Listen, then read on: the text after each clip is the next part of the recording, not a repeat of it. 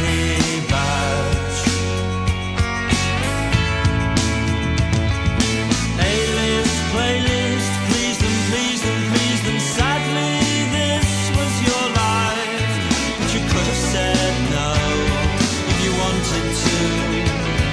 You could have said no if you wanted to. MTV, BBC, please them, please them. Sadly, this was your life, but you could have said no if you wanted to. You could have walked away, couldn't you?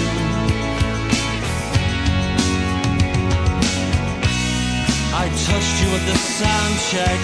You had no real way of knowing in my heart. I beg, take me with you. I don't care where you're going, but to you I was faceless, I was fawning, I was boring, a child from those ugly new houses who could never begin to know, who could never really know.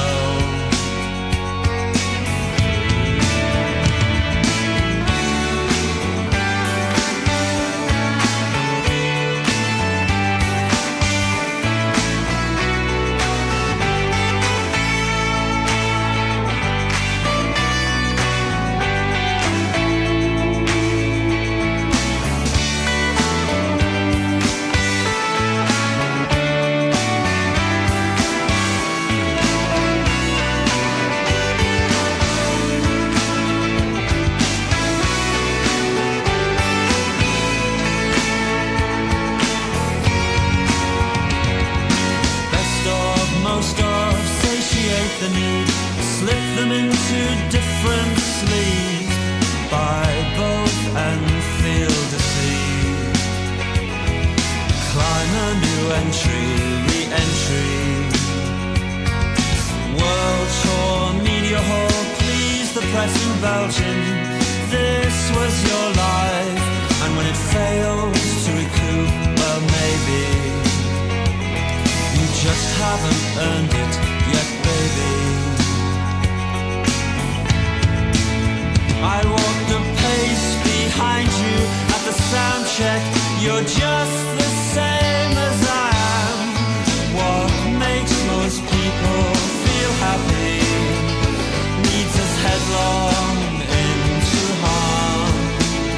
So in my bedroom, in those ugly new houses, I dance my legs down to the knees.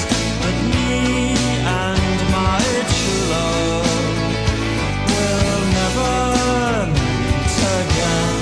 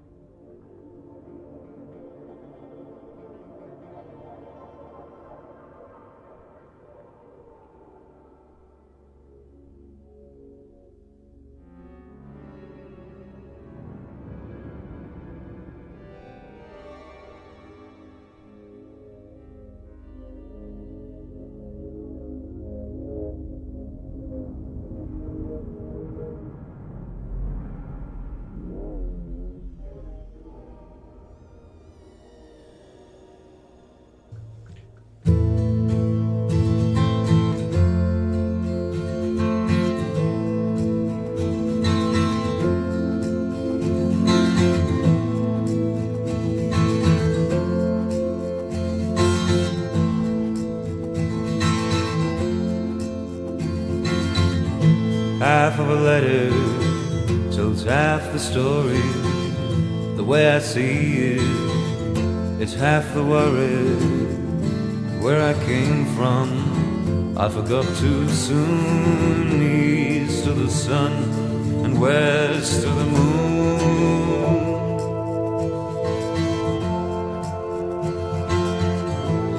Guitar up. Money talks, and hey, I'm listening. I live without it, enough to miss it, yeah. Where I'm going, I'll get there soon. East of the sun and west of the moon.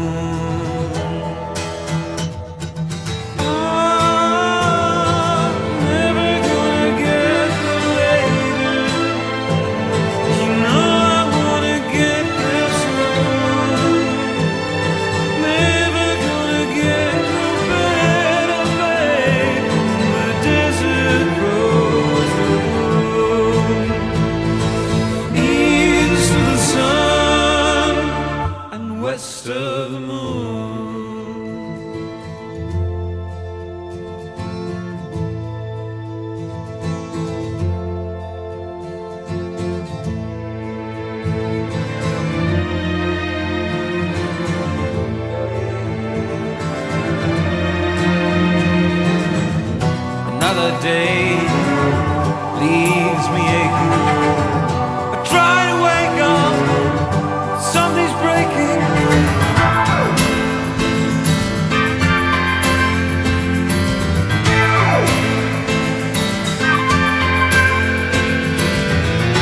Here inside me, deep and hollow, sound and other, sound to follow. Another pain.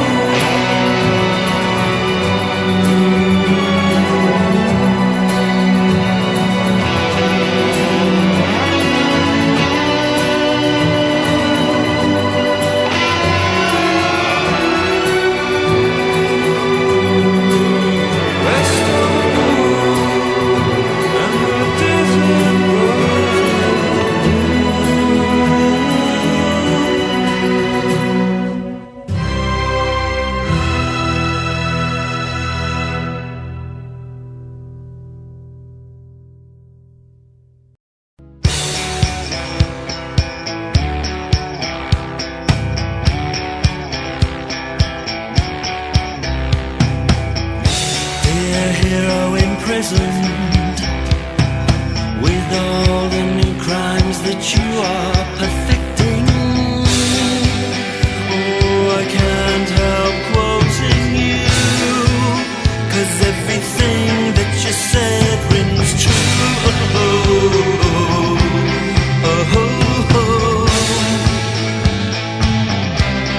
And now in my cell, well, I followed you.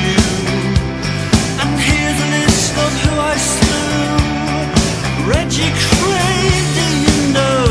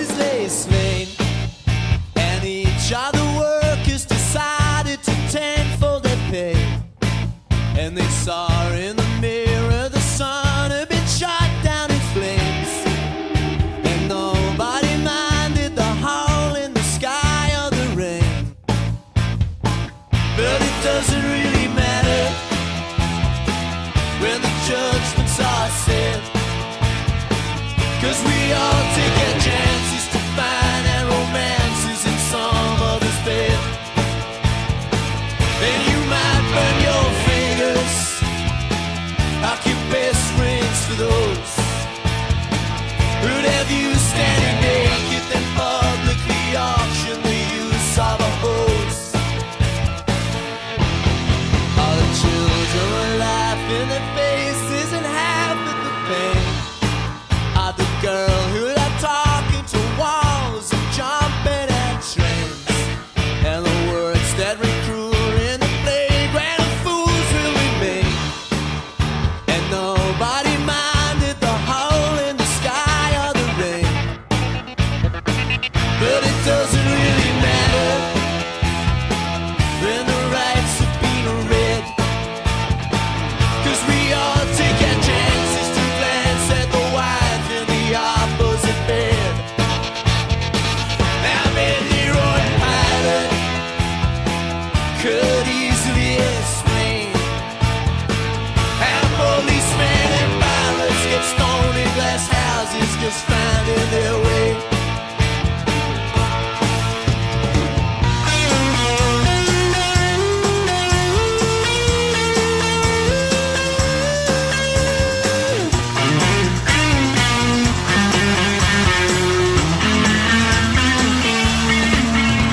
House caught on fire in the wind to the bosses lay slain, and each of the workers decided to tenfold it pay.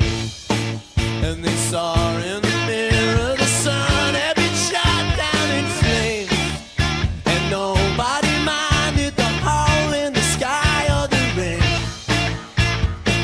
But it doesn't really matter when the judgments are said, 'cause we all take our chances to find and romances in some other's bed.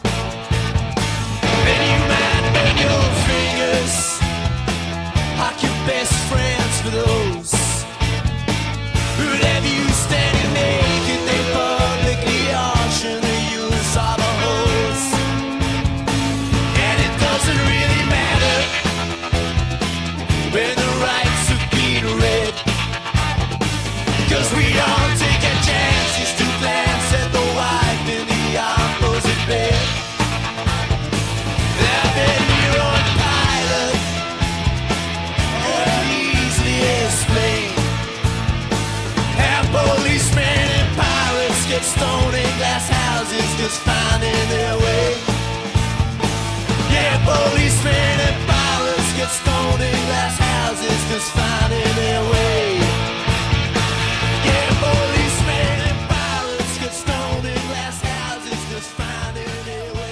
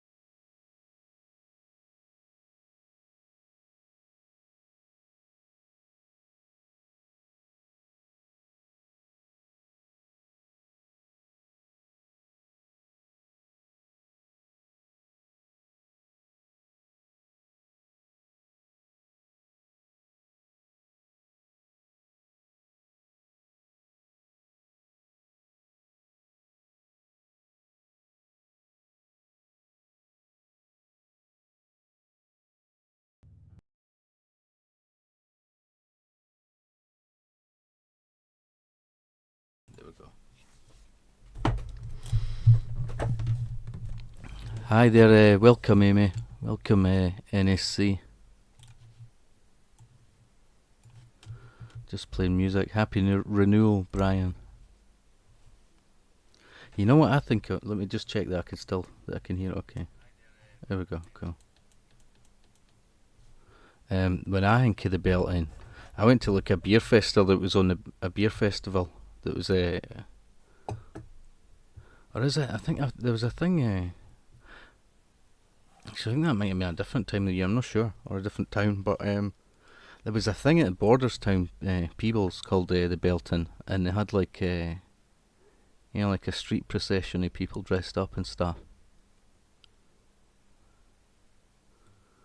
But I went to a beer festival at this place in Leaving, and it was kind of mad. Like, they had a big bonfire, and part of the procession was like there was an effigy of the devil and stuff. And this story about some dude chased the devil out of town.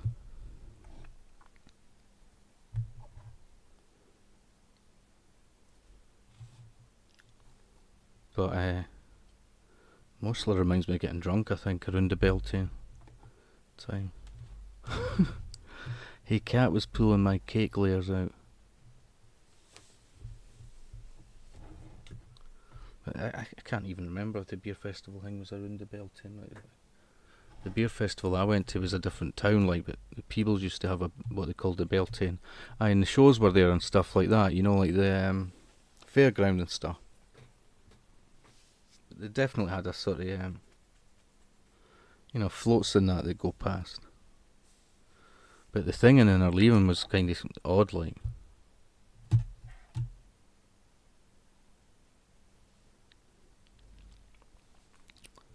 There was like, I remember there was like this cake shop, right, and I don't know if they had like a competition for the best window display, but the cake shop had a painting. And the painting was like of the hill on the town. And it was like a bonfire. It was a picture of the bonfire. They have a bonfire on top of the hill. And there was a wee devil dude on top of the bonfire that they were burning in the picture. And also in the picture was like an electricity pylon and stuff, which I guess was in the field. I don't know if it was on the hill or what, but at night they did have like a big bonfire on top of the hill and stuff.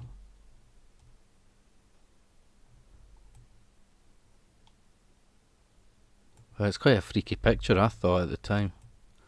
It was like total Wicker Man territory.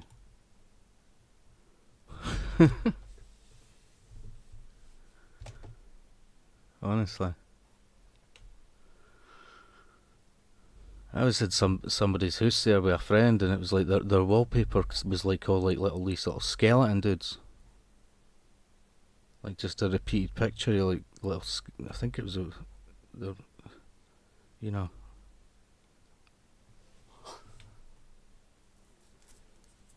like just little black sort of skeleton dudes. That was like their wallpaper.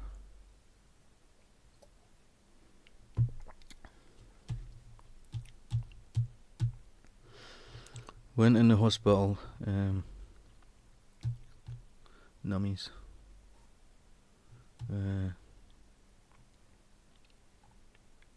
Been working on roses on and off all day. I need to jump in shower. We'll check back. Nummies. See ya, Cat. Birthday boy tomorrow. Oh, is it? And we'll be listening. Just didn't want to get too graphic. Happy birthday, Nate. Went in the hospital and had an 8-pounder. 4 hours later. Yeah. Thank you, Cat. I got home tickets to Wheeler Walker Jr. for his present. I'm not home. You rock. Carrot cake is my second fave. Carrot cake and tickets to Wheeler Walker Jr. Mine too. I like some red velvet and Italian cream cakes. I like just normal sponge cake, with jam in it or something. But carrot cake's nice as well, and like coffee. Is it walnut cake or something? Coffee walnut. Oh, yeah. And carrot cake. How cool. Music memories and a birthday gift. We can live by the foot of the mountain. Okay. I'm gonna get a cup of tea.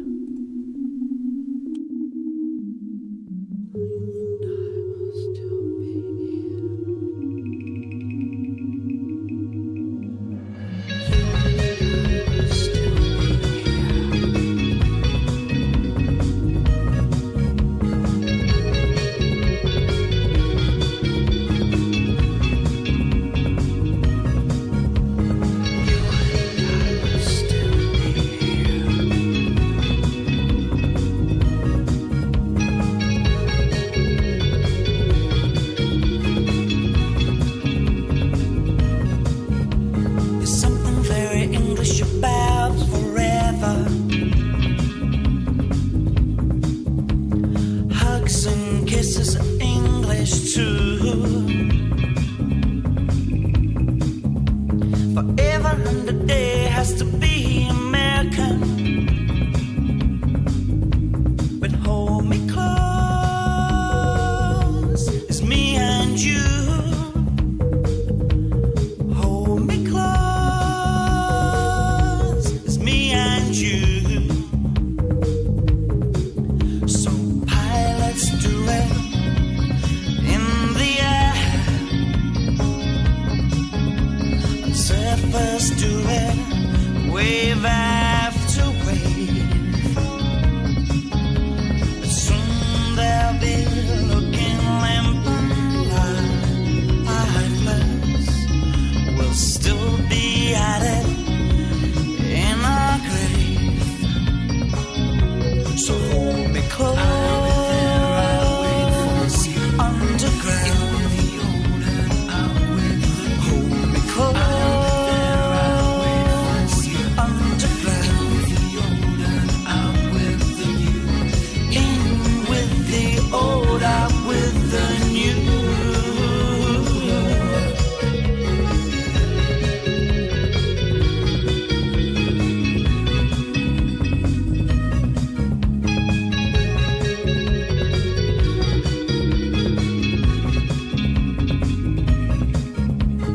Man and wife just doesn't suit us. Just us two is hardly true. I couldn't care about Mr. and Mrs. But you and I is me and you. You and I is me and you. Potholers do it with the lights off, and hikers do it long and slow. I'll still be trying to get your clothes off when I lie 6 foot below. So hold me close, underground. Hold me close, underground. Hold me close, underground.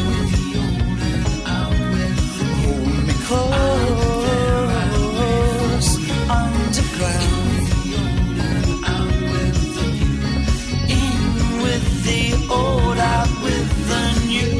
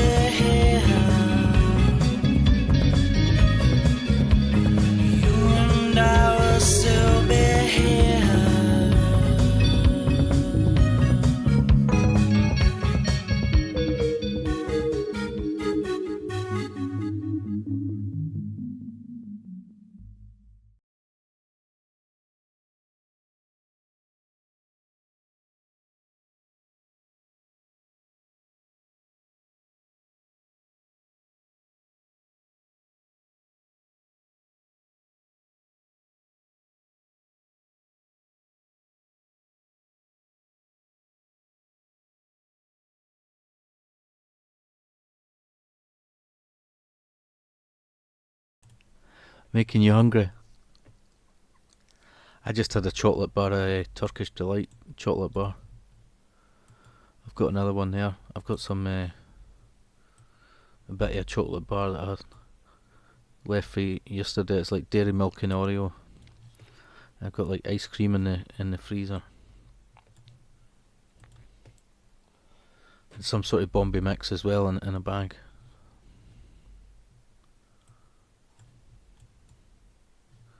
Making you hungry. You're baking. You can. You won't be able to eat a slice until tomorrow. So make some extra for yourself.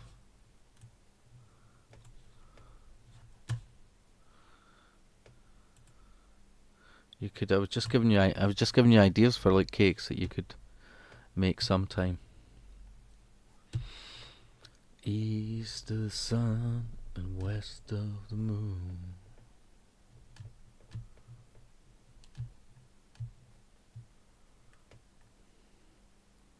Okay.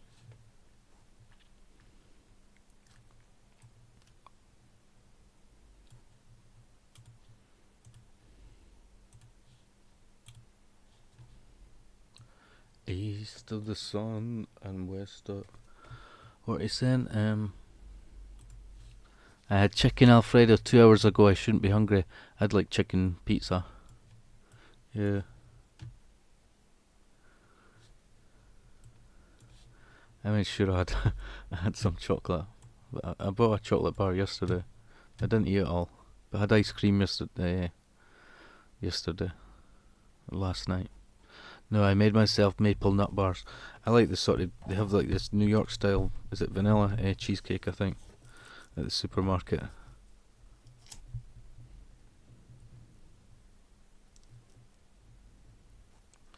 I was saying to sell, it was like when I went to the supermarket recently, it was like everything had gone up by like 25p or something. Like by a little bit, they go up more regular, don't they? But I definitely noticed like the usual things I bought had gone up like a little bit. I'll take half those to Ron. Yeah, maple nut bars, cool.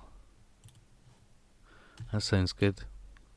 They sound nice, like maple nut bars.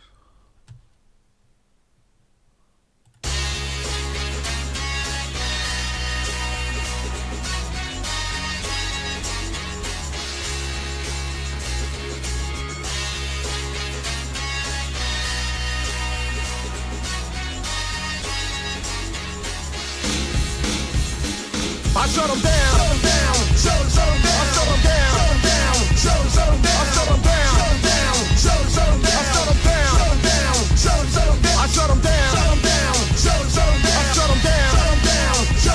I shut them down, shut them down, I shut them down, shut them down, I shut them down, shut them down, I shut them down.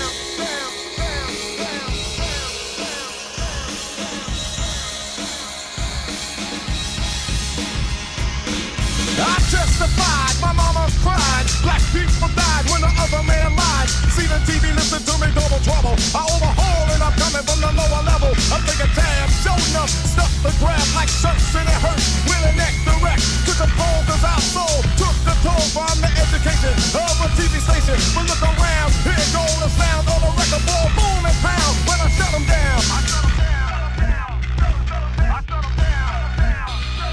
I shut them down, shut them down, shut them down, I shut them down, shut them down, I shut them down, shut them down, I shut them down, shut them down, I shut them down, shut them down,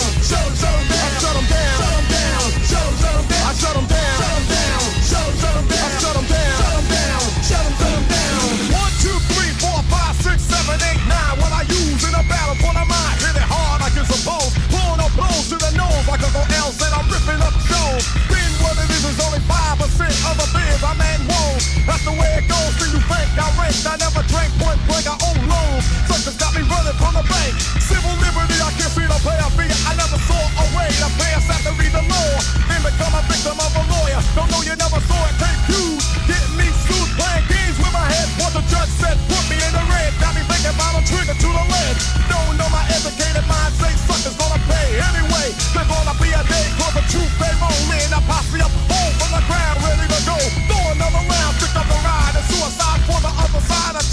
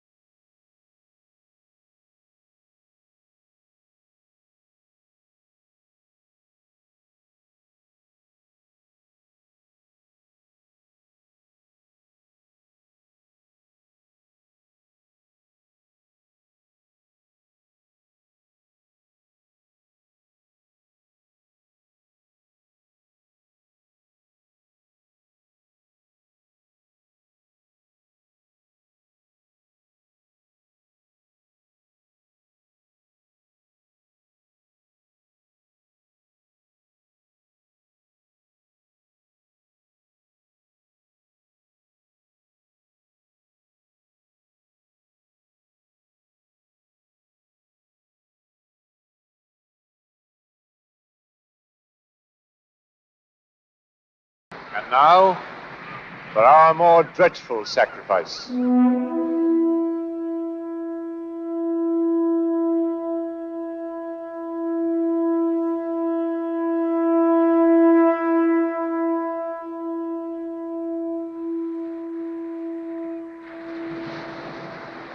Welcome, fool.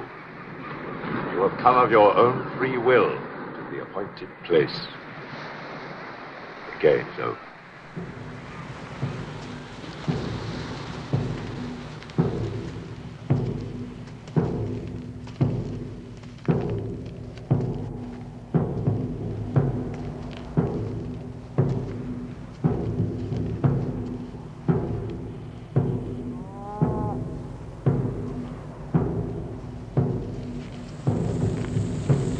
Come.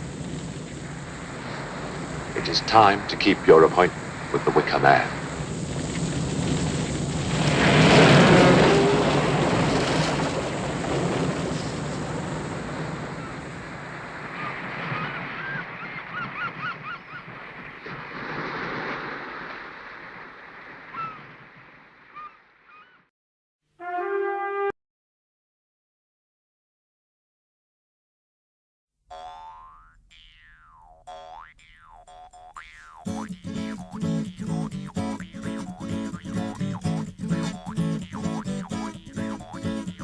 In the woods there grew a tree, and a fine, fine tree was he.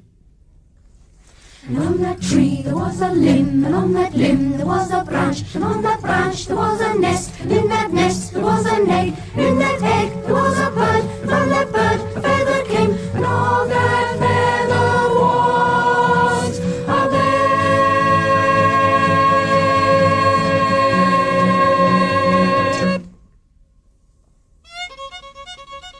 And on that bed there was a girl, and on that girl there was a man, and from that man there was a seed, and from that seed there was a boy, and from that boy there was a man, and from that man there was a grave, and from that grave there grew a tree.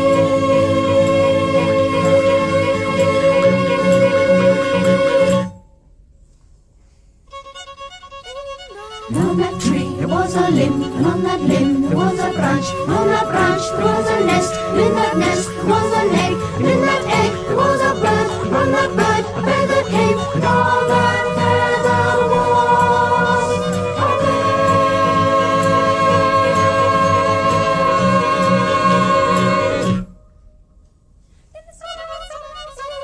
And on that bed there was a girl, and on that girl there was a man, and on that man there was a seed, and on that seed there was a boy, and from that boy there was a man, and from that man there was a grave, and from that grave there grew a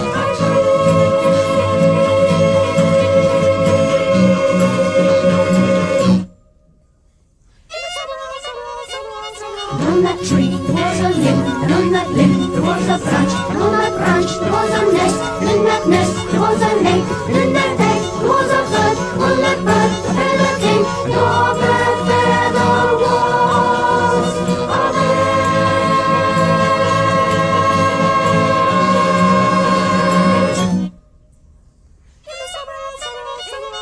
And on that bed there was a girl, and on that girl there was a man, and on that man there was a seed, and on that seed there was a boy, and from that boy there was a man, and from that man there was a grave, from that grave there grew a tree.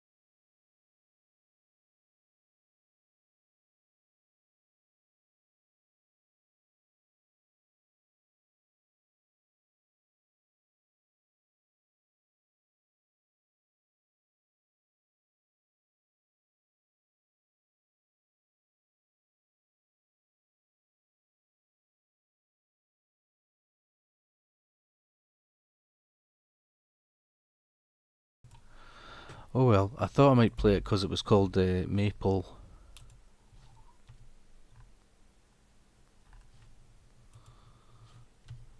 Let me see.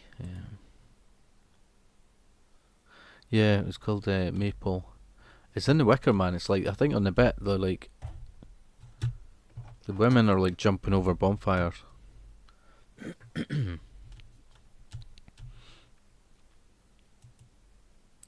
And I think they have a maypole, I'm not sure. I think so, yeah. In the film.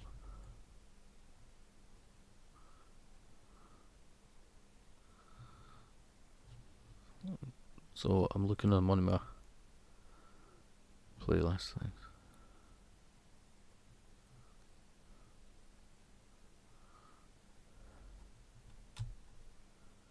I was watching some stuff earlier and it was like Gaelic sort of music. It was like Celtic music, but they were singing in Gaelic. And it was alright.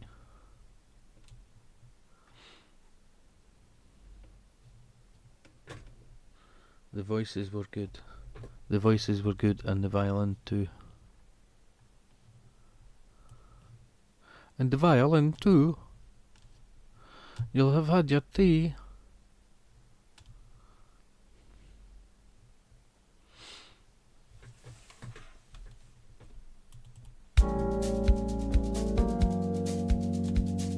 You'll have had your tea.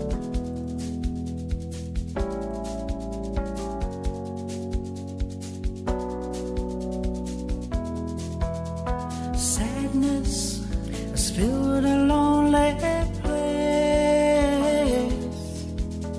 Before that, there was just a hole. At least now, the sadness on my face, my lower lip has finally found its role. So the wind and the rain and the snow had no particular place to go. So they thought they'd come and spend some time with me. They're better friends than you could ever be. There's a tattoo, a small tattoo, waiting there, unpaid for you.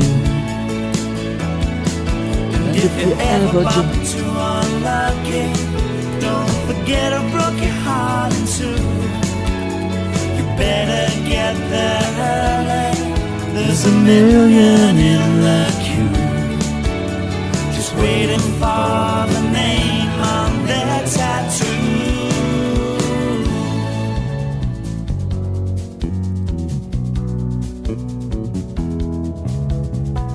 Emptiness has filled a vacant heart.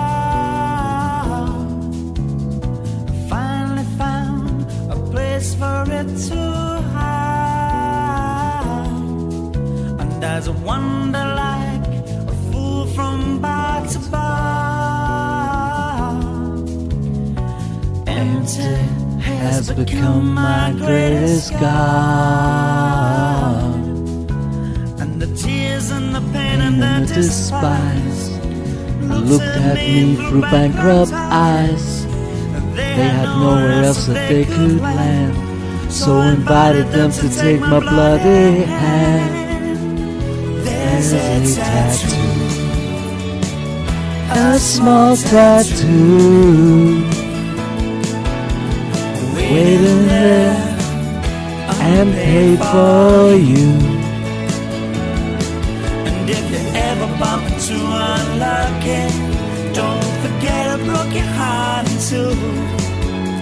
You better get there early, there's a million in the queue, just waiting for the name on their tattoo.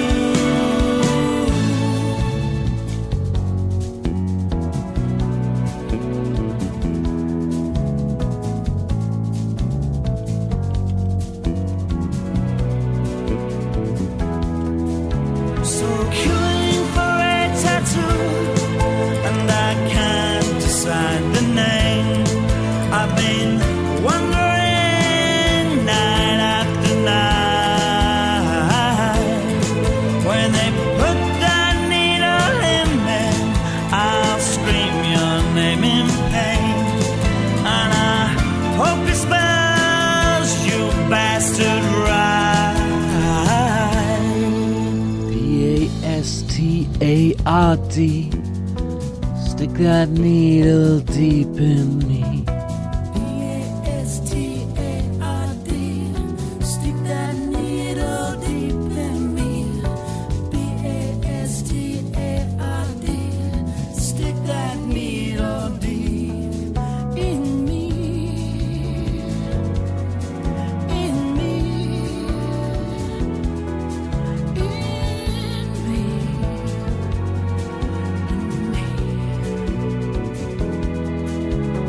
Stick that needle deep in me.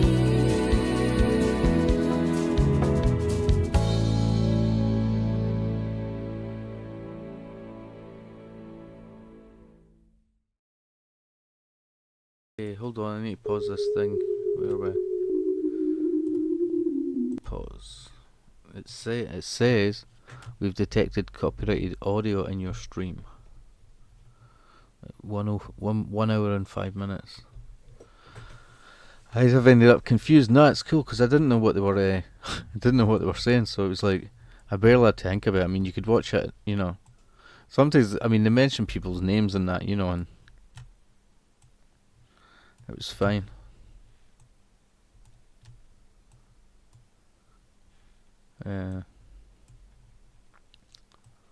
The annoying thing actually was the channel sort of title, like their own title was like a wee sort of kind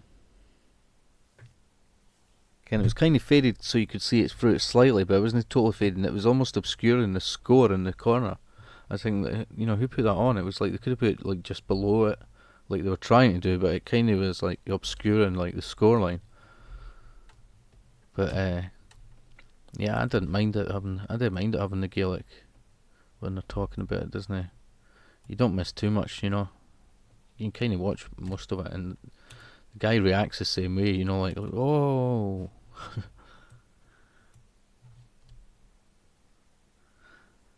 Yeah.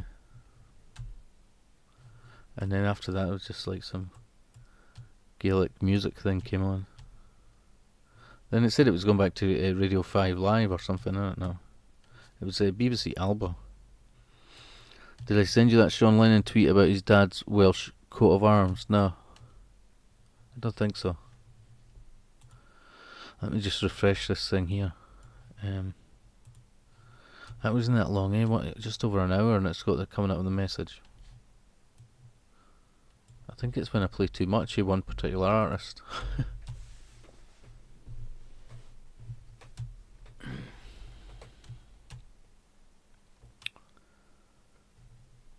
So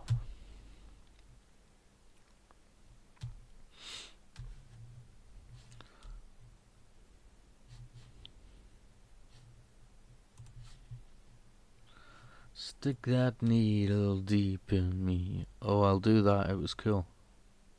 Yeah.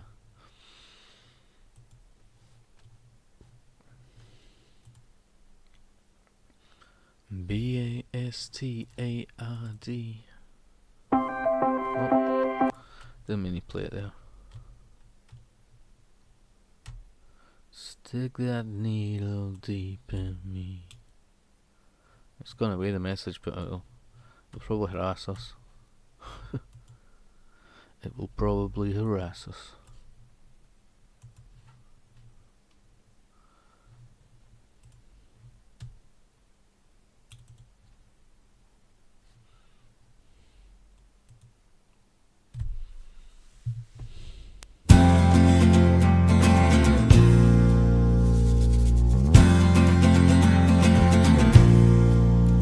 I was sitting in this five-star place, going nowhere fast, when she caught my attention through the bottom of my glass. She was a waitress in the hotel above the smoky bar, and she got up at dawn for breakfast and worked on till it got dark. And at 6 o'clock when her shift was up, she'd drink the night away. gentleman all day.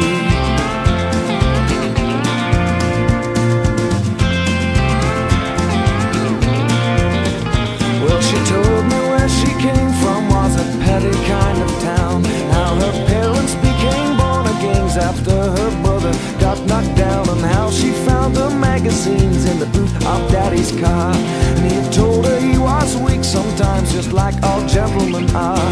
And in summer she'd work in his shop and then cry the night away. Well, wouldn't you if you served gentlemen all day?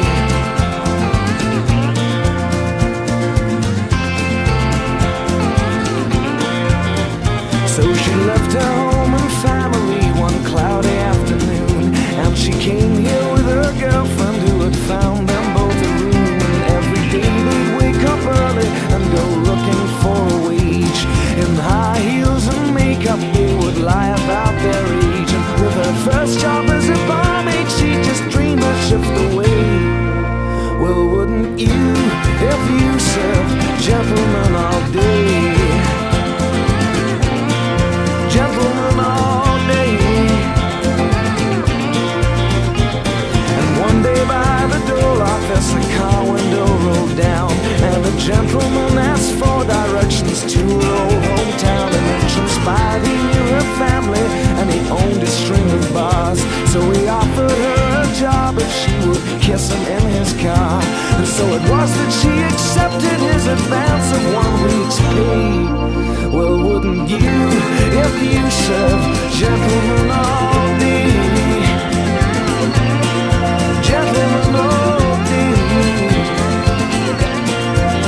And as she told me all these tales, she picked a scab around her wrist that she confessed was self-inflicted with a whiskey glass like this. And though she gave her name and number to me, I did not get mine. She said maybe I should call up for some fun sometime.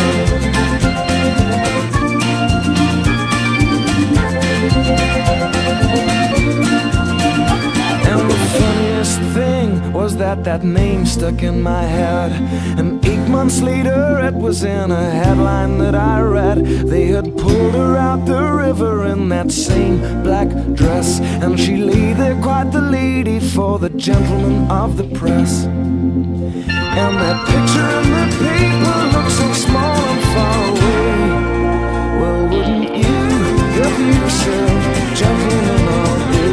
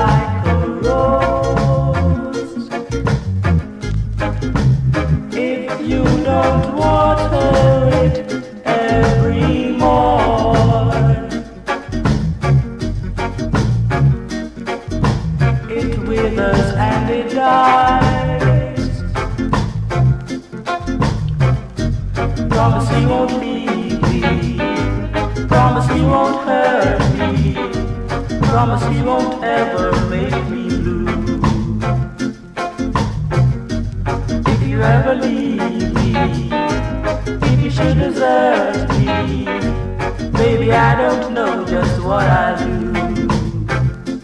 I don't know just what I do. Said I don't know just what I do. It was a day that man should leave his mother and cling to the woman that he loves. I'm very sure that I could never love anyone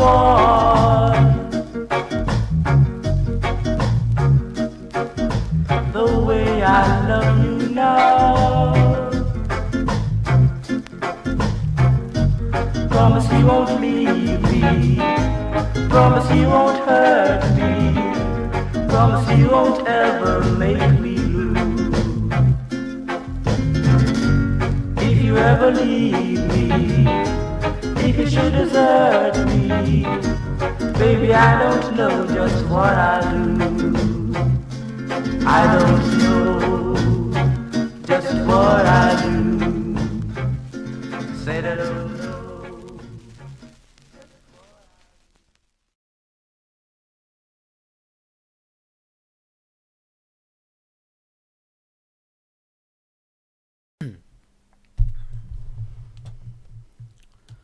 Okay, I don't know if we should watch something, some programme or something to avoid the copyright message, but I just went on it, it's gone again, like, disappeared. Sent another one to you. Crude and slow, clansman. Crude and slow, clansman.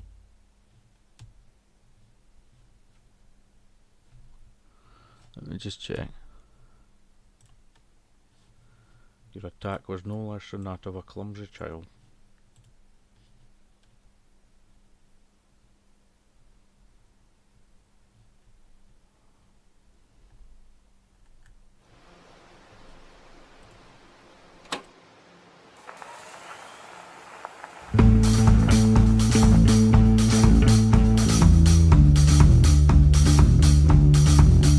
Look up here, most people can't make out the difference, but it could be a small change in the light.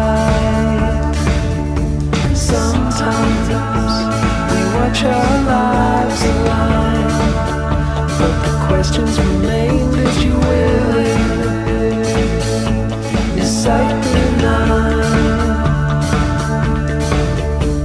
Is this coincidence or connection?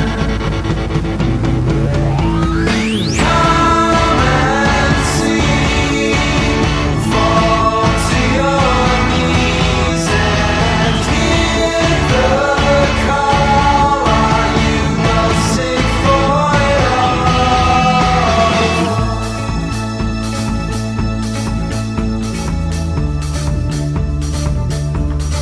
Is it you that brightens the same sea that cuts my paths and lifelines?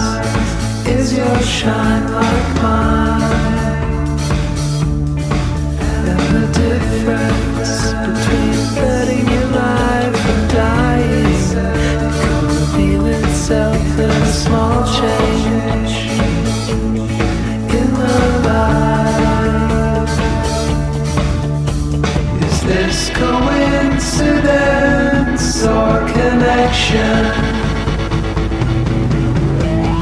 Come and see, fall to your knees and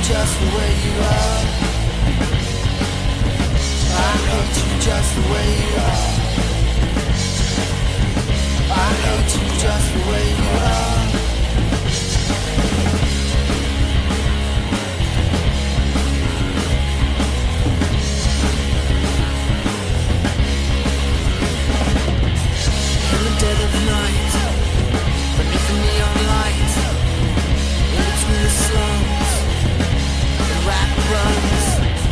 I don't wanna believe you. I don't wanna believe you. I don't wanna believe you. No, no, no, no, no, no.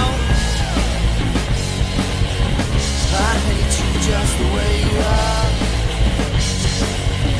I hate you just the way you are. I hate you just the way you are.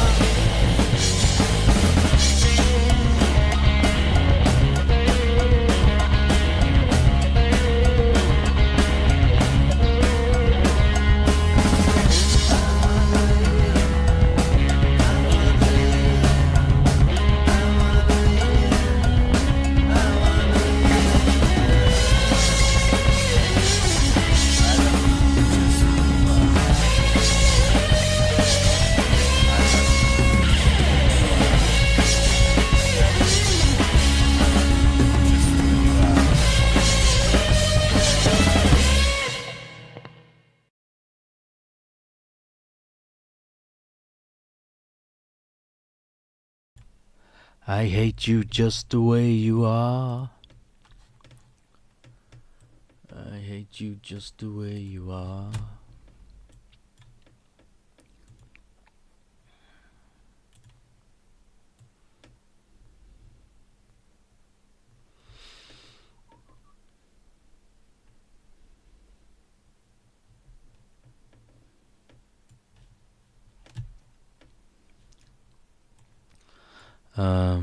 Batman comic artist Neil Adam died. Oh, that's a shame. I don't personally don't recognise the name myself, but was he the original artist? Was he? Was watching the way back a couple of days ago and remembered those songs. This band has more good songs. I love you just the way you are. I hate you just the way you are.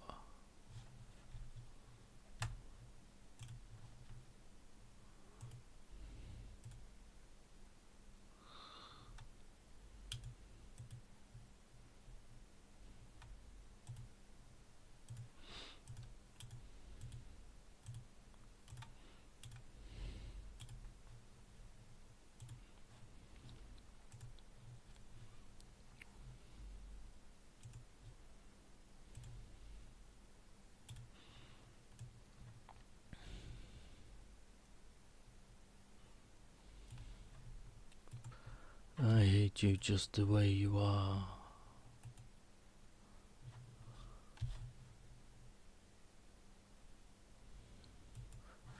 Neil Adam.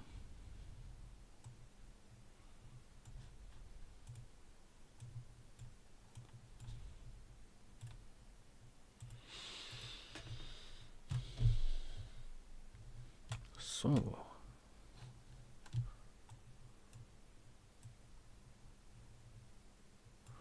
sure, you expect me to talk? No, Mr. Bond, we expect you to die.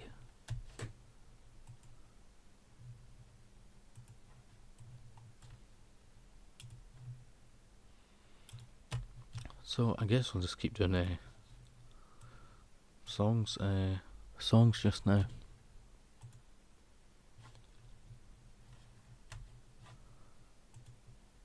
Some of the ones that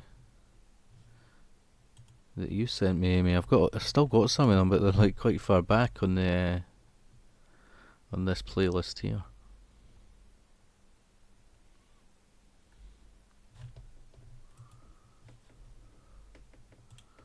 That one doing that up there.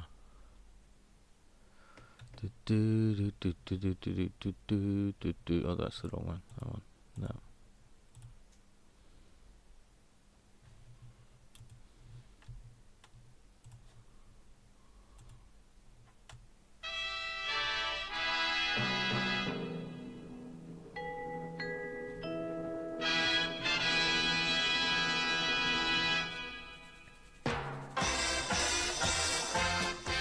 Had to whip your ice in.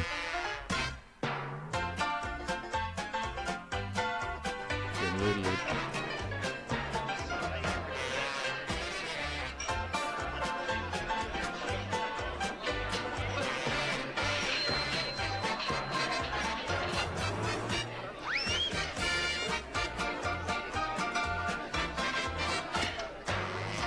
and gentlemen, will you welcome your host for the evening, Jim Bowen?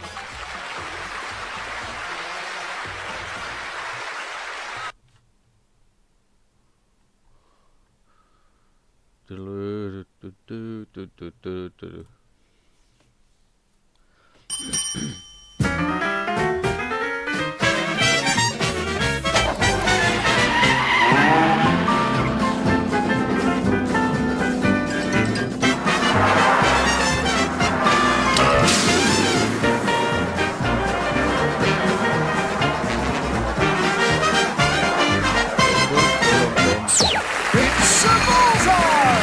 And here's your host, Jim Bowen! Bum bum bum bum bum bum bum bum bum bum diddle.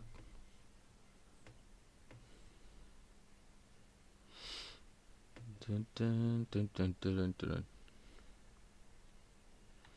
See if I can find any of those ones.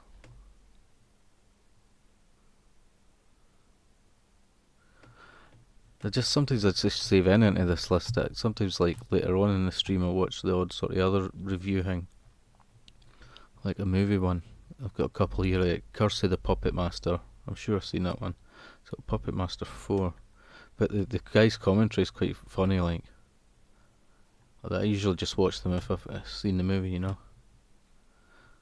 I watched the one he done the first Puppet Master. The guy just takes the piss out of some of the movies. And then I watched the Neon Maniacs one. It's like good bad movies. It's called. It's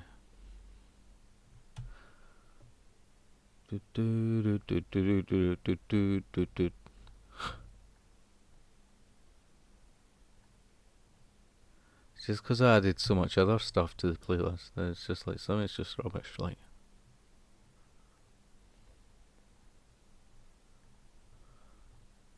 There's a whole bunch of sort of comedy ones, but I watched them all already on stream.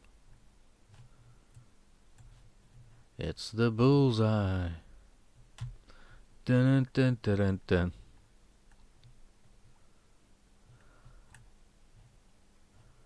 Okay.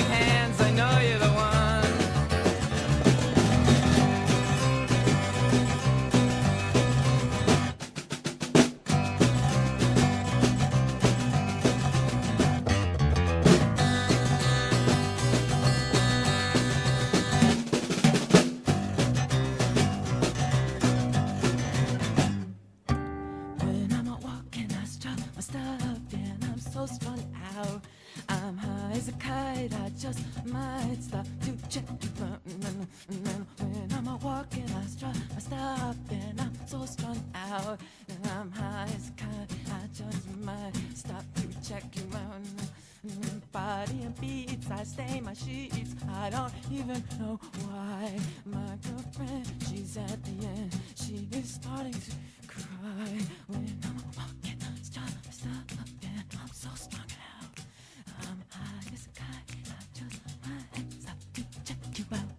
Let me go on, like I blister in the sun. Let me go on, big hands, I know you're the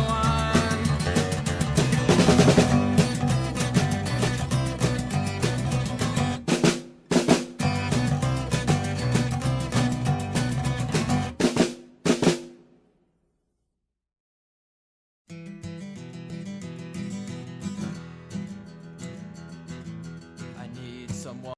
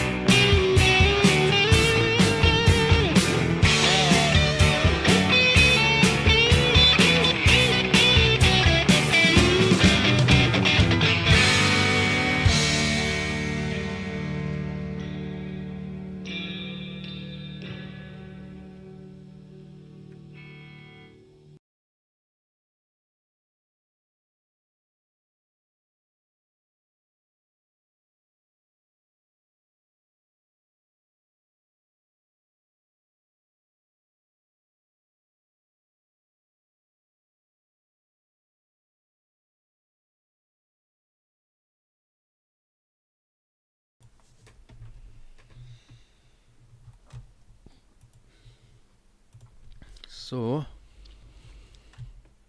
I don't know if I should play music or not. Probably won't come up if I just continue to play it.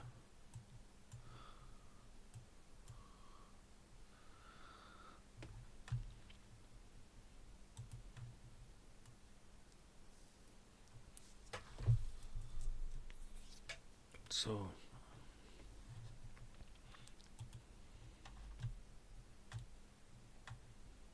it's a bit annoying.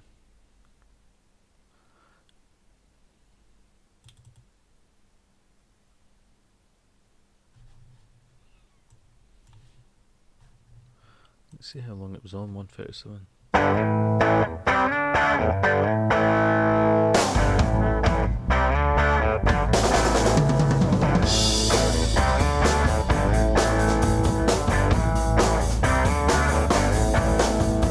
Comes a little sound in the morning upon my window pane.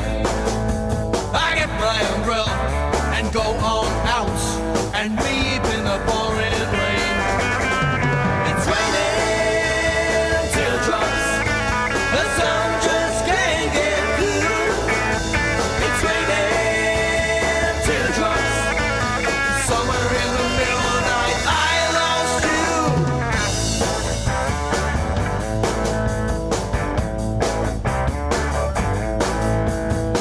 Ever since you've gone, it's been pouring. The clouds just fill the sky and seem to carry on. Don't know where my baby's gone. Like rain, I start to cry. It's raining teardrops, the sun just can't get through. It's raining teardrops, somewhere in the middle of the night I lost you.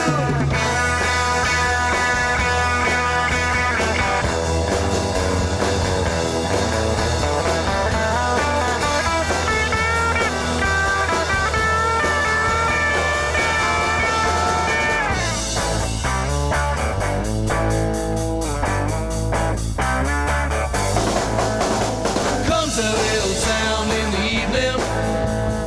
It's that same refrain.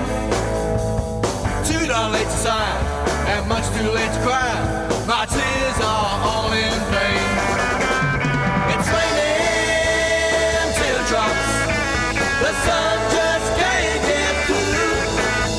It's raining teardrops, somewhere in the middle of the night I lost you.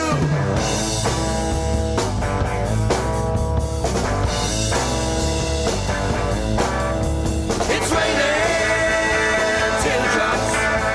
It's raining teardrops. It's raining teardrops.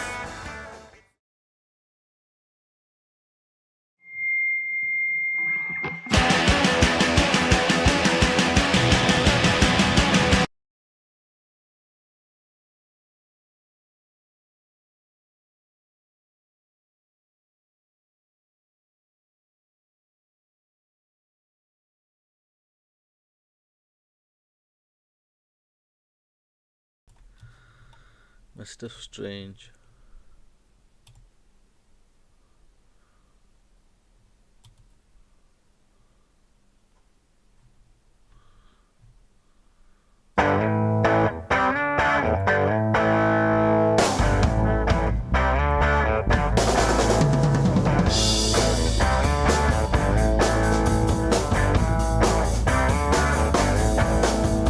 Comes a little sound in the morning upon my window pane.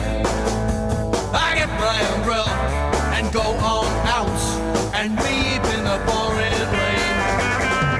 It's raining teardrops, the sun just can't get through.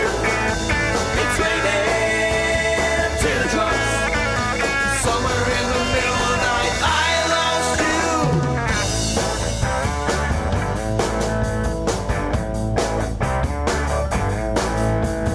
Ever since you've gone, it's been pouring. The clouds just fill the sky and seem to carry on. Don't know where my baby's gone. Like rain, I start to cry.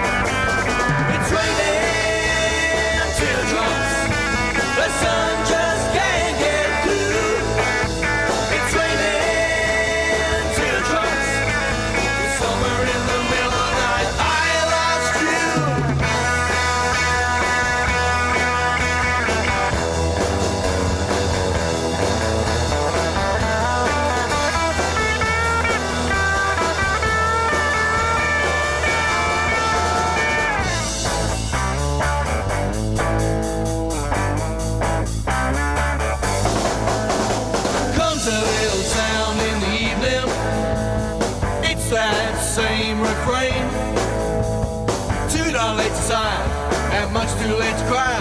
My tears are all in vain. It's raining teardrops. The sun just can't get through. It's raining teardrops. Somewhere in the middle of the night, I lost you.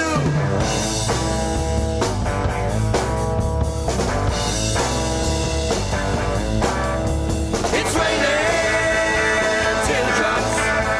It's raining teardrops. It's raining teardrops.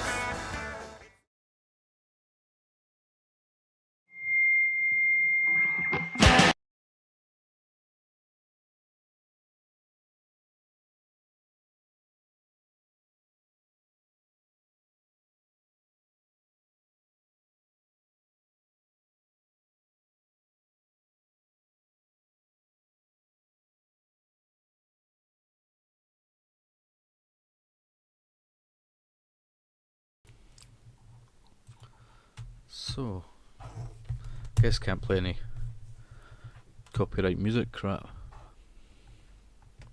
stuff. So, just have to watch whatever. It's raining teardrops.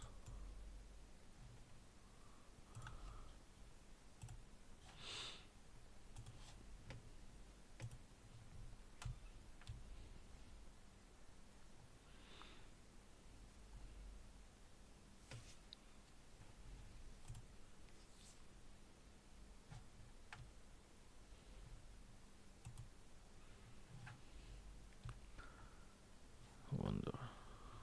Do you hear this guy talking on this thing?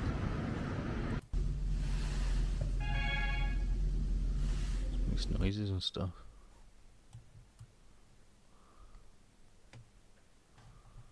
Right.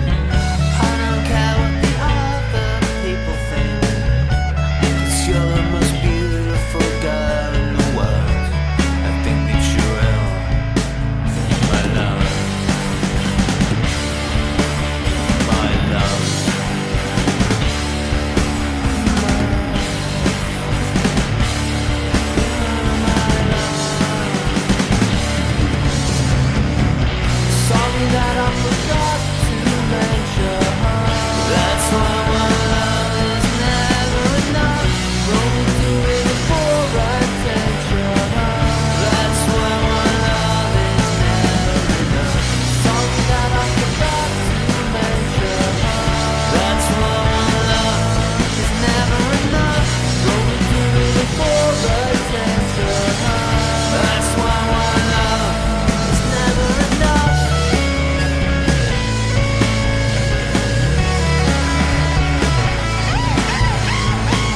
Get many steps to heaven. It didn't happen, and it's all too far. Happiness is a loaded weapon. It's a semi-automatic. Get in the car. Call 999. And I think that you will think about it again. But I know you will, my love, my love.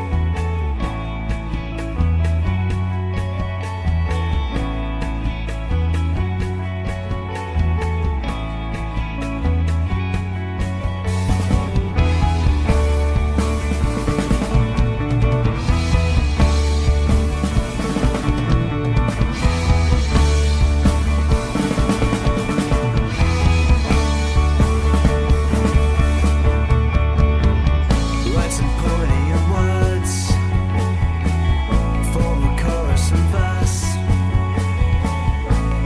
Given a name, yeah, book a room and rehearse.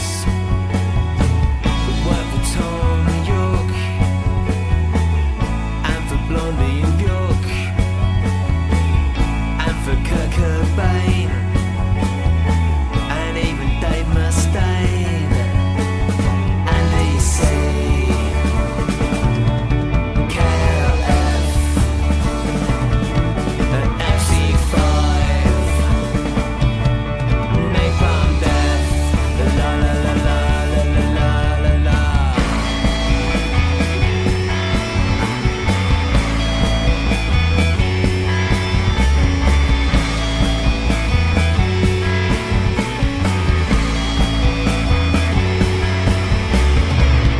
And recruit some friends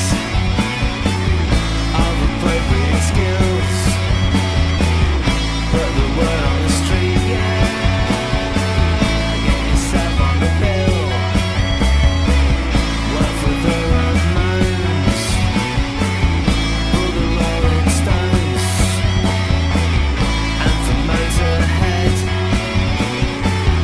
and the Grateful Dead, and DC,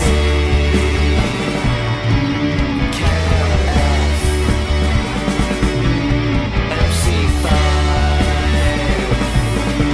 Napalm Death, la la la la la la.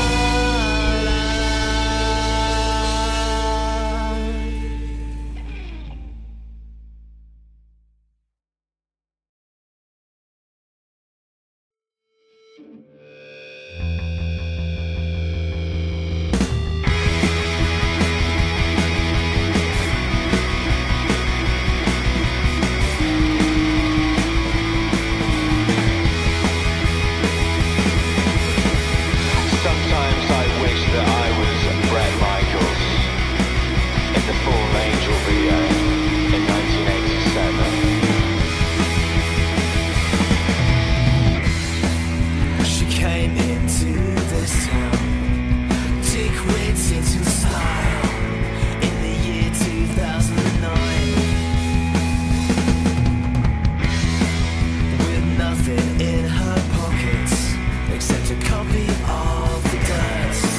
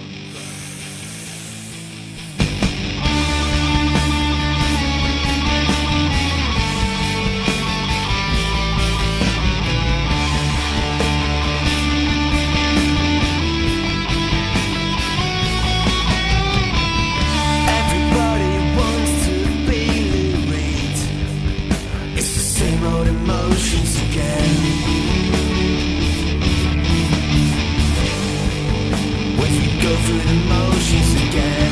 All the girls, they want to be Kim Deal. It's the same old emotions again. Keep it real, just like Kim Deal. It's the same old emotions again. All the boys, they wanna be thirsting more. 'Cause he's so fucking hardcore. I wanna be fucking hardcore. It's the same old emotions again. I'll never be Stevie Nicks. These things I know. I'll never be Stevie Nicks. I'll never be Stevie Nicks. These things I know. All the boys, they wanna be Tommy Lee. That's all the boys, including me. I wanna be Tommy Lee. It's the same old emotions again. All the girls, they want to be Kim Gordon. 'Cause it gets you through the fucking border. It gets you through the border. Just wanna be the same old emotions again. Everybody wants to be someone else. You can never be anyone else. You can never be anyone else. I'll never be Stevie Nicks. These things I know. I'll never be Stevie Nicks. I'll never be Stevie Nicks. These things I know.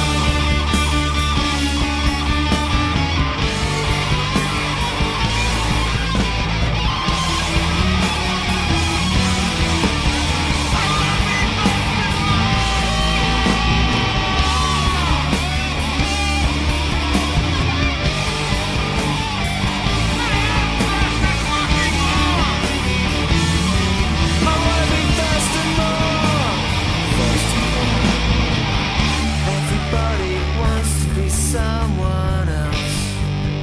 You can never be anyone else. You can never be anyone else.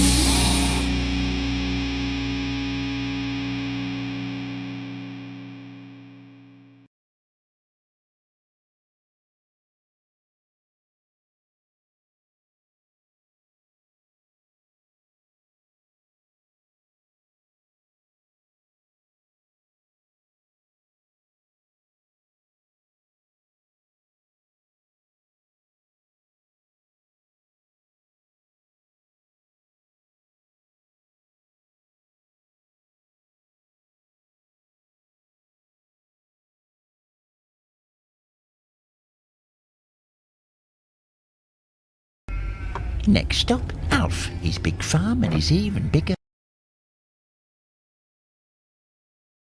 Previously on Postman Pat. Bad news, I'm afraid, for Bob the Builder fans. He's dead, but I've gone and told Pat's wife about Jimmy. What? That he's got another son? I hope you don't like him, Dad. There's been another murder. What are you suggesting we do, sir, to help find the killer? Well, we'll do everything, Sam. If it's any consolation, love, it was just sex.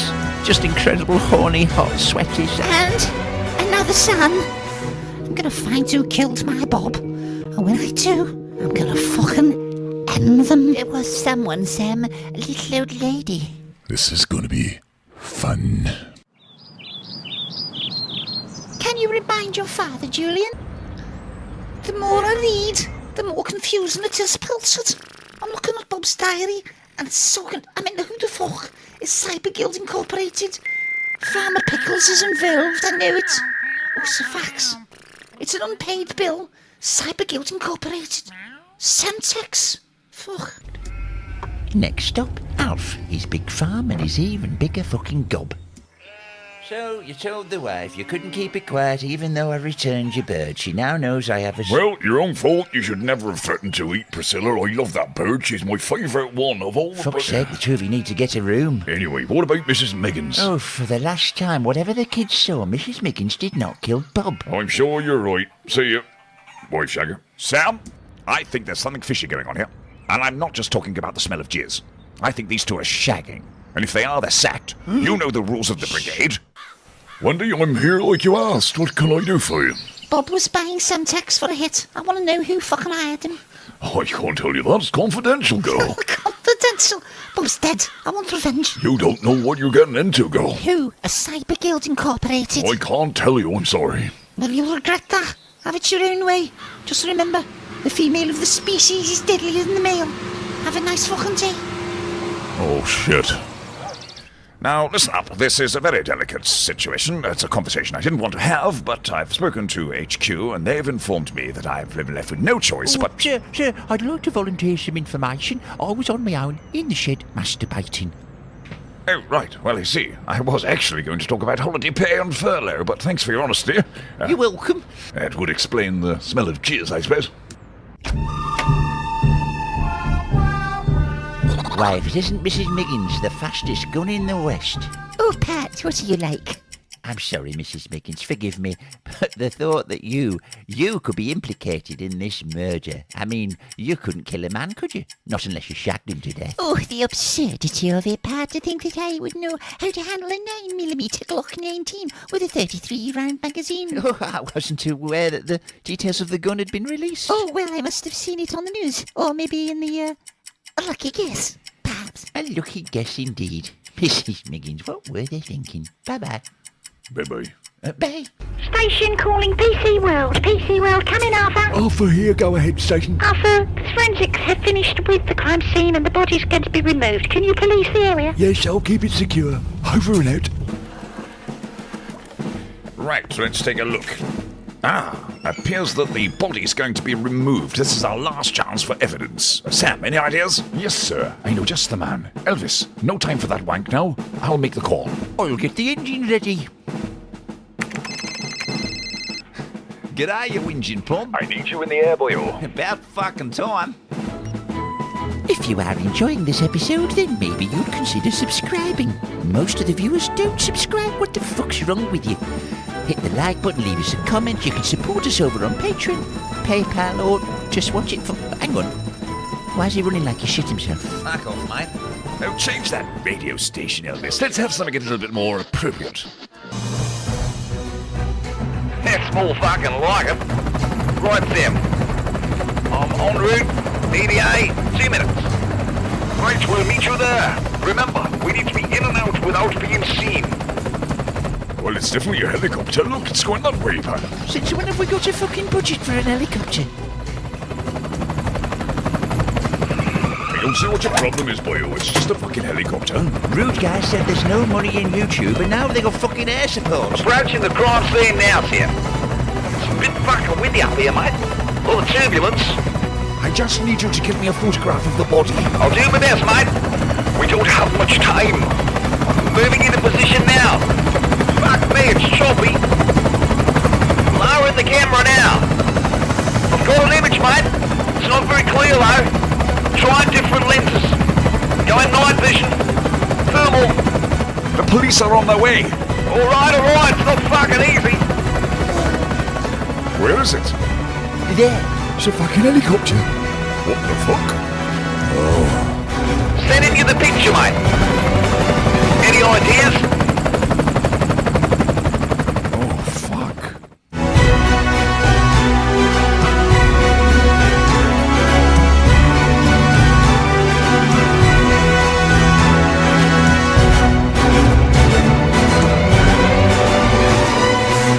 And a special thank you to those of you that went over and donated on PayPal.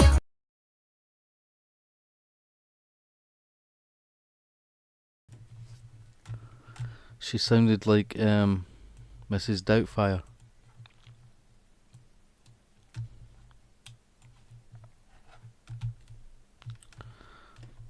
Yep.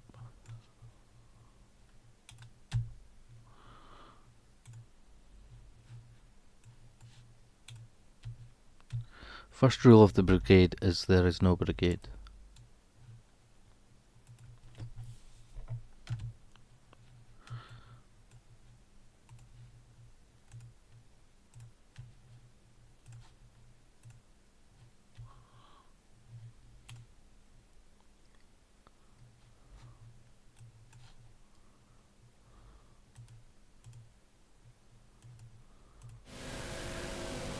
Well, owing to public demand, the BBC Election 74 record is now available in cassette tape form. Now a quick look at the quite staggering amount of rubbish. Tomorrow evening here on 2 there are a couple of changes to the published programme. At 7:35 we bury or burn Derek Nimmo. His house near Wrexham has now gone to the National Trust, but his legend lives on. Bury or burn is followed by Muscle Mania at 8, and at 10 to 9, Dull and Wet, a new award-winning film series from Birmingham. At 9:30, more exposed parts. At 10 o'clock, a party election broadcast from the Waltons. And at 10:10, that's a little later than published, Horizon will be exploring the possible reasons for a child being born quite heavy and asking whether it could happen in East Scotland. From the Waltons. The handicap special is at 11, and Open Door at 11:45 is given over to the cult of Richard Whitmore. Sounds very promising. Given over to Open Door at 11:45 is given over to the cult of Richard Whitmore. Sounds very promising. Programmes tomorrow evening here on BBC Two. And that's the end of our programmes for today. If I can remember how to work our turntable, we have a musical nightcap from Laurence Olivier. On behalf of all of us here on BBC Two, this is David Allen wishing you a very good night. Good night.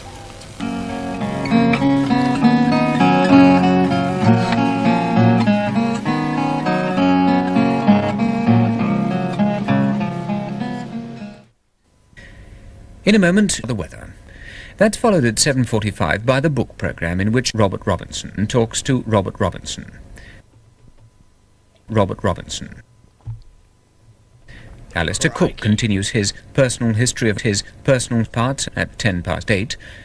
And then at 9 o'clock we retreat to a cold night in southeast England with Rick Wakeman and the English rock ensemble, stars of the Tuesday cinema. The Old Grey Whistle Test at 10:25 features Ludovic Kennedy in a live concert from the Back Street in Farnham. Newsnight is at 11:25, with the close-down poem at 11:25. Details of these programmes and the alternatives on BBC One are in Radio Times. Crikey. Now the weather. It'll be a cold Alexander Solzhenitsyn with a fairly widespread Margaret Sullivan. But there's still no sign of David Ennals MP, though there may be a little Secretary of State for Health and Social Security early in the day. And that's the weather. You're watching BBC Two. The book programme is introduced by Robert Robinson.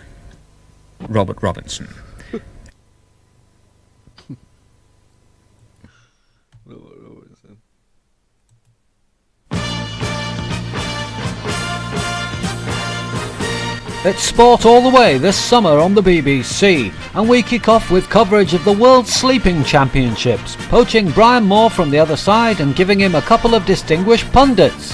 Well, you can't help but feel that history is in the making now for the defending world champion.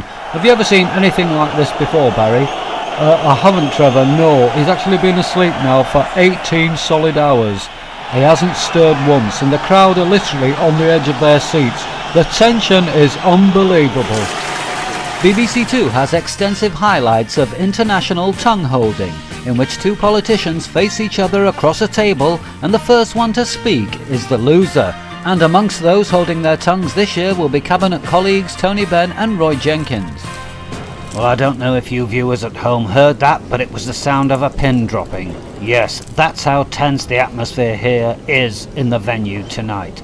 And these two political heavyweights and past masters of tongue holding, they're really having a go at each other tonight. It really is a test of wills, and it's incredible to think that neither of them so far has yet to speak a word, when one considers how hard it is to shut them up most of the time.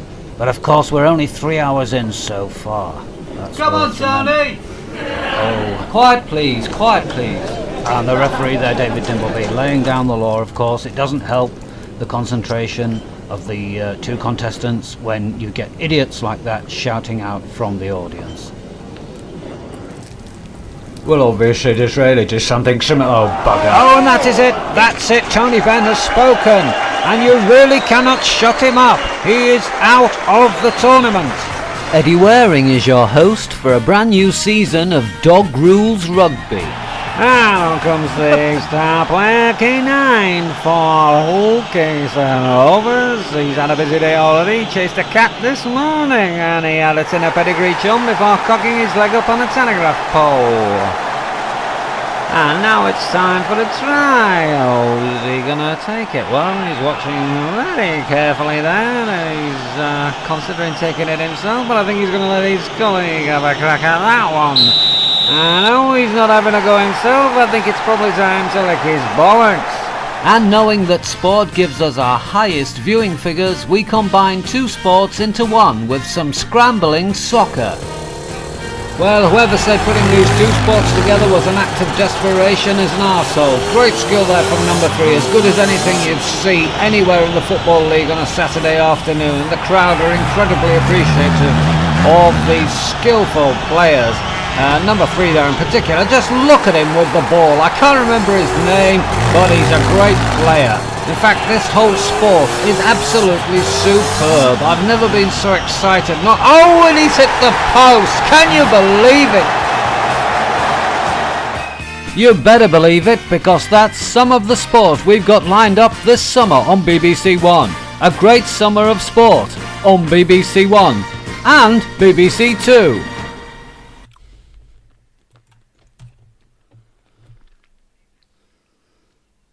I'm eating another Turkish Delight chocolate bar. Is that a real sport, that scrambling soccer?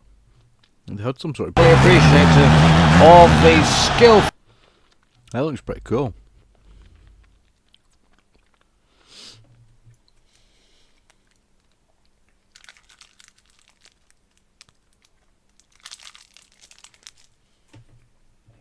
That looks pretty cool to play.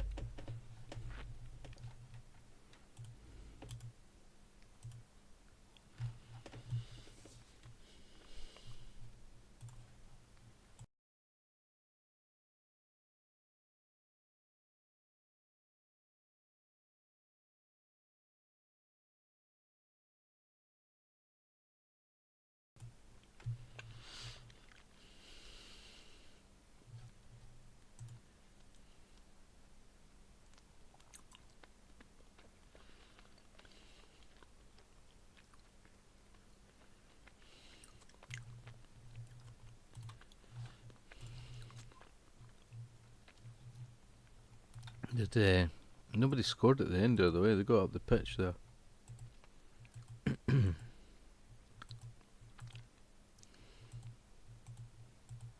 It's dog rugby. They got up the pitch, but they didn't. No, it didn't show you anybody scoring.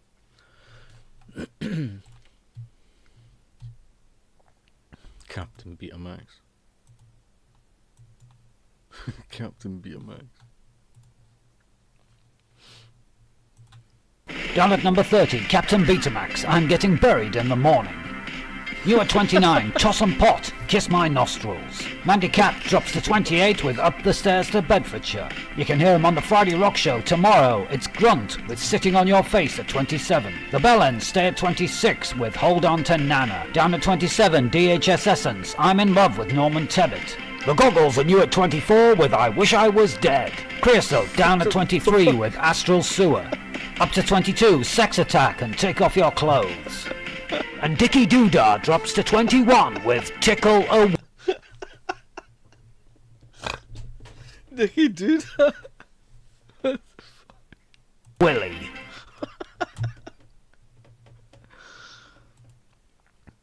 The Goggles. The Goggles, I Wish I Was Dead. To play it for the... with Norman Tebbit. The Goggles are new at 24 with I Wish I Was Dead. Creosote down at 23 with Astral Sewer. Up to 22, Sex Attack and Take Off Your Clothes. And Dickie Doodah drops to 21 with Tickle a Willy. Number 20 this week, La Volva Puss, Suede Vibrator. Down at 19, Neon Tights with Standing in... 20 this week, La Volva... Number 20 this week, La Volva Puss, Suede Vibrator. Down at 19, Neon Tights with Standing in the Lavy.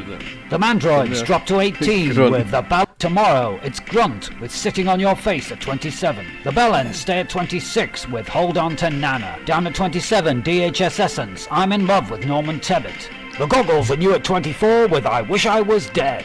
Creosote down at 23 with Astral Sewer. Up to 22, Sex Attack and Take Off Your Clothes. And Dickie Doodah drops to 21 with Tickle a Willy. Number 20 this week, Lavolva Puss, Suede Vibrator. Down at 19, Neon Tights with Standing in the Lavvy. The Mandroids drop to 18 with The Ballad of Farmer Giles.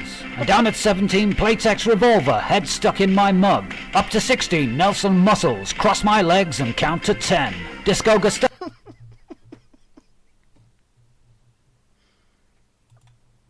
What was the one before that? Up to 16, Nelson Muscle Mug. Up to Head Stuck in My Mug. Up to 16, Nelson Muscles, Cross My Legs and Count to 10. Disco Gestapo dropped to 15 with Four-Way Family Favourites. Down at 14, Lipstick with Nipple Wrap. Disco Gestapo. It looked like the same. It looked like the same picture of that woman. Look at it. He used another bit. Down at 14, Lipstick with Nipple Wrap. Down at 14, Family Favourites. Down at 14, Lipstick with Nipple Wrap. Up to 13, Alan Vienna and Nobody Loves Me. Naked Forest climbed to 12 with A Pissed in the Mouth. And Cyberhammer climbed to 11 with Cheeky Monkey. Cyberhammer. I'm sorry, I've got to play some of them again. And Cyberhammer climbed to 11, Pissed in the Mouth. 12 with A Pissed in the Mouth. And Cyberhammer climbed to 11 with Cheeky Monkey. Number 10, it's down for Dirk and Desdemona with NRA Rules OK. Dropping to 9, Pixie Holocaust and Slapper's Delight. In at number 8, Black Magic with Kneecapping. And down at 7, it's Erection with Frying Tonight. Number 6, it's Candy Warhol with Suck 'em and See. Non-mover at number 5, Clive Chestnut with A Nice Cup of Tea. Up to 4, Hank Mullet with Manslaughter Lullaby. And up to 3, Belson Jitterbug with Dancing on a Cripple. Up to 2, Faux Pas, Sex with a Minor. And number 1 for the third week, it's Cobbles, Don't Talk to Me About Baths.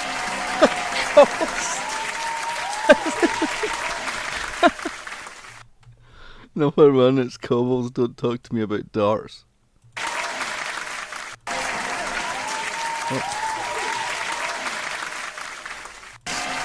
It's Cobbles, Don't Talk to Me About Baths. Week, it's Cobbles, Don't Talk to Me About Baths. I thought he said darts like... Our Eurovision ladies, Leotard are at 30 with Sexercise. Up to 29, it's Larry Lacker and his naturally curly hair. Up to 28, All Men Are Scum by Little Women. Down at 27, AstroTurf and Blue Collar Ballad. Your Dad drops to 26 with Don't Answer Me Back. And up to 25, it's Berlin Honeymoon by Germania. Down at 24, Luncheon Voucher with Rubik Cubism. 23, it's the Buggerlugs with Give Us a Gob. At 22, it's Your Uncle and Elbow Grease. And a new entry at number 21 this week, it's Sweets for My Niece by the Molesters, and here they are. Down at 20, the Doll Cats with Rockin' on the Dole. Up to 19, it's Silk Purse with Nazi Party. Down at number 18, it's the Striking Miners and the Fuck Thatcher EP. Down at 17, Video Hot Pot and Betty Turpin's Eyes.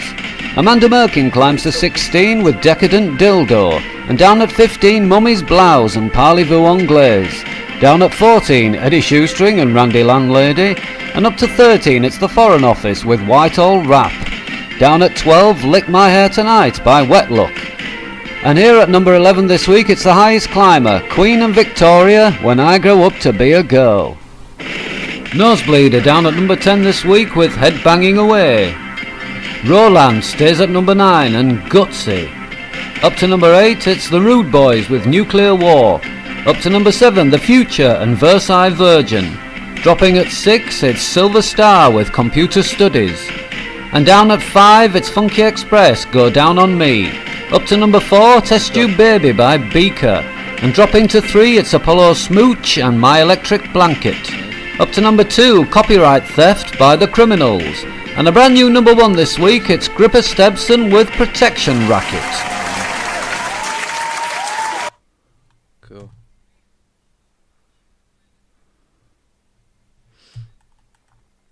Okay.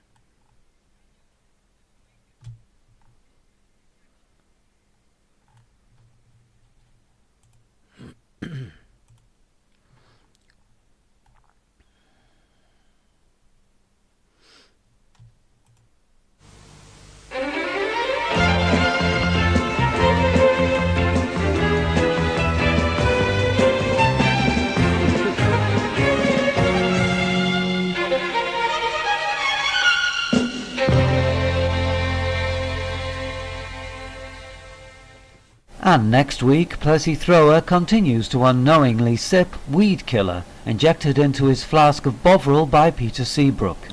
That's Gardener's World at the slightly same time next week. It's a bumper schedule of entertainment for everyone this Saturday on BBC Two, and we kick off at 7:32 a.m. for 5 hours of the Open University.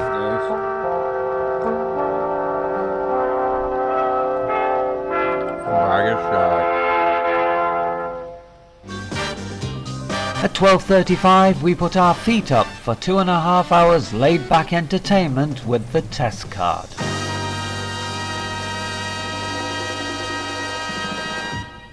At 3 o'clock Charles Hawtrey stars in our Saturday cinema presentation, Three Little Boys. It tells the story of a trio of underage runaways who escaped their parents to sail off into the sunset with an old puff.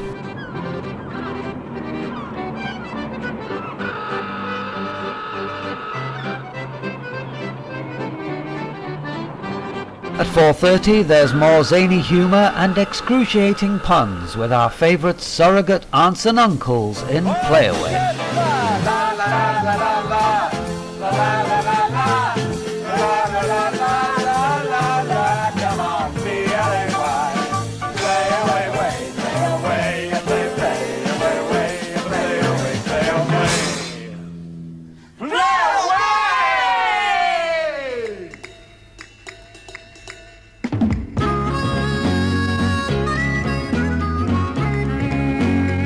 At 4:55 there's another chance to see last week's edition of Man Alive, in which we profile radical new approaches to either prisons, schools, drug rehabilitation clinics, lunatic asylums or hippie communes. We hang out with the middle-class dropouts who are trying to change the society that they've done alright out of as it is. At 5:45, Nigel Starmer-Smith presents highlights of the latest protests interrupting the Springboks and their homoerotic racism. At 6:30, Peter Woods reads the news headlines en route to the BBC bar. American bender Joe Bryant is our host, and Princess Anne is our guest at 6:40 as we visit Olympia for this year's Ideal Homo exhibition.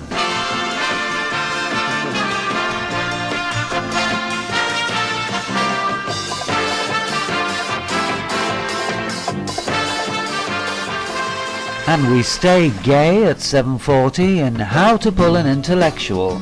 This week Melvin Bragg tries batting for the other side with Kingsley Amos. Well, I flirted with it at Oxford like everyone else. Did you? No, I merely flirted with the idea of it. I thought you were queer. In Northern Playhouse at 8:10, we find ourselves in a Leeds nightclub in Colin Welland's play Bob the Bouncer. And you can get out.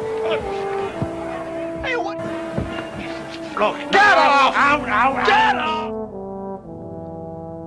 Bob the Bouncer. At 9 o'clock there's a party political broadcast from the Albion Free State. If you want to be, you are. Albion Free State. What on earth is Albion? Albion is the other England of peace and love, which William Blake... At 9:10 we've reached the semi-final stage of this year's Pro Celebrity Strip Poker, as Susan George takes on Arthur Mollard. At 9:40 we link up with Radio 3 Stereo VHF and take a front row seat at the Royal Festival Hall as Jacqueline Dupre and pals give a moving performance of John Cage's Silence.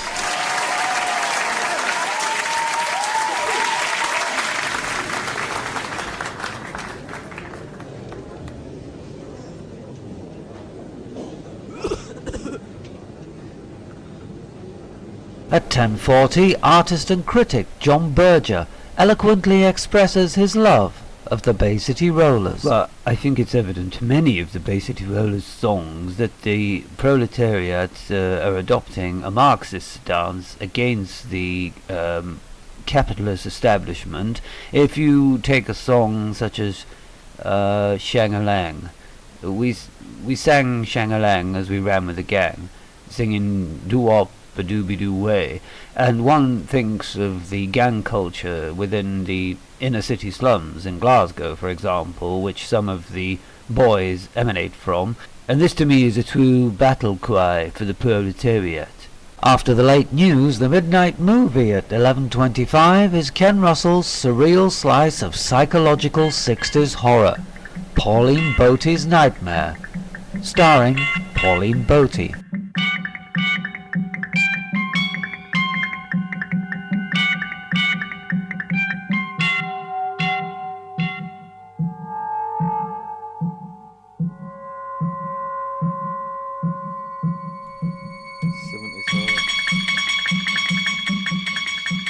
And that's followed by the close-down poem, read by newcomer John Cooper Clarke.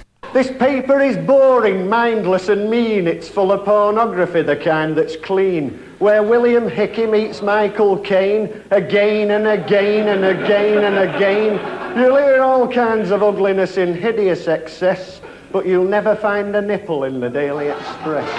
And that's the lineup, this Saturday on BBC Two.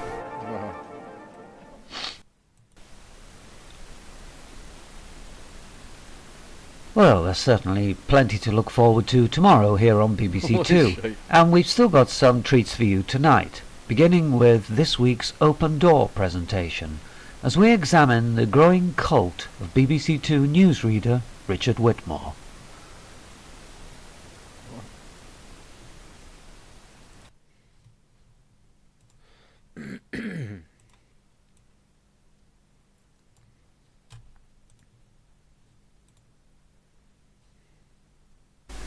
There's cricket over on BBC Two now, with live coverage of this year's Satanic Majesty's Cup final between the Rolling Stones and Black Sabbath. Here on BBC One in half an hour, another case for Nixon of Dock Green, and this week PC Nixon declares he is not a crook. First on BBC One, more foul-mouthed family fun with Bruce Forsyth and the Humiliation Game.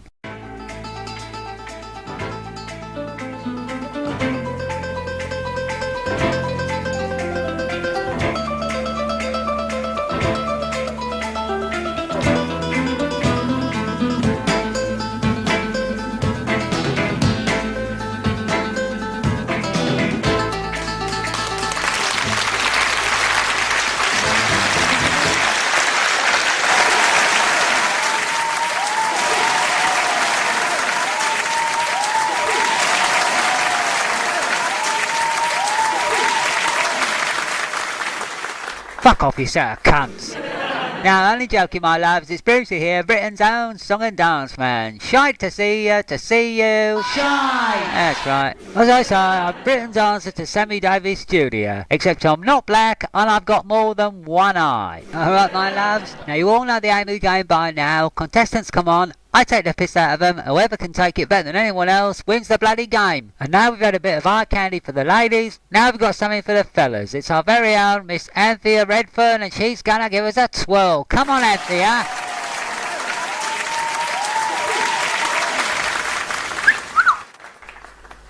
You look very sexy today, my love. Yeah, I wouldn't mind leaving my wife for you. Oh, don't know about that, Bruce. You're a bit ancient, aren't you?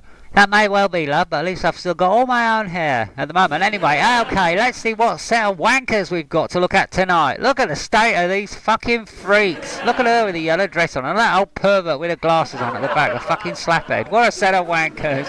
Oh, I don't know where you get them from, Anthea. Go and get them over and let me take the piss out of them. This is Cameron Boogerman and his father, Gideon Boogerman. Oh my God, look at the sight of this one. You stand over there, you long streak of piss. Bloody hell, what a twat. Thought you were a fucking bird. Better watch me arse. Right, come over here, you smelly cunt. It says here you're a greengrocer, you've got your own shop in Enfield, you're 42 years old, you've been Yes, married for that's 15 right. years, and you like collecting stamps. All-round boring bastard from what I can make out on here, and I understand you've got Yes, one or I've got a two funny funny anecdote, anecdotes yeah. about the time you once shortchanged somebody. Yes, it's really rather funny. It concerns one of my Somebody doing cauliflowers. cauliflowers or something, isn't it? Cauliflowers, yeah? They retail What's at so funny? What's funny 7.5 about that? pence, and I sold it for 8 pence. I'm going to have to go and change my underpants now because I've just whacked myself laughing at your hilarious anecdote, you useless, boring I'm piece a of bit shit. on for Bruce. People like you just make me want to vomit, mate. You know what I mean? Why don't you just go throw yourself under a yes. train, eh? Do us all a favour. Oh, yeah? yes. Jump off a skyscraper. Okay? Stick your head in the oven, mate. You know what I mean? Alright, let's turn to this wanker. Oh, you're his son, are you? Yes, that's right, Alright, Bruce. mate, I thought you were his daughter. It says here you're 16, so you've not got your leg over yet, have you? Oh, I have actually, yes. Yeah, in your dreams, mate. It says here you want to go to university. Is that right? You think you're going to get your leg over there? Yes, I think I'll be quite a ladies' man there, Bruce. Well, I won't hold your breath, mate, and with breath like yours, you could at least strip paint for a living, because it absolutely reeks. Also, it goes with your acne. Now, I suppose, have you ever thought about a career serving pizzas? No, I haven't. Well, you've got ready-made topping all over your ugly mug, mate. Your armpits stink as well. I don't think you've had a wash or a bath for about 5 years. Am I right? Fuck off, you rude cunt.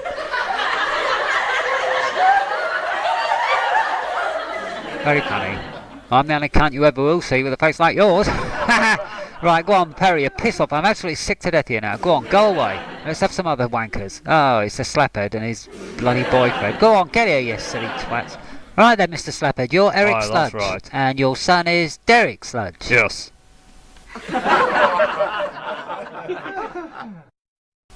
What the fuck?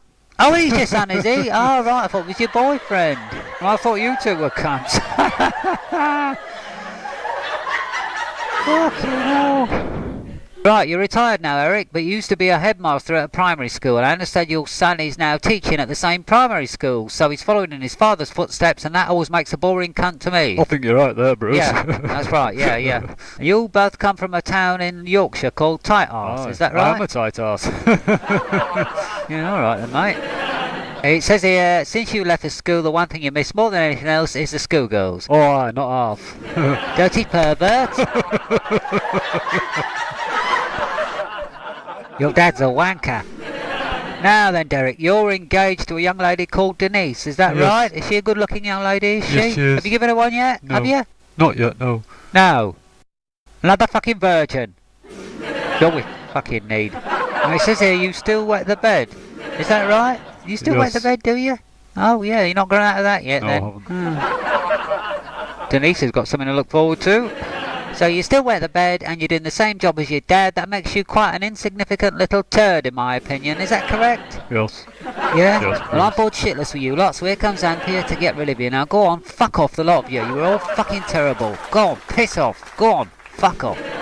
Let's get some human beings on for a change, eh? Oh, here they come. This is Annie Merriweather and her daughter, Jenny Merriweather. I think that's what it says anyway.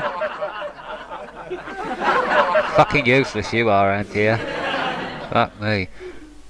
You know what you are, Anthea? Just a pretty face. Know what I mean, love? Eh? Well, you won't with a face like yours. Surrounded by fucking boilers and bimbos tonight. Absolute shower of shit. How old are you then, eh? It says 39 on here on this card. I find that That's hard to right. believe. You're wearing a dress that makes you Yes. look a lot younger than you actually are. Martin dressed as lamb, that's what I'd call you, my Yes. love. But I must be fair, I would give you one if you put a bag on your head. How'd Oh, you that'd fancy be that? lovely. I've Oh. always wanted to meet you, Bruce. Well, we'll meet afterwards, shall we? Oh, yes, I've always had a thing for older men. You're Andy Brass. Yes.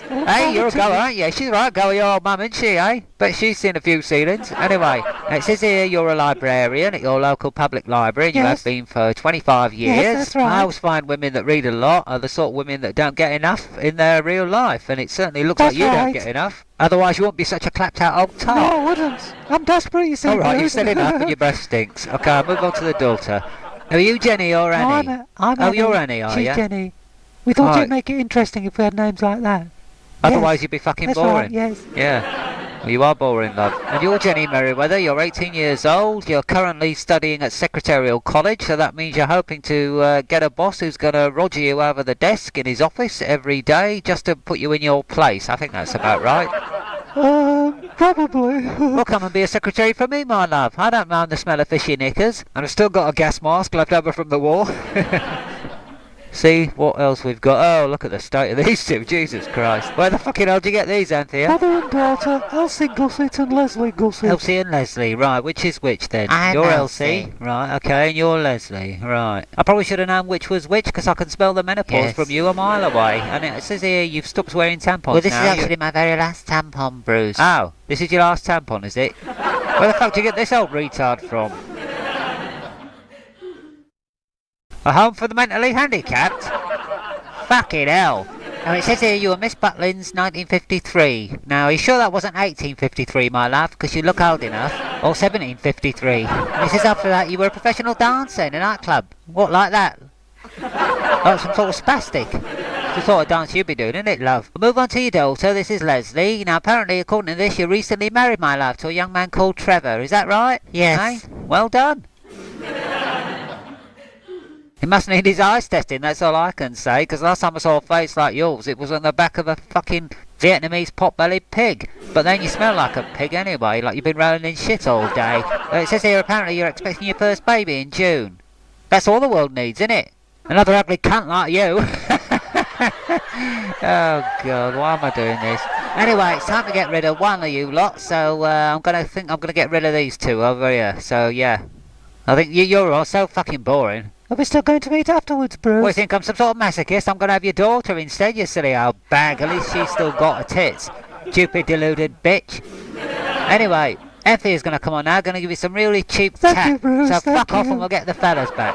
And here they are, as if by magic. These two boring cunts we had at the beginning of the programme, and now we're gonna meet the head-to-head four boring cunts together. So let's see how we get on. We're gonna ask some questions here. You two stand here, my dear, but not too close, because you still fucking stink. Let's see how we get on with the questions, eh? This should be a laugh. Fucking full retards together. It's like being in a nursery for fucking Mongols, innit? Right, my loves, first question. What do you call little pieces of shit that stick to your ass when you sat on the loo when you've just had a... Clangers, that is. No, it's not clangers, you stupid dickhead. Sorry, Bruce. Fuck's sake. That's a fucking children's program, not piece of shit. Clinkers, you thick cunt. Alright, next question. Anyone who isn't a Jew has a fleshy bit at the end of the cock. What's it called? I think the outbag got it. Do you think she got it? Eh? Yeah, I thought so. Oh well, at least that means I get to get rid of these two twats, because I'll be fucking sick of these all night. Right, you two, fuck off. You really are the worst contestants we've ever had. What do you say, Anthea? You got some more shit from you? Stay here, you old bag. Alright? And we'll get rid of these cunts. What have you got for 'em, Anthea, eh? Some piece of tat? Yeah, just as I thought. Some piece of crap from the co-op. Here you go. Cheapo suitcases. You can take 'em when you go to university. And if you're lucky, you'll get laid, but don't hold your breath. You stinky, fucking horrible breath. Alright, got rid of them. Now I've got these two lovely ladies. I think I'm going to squeeze the tits of one of these sooner or later, but we're going to ask a question now, and we decide who gets to watch the crap on the conveyor belt. So get ready for another question which retarded kids wouldn't even take 3 seconds to answer. What's up, my love? You just wait yourself? Yeah. You stink of piss anyway. And this programme's so full of fucking shit, a bit of piss won't make any difference. Okay, here comes the question. Who is the current monarch of this country? Elizabeth I. Queen Victoria? Well, you're both thick as shit, but you were closest. With Elizabeth II it is, you stupid bitch.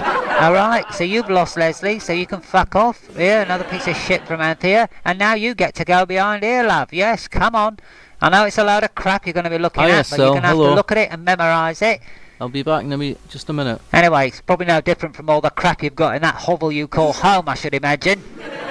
Right, open the door, let's look at the old bag again. There she is, shitting herself. Alright, my love, we're going to have a load of crap coming past you. You've got to memorise it all when you come out, alright? You think you can remember that? I know you're fucking thick, but give it a try. Let's roll the shit. Off we go.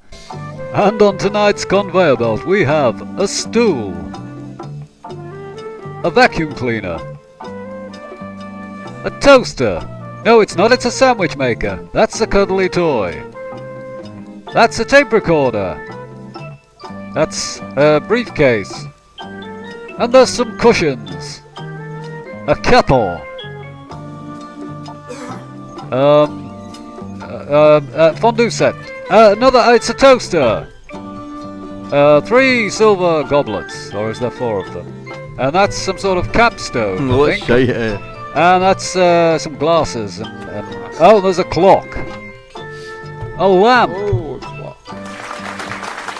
Alright, my love, out you come. Alright, Let's see how my much you love. can remember of the... Alright, my loves. Alright, my loves.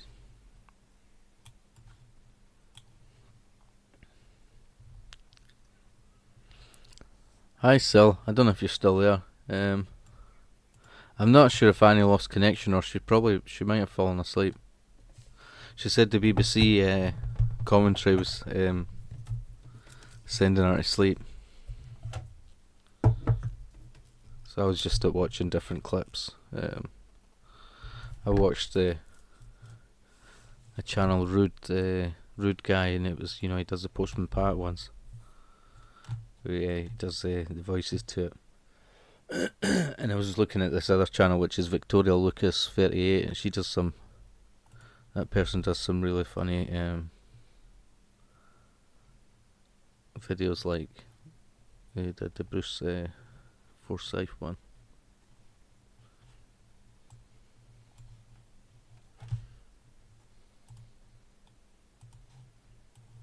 So this one's nearly finished there. This. Probably not a lot going by. How you performed so far? Alright, my love, let's see how we get on, Alright, eh? my love. Maybe I'll squeeze your tit later on. Come on then. Alright, my love, you've got 60 seconds to my remember love. everything you just saw on the conveyor belt, alright? It's going to start any second now. Okay, off we go. Hoover, stool, goblet, glasses, briefcase, toaster, briefcase, kettle, stove with a kettle. Said that, haven't we? Come on. Glasses, come on, you silly old cow. Fucking get it right. Cuddly toy. Come on, think. Oh, shut up, you cunt. Fondue set. Was there? Usually the fondue set somewhere there. Come on now, think. Was there? Was there a fondue set? Oh, fucking hell. Come on, get it right. Think. Dildos. I can't remember. Vibrators. My mind's gone blank. There was no You gotta vibrator. keep Mine's gone shouting. blank. People shut up. He keeps Stop shouting. shouting out. Tell me to stop shouting. I can't even remember my own name. Alright, come on, you fucking use. Oh, there was a tape recorder, wasn't there? Yeah. Oh. Vibrators. Vibrators. Oh, fuck it. It's all crap anyway. Let's call it a day, alright. I'm so bloody desperate, I'm going to squeeze a think it tit was now. glasses. Watch. There we go. Alright, come on, bring the fucking 4 or daughter back 5 on. glasses. Let's have them all together. Mother and daughter reunion. There you go. Keep the smell together. Alright, bloody hell. What a load of shit you've won here. Oh, well, that's all for wow. tonight, my loves. We'll see you next week for another edition of the Humiliation Game. Alright, my loves. See you next week. Bye.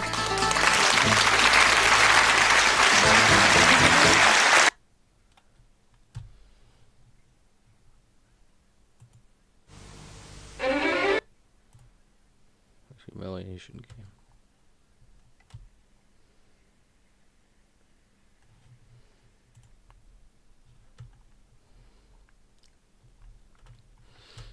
game. Meat supper.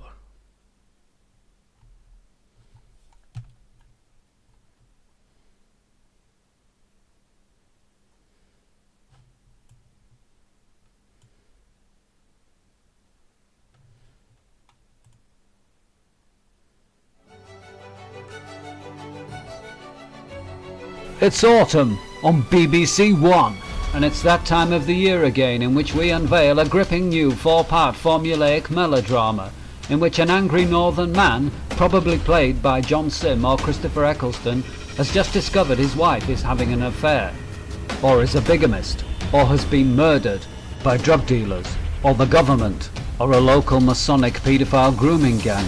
It's a mystery only one man working alone can get to the bottom of. But to compound matters further, the police think he's responsible for whichever crime has been committed. So he's on the run, and he has to clear his name, and he has to find out what happened to his wife, which means he can run down dark alleys, be angry, and northern. By heck, I'll sit here and go to the back of our house.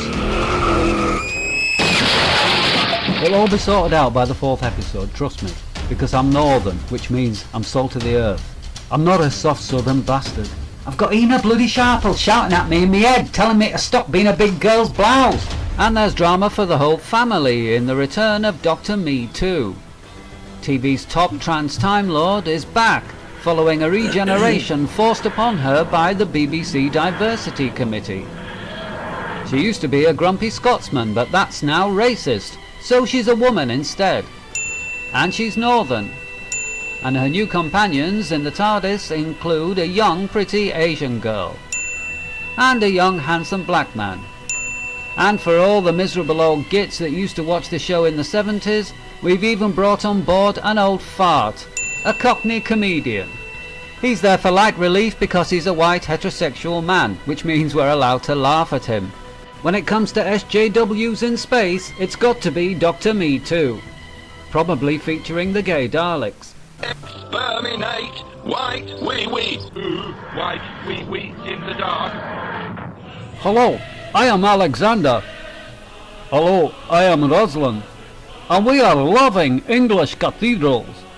We are in England. We go to look at English cathedrals because we love English medieval architecture. On our first program, we are in Salisbury. Look, this is us looking in shop window.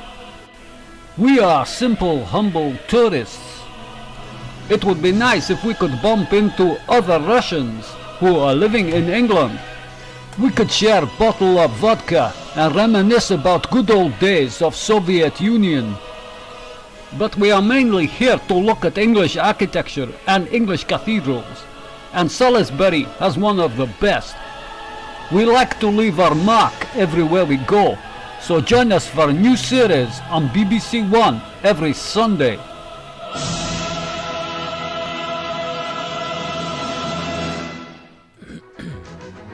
And in a novel new concept, we take a bunch of desperate has-beens from the 80s and send them on a life-changing journey.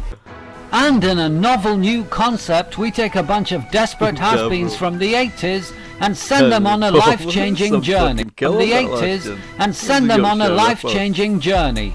We drop them on the streets of London and see if they can get through the capital without being stabbed or having acid thrown in their face. Hey, I'm wee Jimmy Cranky, you can't do this. This isn't Fandaby fucking Dorsey. Sadiq Khan and Cressida Dickhead are your hosts for Streets of London, one of the jewels in the crown worn by BBC One this autumn. That's no Fandaby Dozy, is it? That's no Fandaby Dozy at all.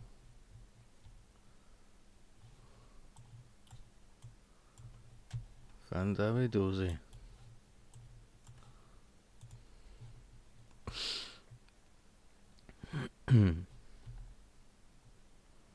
BBC gibberish. The public gets what the public wants. Finally, every actor to have starred in a formulaic British TV drama over the past decade. Together at last. David Tennant, he used to be Doctor Who. Christopher Eccleston, he used to be Doctor Who. Jodie Whittaker, she can't be Doctor Who. Olivia Colman, obviously. Raquel from Coronation Street. Karen MacDonald from Coronation Street. All of them are in the new BBC One drama, There's Been a Murder. Coming soon to Sunday nights. It's in the north. It rains. It'll win awards. Don't miss There's Been a Murder. A murder. There's been a murder.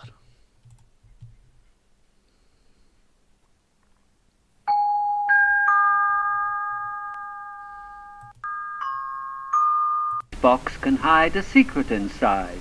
Can you guess what is in it today?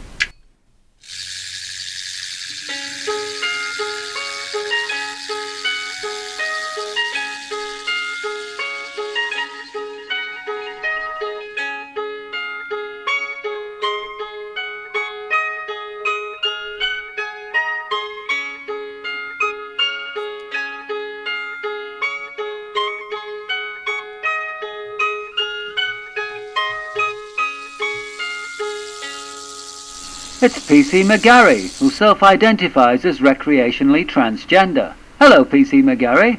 Are you fighting hate crime? What about knife crime? I didn't think so, and the less said about acid attacks, the better, eh? Well, don't let us keep you from your mobility scooter.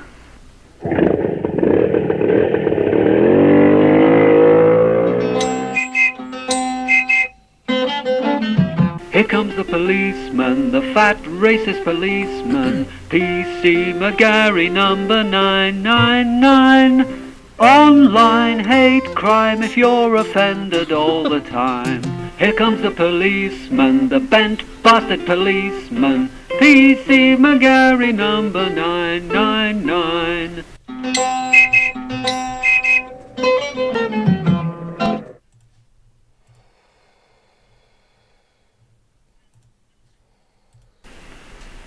At Dumpton Garage, there's Mr. Crockett, the mechanic, polishing his own car.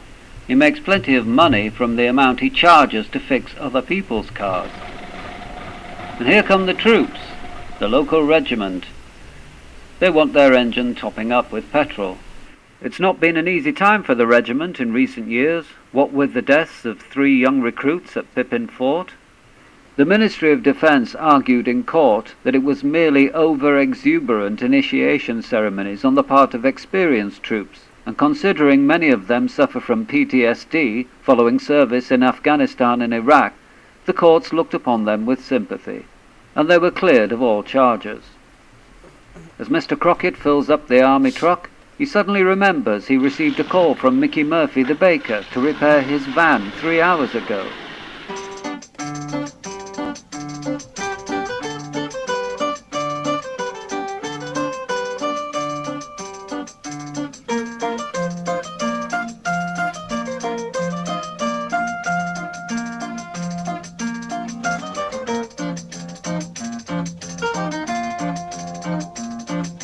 Driving along in a breakdown truck, a mechanic who doesn't give a fuck.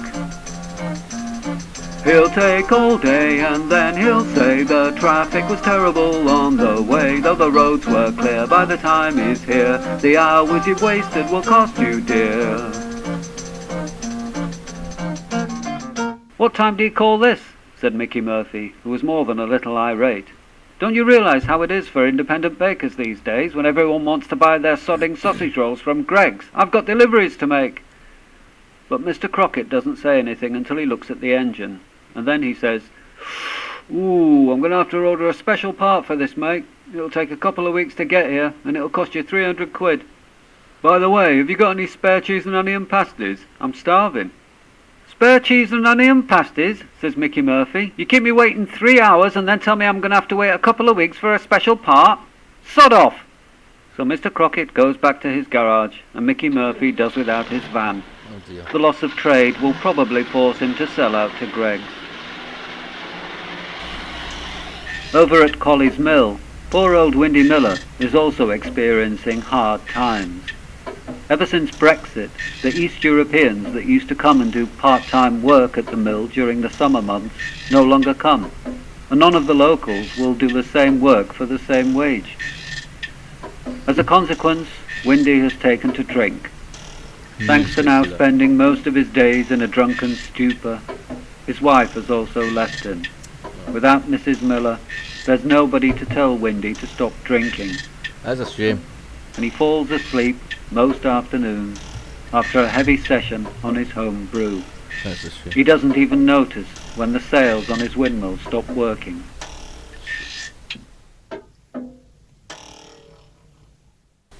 In Dumpton Town Hall, the mayor of Dumpton is with the town clerk, Mr. Troop, who fondles the mayor's nipple. The mayor reminds him it was one night 5 years ago and both were extremely drunk at the time. So Mr. Troop, after a heavy...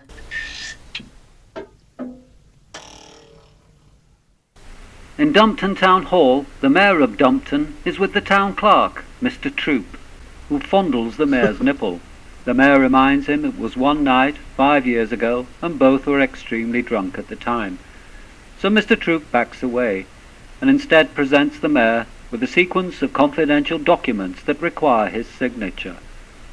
"Most of these documents are expenses forms connected to your visit to the Council of Europe in Strasbourg a couple of months ago, sir," says Mr. Troop. "Ah, yes," says the mayor. "All taxpayer funded, though." "That's correct, sir. Thank you." "Oh, well, just one more free ride on the political gravy train," says the mayor. "What other reason is there to become mayor after all? Anything else on today?" Yes, says Mr. Troop. You have to inspect the park, sir. There's been vandalism again. Out there? Oh no. Don't we have council employees to clean up that sort of mess? Mr. Troop reminds the mayor that he outsourced the maintenance of municipal parks to a private company who made the highest bid, a company his wife just happens to be a major shareholder in.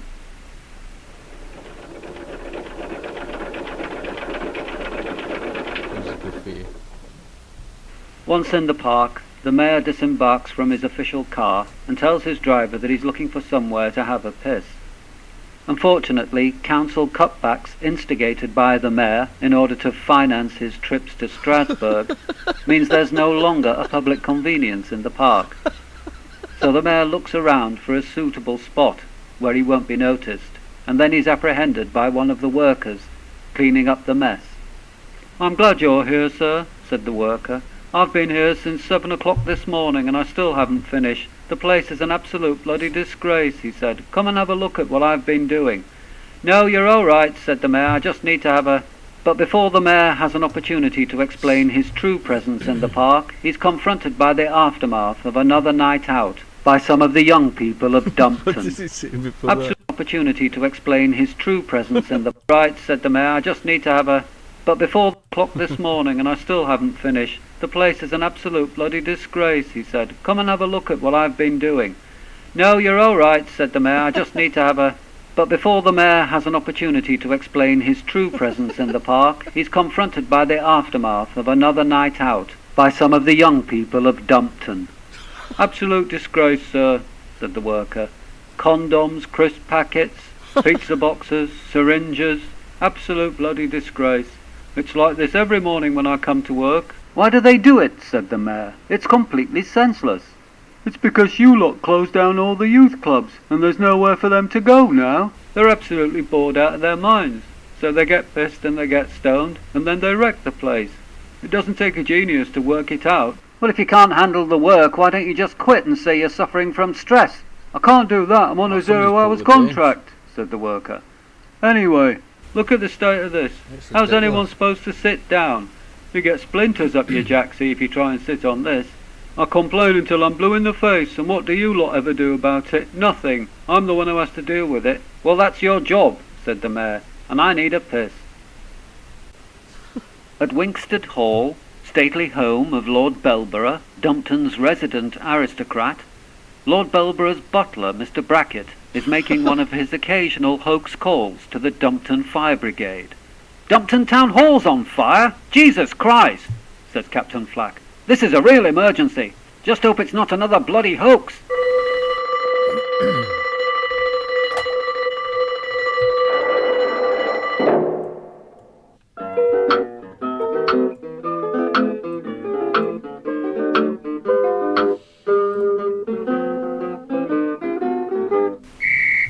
Jew, Timbuktu, Tranny, Jihadi, Dyke.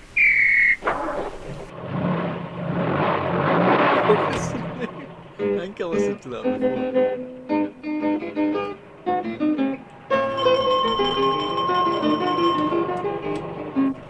So, as the Dumpton Fire Brigade made their way to Dumpton Town Hall, even though it wasn't on fire, Brackett returned to Lord Belborough and mused on the futility of servitude. There's Dr. Mop, outside his surgery, but on his way to play a round of golf. Along comes Mrs. Honeyman and her baby.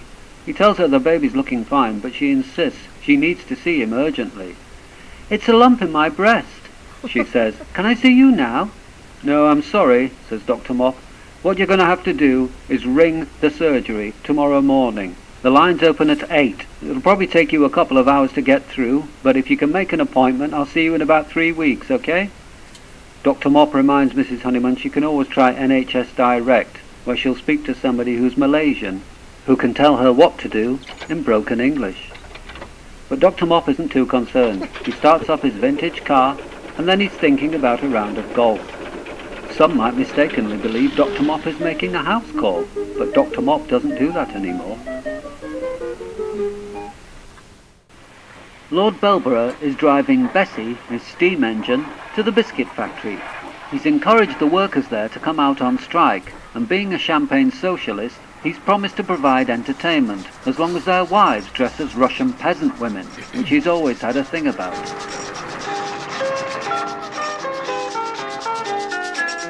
Time flies by when I'm the driver of a train, though the passengers waiting, they don't feel the same. Every day there's some delay, the trains are always running late, and they never come on time 'cause of leaves on the line. Price of tickets is a total bloody scandal, when the service is a national disgrace. Time flies by when I'm the driver of a train, and the company's in charge, hang their heads in shame.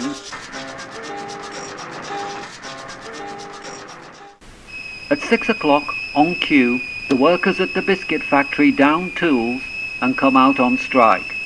Their wives are waiting for them, as is Lord Belborough.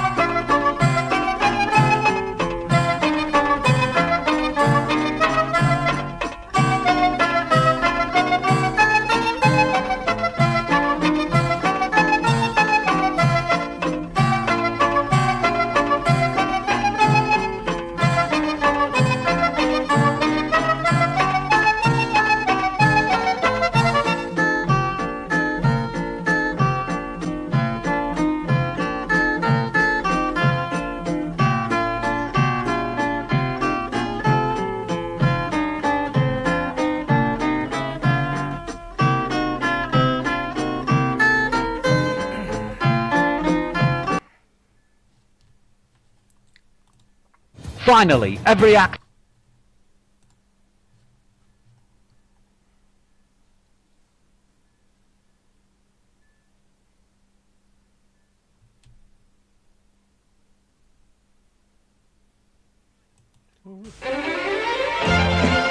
Stop one already. Didn't remember seeing him on it. Spoof trailer.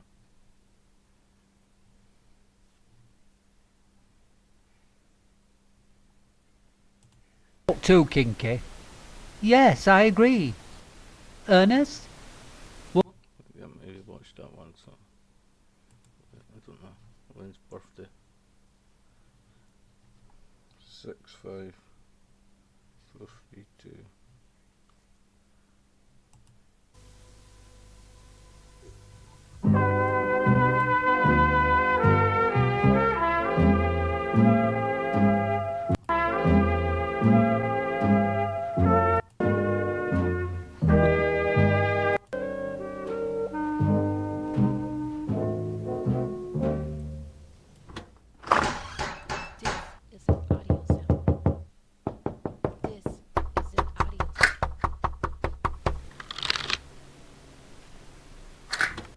What the fucking hell do you want, Len? Morning, Maggie. What's so urgent? Sorry I'm early. I want some ointment. If you've got any. Ointment? Aye, I'm itching like fuck. Why's that then? Oh, come on, Maggie, you know. Oh, the price of this year's birthday debauchery, was it? Aye, well, Boots the chemist isn't open yet, so I need help. Why me? I can't go to me doctor. It's embarrassing. Aye, it is, Len. You're not a friggin' teenager. Ah, it's only once a year, Maggie. Just a bit of fun. A bit of fun? You must have something on the shelf for me. Aye, I probably have. I bummed Bet so hard she farted for 20 minutes after. Oh, I don't want to know. All right, forget it.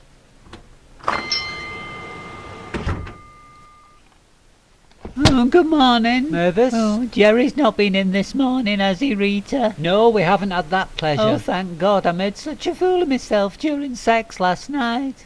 Well, you better tell us what happened then. I'll be able to give you some expert advice. Oh, well, a bit of poo slipped out. I've got to be careful with fisting. I packed it in after I nearly crippled Isadora Duncan. She never danced again after I'd been up her. A bit of poo slipping out's not going to end Mavis's career. Depends what your career is.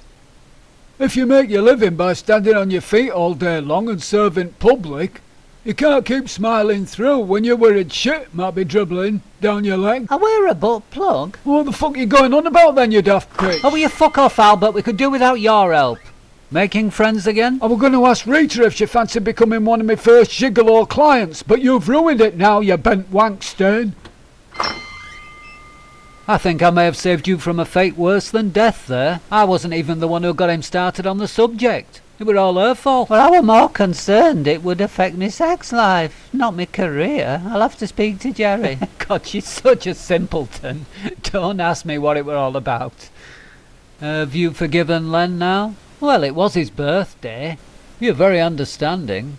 Aye, does it turn you on? I can think of others more in need of it, like Ernie Bishop.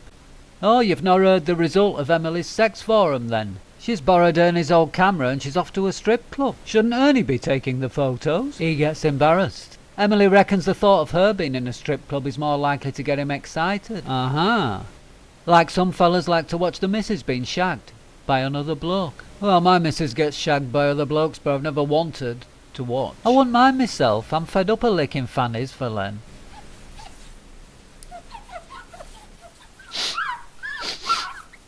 Jesus Christ, I wondered what that fucking stink was. Do you know you've got dog shit all over your shoe stuff? Occupational hazard in my line of work. Why don't you take a leaf out of your Hilda's book? You what? Clean the shit off them seats. I'm a fucking tradesman, me. Fucking liberty. Ah, shut up. Your dog shit, your shoes, my seats, my pub, clean it up. It's your mum's pub. I'm in charge when she's in bed, and I'll inherit it all one day as son and heir, just like you'll inherit fuck all. Morning, Billy. Where's your mother today? She got the runs again? Fuck off, Betty. Oh, is this how you earn your money, is it? Stand sitting round on your fat ass all day like your Hilda says? Oh, fuck her. Prove her wrong, then. Get off your fat ass. Alright, don't go on. I ain't offended you being annoyingly chirpy and cheerful, have I, Stan? No, you're just getting on me tits. Now you know how the rest of us feel, you fat twat.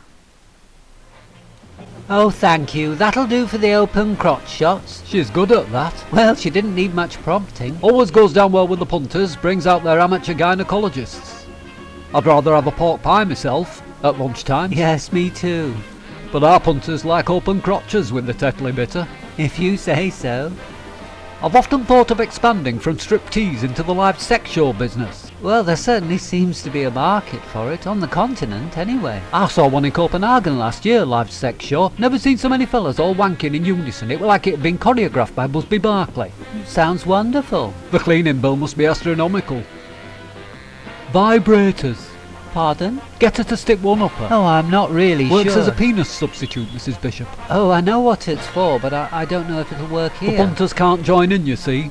We're not allowed to do live sex officially, though some rugby stag do's get carried away. Them's private parties, though. Alright, Sandra, we're done now. Tell Barbara to get ready, we'll see her in a minute.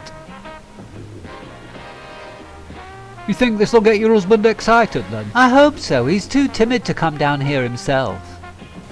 Have you tried stripping for him in person yourself? Yes, I did try that once. Well, if it didn't work out, my lasses could show you some tricks. It's an art form, you know, striptease. No, thank you. I'm not going to try that one again. I mean, to be honest, he doesn't even know I've come here today. Doesn't he? But you said you lived on Buganation Street. Oh, so what? Well, it's got a reputation for deviation, and some of our best punters. Oh, of course. Well, Ernest and I aren't really typical Buganation Street residents. We've nothing in common with our neighbours I at should all. imagine you know Len Fairclough. Aye, he's had some nights in here. Yes, it was through Len that I heard about this place, from when he was at the Satanic Abuse Society, vice chairman. Aye, I remember. Until he ended up in court. Oh, aye, he got off. Yes.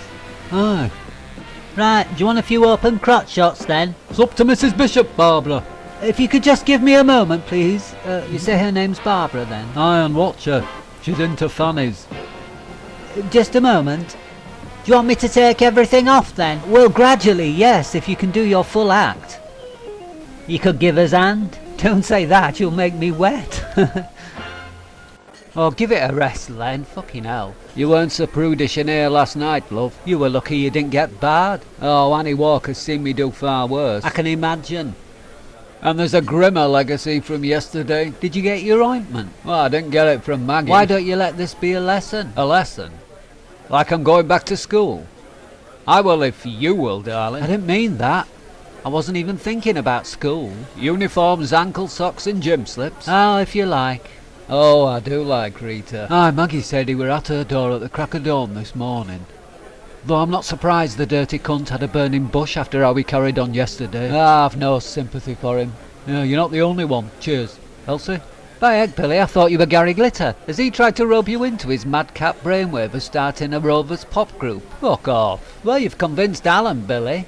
He's dug out his old guitar from the loft and now he's walking round the house like he's Eric Clapton. It's hilarious, but it's a dangerous business rekindling the teenage fantasies of middle-aged men when they're a long way from being teenagers. I mean, we only have to look at Len's example to see where that can lead to, don't we? Oh, give over, Elsie. You're such a prima donna. Has he rubbed you in, then? Well, I can't play anything, but I won't mind being a roadie. Oh, why's that? Well, he gets first pick of the groupies. He rounds them up, takes them backstage for the lads, you see.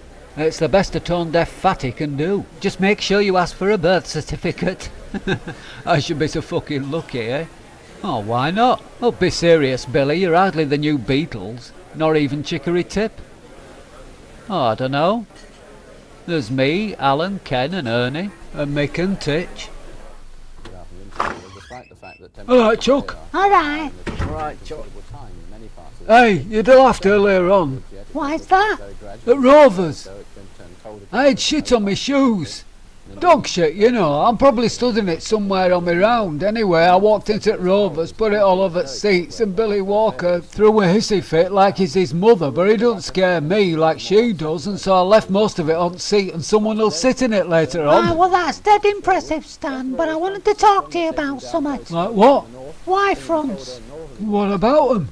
Well, I'm the one who has to wash them, you know. Oh, well, that's part of a wife's work, innit? Washing a fella's undies. Within reason. You must be used to me skids. There's always been skids, but I'm seeing something new now on your undies. Are you saying I'm making more of a mess of my pants than I used to do? Well, these aren't so much shit stains as piss stains, Stan. Piss stains? Aye, like a middle-aged man. Middle-aged? Aye, like maybe you put your John Thomas back in your pants before you'd finish shaking it about. Are you saying I'm an old git and I'm past it? It's only nature. You what? When you're getting old, you're more prone to dribbling, Stan. Getting old? Fuck you, elder. In Northern Ireland and southern parts of Scotland, that cold front is fairly slow moving. Hey up, it's your favourite Fanny. Hiya. Alright, Specky, why don't you sit on your brains and I'll get you a drink in, yeah? Call it a business lunch. As long as there's no guaranteed shag in it. You should be so lucky, Langton. I think she still fancies Billy myself. Right, Ray, what are you after then? Do I have to be after something? Alright then, I'll come clean. I'm just doing a little gentle probing, trying to find out what your favourite sexual fantasy is, one you haven't managed to fulfil yet. Right. You gonna pay for that fucking drink? Alright, yeah. There you go, Bet. Give us the full amount and I'll bugger off. Alright, for fuck's sake. There you go. What were you saying about sexual fantasies? Oh, right, yeah. Well, yeah, I was just wondering what yours were like, you know, sexual fantasies. Because it varies with different birds. They're like, well, you know, different things. Aye. That's true. Well, it's not like I haven't lived an active sex life, been on the game for all that time, but every fantasy I lived out was the punter's fantasy. I never got to live my own out. And I still haven't done either. What is it? Why are you so interested all of a sudden? And what makes you think you're the man to fulfill it for me? You bent over backwards to split up me and Billy when we were together. Oh, come on, he wasn't even your boyfriend, he was your fucking pimp. Alright then, Langton, I'll let you in on a secret, shall I? I've always fancied being fucked by a mechanic. Over the bonnet of a car in his garage, you know, dirty overalls, like the sort of thing mechanics wear. Covered in grease and grit and all that shit. So you fancy a bit of dirty sex then? Well, I'm a dirty slut. Go easy on the drink, eh, Alan? Oh, don't worry, Elsie. Ernie says we can have the community centres rehearse next week, Alan. If you're still up for it. Alright, Billy. I know Elsie thinks it's a joke, but I'm up for it. Alright, yeah. Alright, on your own, Betty. Aye. I fancy watching Pebble Mill at 1. Okay. Alright then. There you go, love. He's taking this pop group thing seriously. Aye, bottoms up. Let's do it in moderation, eh? Cheers. Oh, hello, Deirdre. Alright. It's Deirdre. I know it is. My fella fancies being a rock star. Well, it's better than being an alcoholic or a sexual deviant, wouldn't you say? Well, talking about sexual deviancy, I've just been telling Ray Langton what my fantasy is. I wish I had one left. Get her a drink. Oh, okay then, yeah, right. What are you having? Well, I'll have a vodka and orange. I'm sat with Langton over there. Oh, get him one and all. He'll have a pint, Alan. Can I have a pint and a vodka and orange? Alright, love. Go over and sit with Langton. Well, I've got to get the drink. Go and sit with fucking Langton.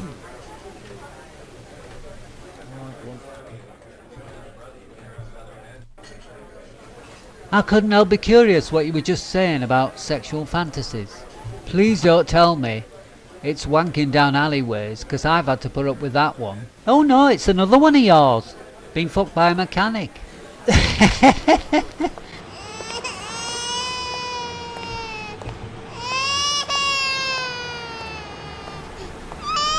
What a fucking racket. You never told us you'd given birth to a bastard. It's not mine, I'm babysitting. Tell him to shut up. Fuck off. Hey kid, no wonder you can't stop crying if that's your bloody future.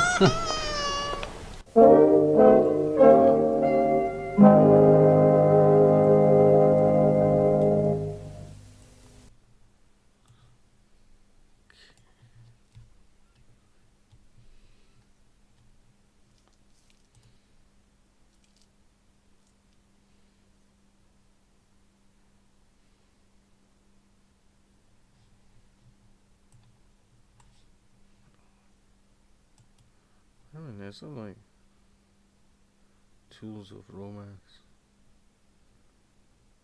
Afterwards revolver.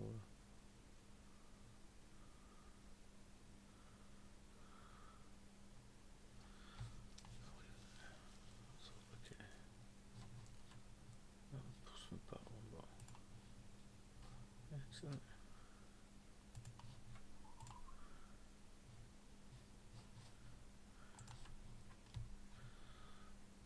Just let it play there, and then we'll have a like.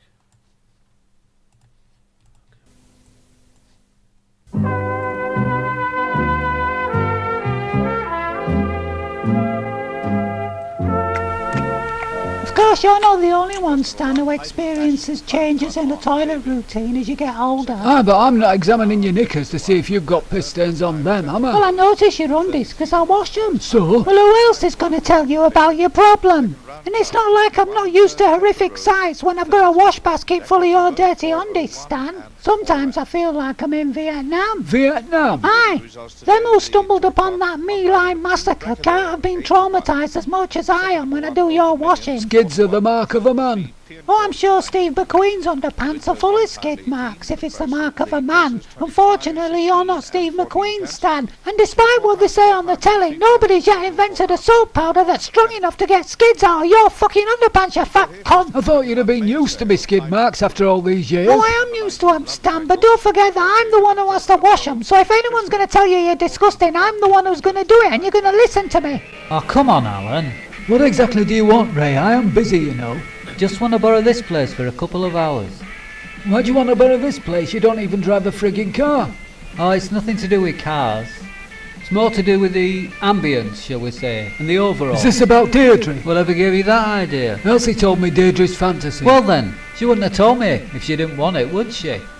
All I've got to do is just borrow this place for a couple of hours, borrow your overalls and do her over the bonnet of a car. I mean, it's not too much to ask, is it? And there'll be a fiver in it for you if you want it.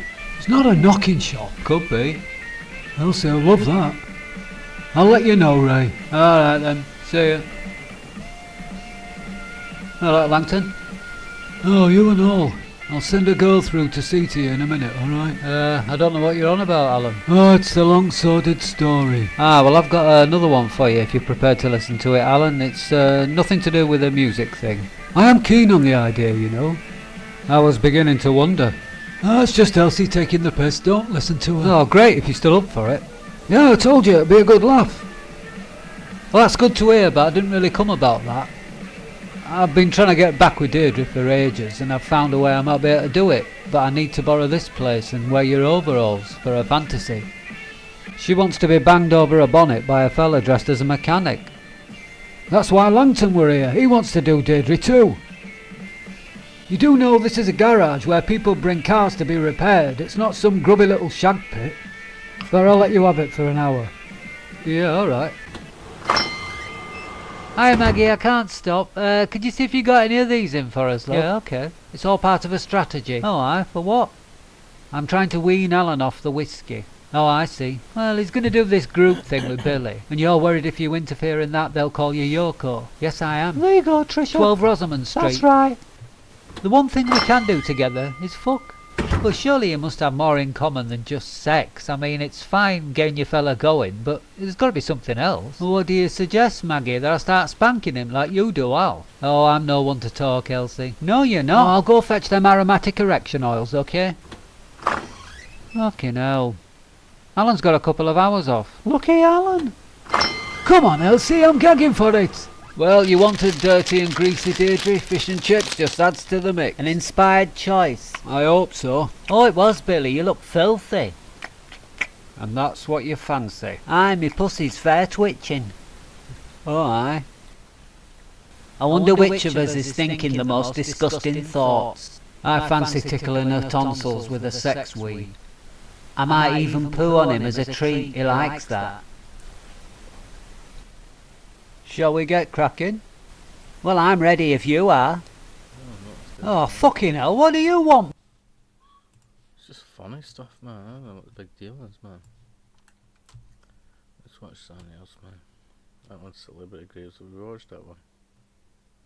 Trigger. Who are these people? Who's that guy there? I think we must have watched this one.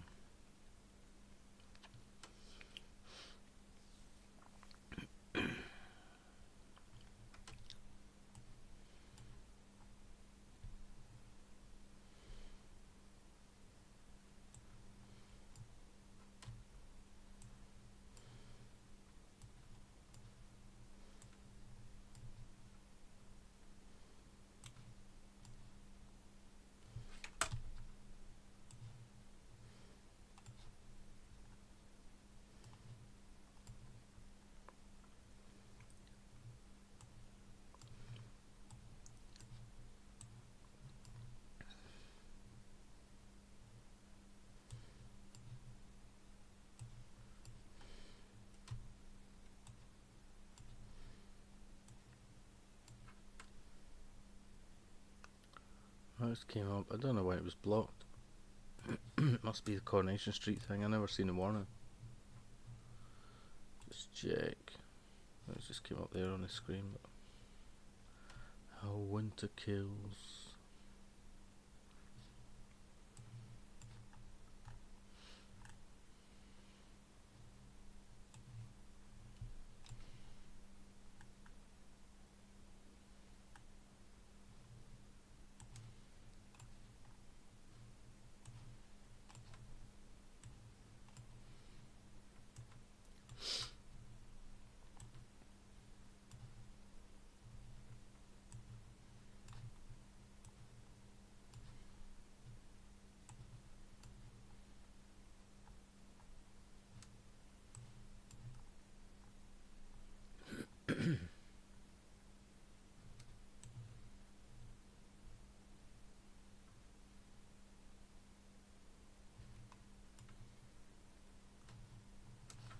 Okay.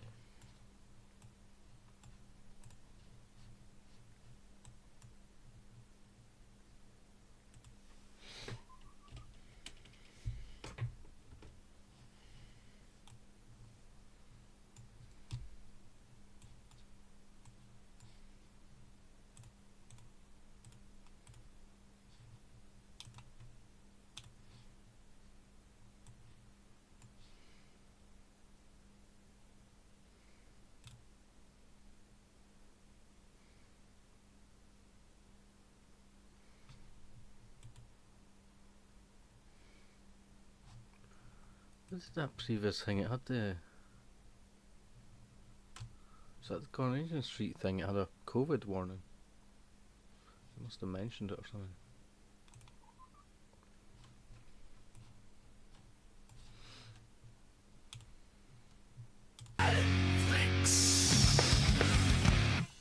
What better way to start off the new year than with some Full Moon? Puppet Master 4 is a 1993 horror film from director Jeff Burr. The movie starts off in the waiting area for Mr. Bones' Wild Ride. I'm getting a Wishmaster vibe in that Wishmaster totally borrowed this. Ooh, sexy. The evil Sutek is addressing his minions. Why aren't they looking at him? Maybe they're embarrassed because he isn't wearing pants. Boss, could you put something on? He's talking about Andre Toulon, the Puppet Master. The secret Andre Toulon stole from us. He stole their secret?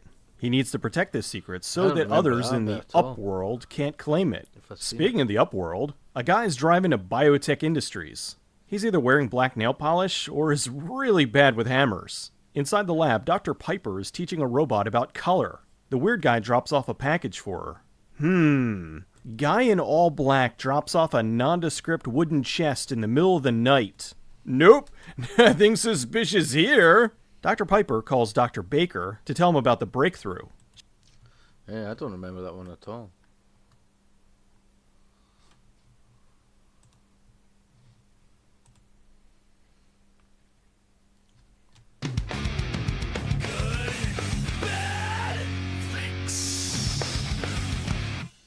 Curse of the Puppet Master is a 1998 horror film from director David Dakota under the pseudonym Victoria Sloan. The movie opens at Dr. McGrew's House of Marvels. McGrew somehow obtained Andre Toulon's footlocker, and with it, a number of his puppets.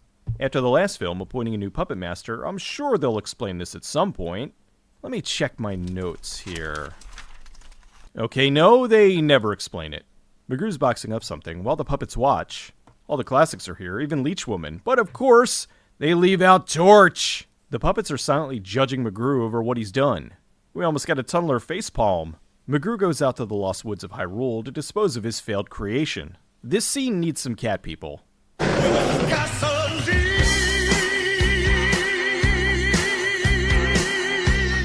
Maybe he shouldn't stand so close to the fire considering he splashed gasoline all over himself. We then go to a nice long intro montage that uses puppet footage from the past 5 films. I can't help but feel that this is just to pad the runtime. 78 minutes?! Yeah, this is to pad the runtime. It's still awesome to see, though. Oh, sure, you'll show him here, but not in the actual movie. Over at McGraw's gazebo, he's having lunch with his daughter Jane.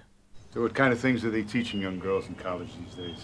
Oh, the usual, like how glaciers are sexist. She asks him about his assistant Matt, and he tells her Matt left under mysterious circumstances. Over to the local gas station, we see what looks like the remains of a failed boy band. Is this O-Town?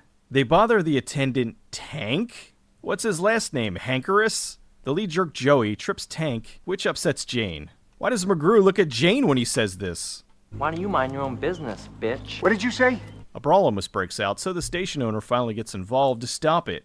Jane sees the thing Tank's been making when he's not pumping gas. Better be premium. Oh, come on!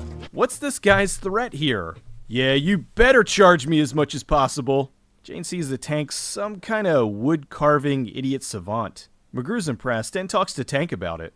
We find out his real name is Robert. How the hell did he get the name Tank? I'm Dr. McGrew. I'm not a real doctor. But I play one on TV. This is my daughter Jane. Me Tank, you Jane. McGrew offers Robert a job that pays him more than the gas station. He happily accepts. Welcome to the House of Props, the studio had lying around. They get down to the basement to introduce Robert to the puppets. They seem to be putting a lot of faith into a guy they met an hour ago. Aren't these bars a little too far apart? Everyone except Pinhead could easily squeeze through. Make sure to get the chicken in frame! Nothing but the finest KFC combo meals for these folks. McGrew lets the puppets roam free when he's home. So they're kinda like puppies. Puppies that murder! McGrew tells Robert he didn't make the puppets, he just bought them at an auction. He has schematics to make a new puppet and needs Robert to carve it. The next day the police stop by McGrew's. This is a pretty good draw for a puppet show in the middle of nowhere. Considering 6-shooter uses real bullets, isn't this a terrible idea? The cops go to talk to McGrew. They ask him about the missing assistant. This guy's mind is blown! He tells them Matt left 2 weeks ago to care for his sick father. The cops leave and McGrew dramatically takes off his glasses. Jane's confiding in Pinhead. This sucks. I'm a murder machine, not a diary. McGrew gives Robert the schematics and the materials for the puppet. Hard, fine grain. No knots, no flaws. Perfect wood. That's what she said. Robert starts carving the wood for the puppet. Is this the prequel to The Nun? Wood carving montage! Later that night, Robert's having a nightmare. Scenes of a buff young man walking around in his underpants? Yep, it's a film from the director of the 1313 series. He can't sleep, so he's back to carving. Looks like he's working with chocolate. Jane tries to get his attention and gets a roundhouse kick to the ego. The house is on fire. Naked. Gosh, thanks a lot. Gets annoyed. She distracts him, which causes him to cut himself and mess up the block. They talk for a bit about his past. Well, where are you from? Who are your folks? I come from Witherspoon. Reese? This is a backhanded compliment. Got no brains for school or nothing like that. Come on. Brains are the most overrated organ that there is. She then shows him what love is. Every night this place is a thunderstorm. After the lovin's through, Jane leaves. Wow, she's the perfect girlfriend. Robert pulls the covers away to see he's having another nightmare. So, did he dream all of this, including the sex? The next day, Jane has to go to town and asks him to go with her. Turns out she's a big fat liar. Since I knew that you wouldn't take one voluntarily, I decided to force you.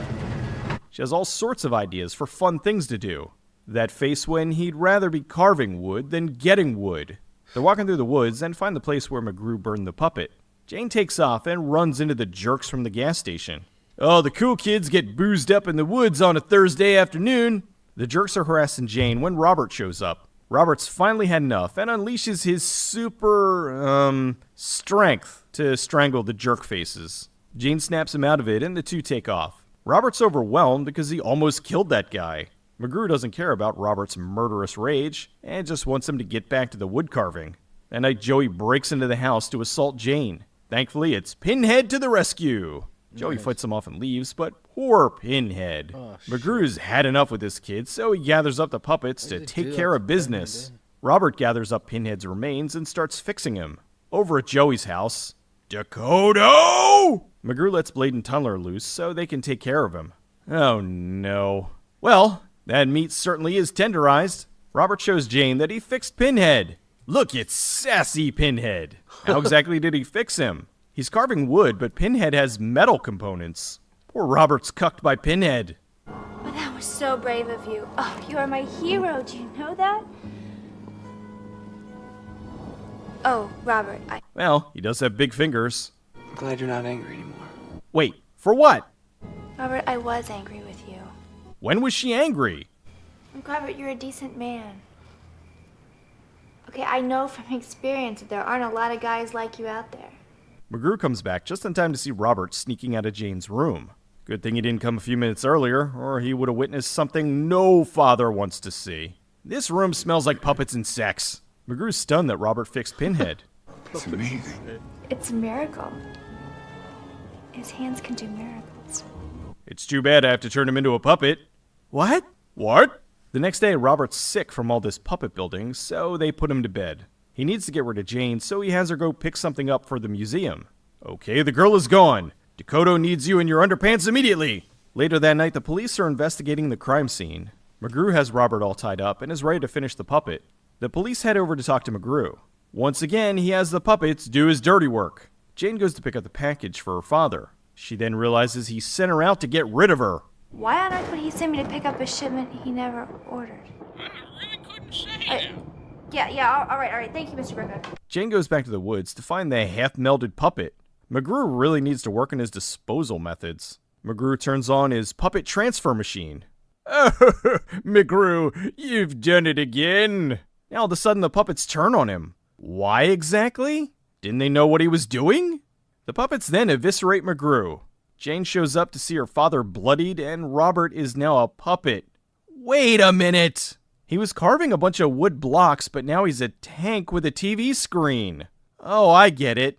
Tank is now a tank. It still doesn't make sense. Tank then fires his lasers to finish off McGrew. Curse of the Puppet Master was made during a weird time at Full Moon. The home video market bubble had burst, and rentals weren't the surefire moneymaker anymore. Full Moon had just split from Paramount, and so their hopes of doing Puppet Wars had to be put on hold because it was too expensive. Now without a major studio backing them, Charles Band took Full Moon solo. Director David Dakota had done Puppet Master 3 for Full Moon, and after doing some films for HBO, he was able to join the Directors Guild.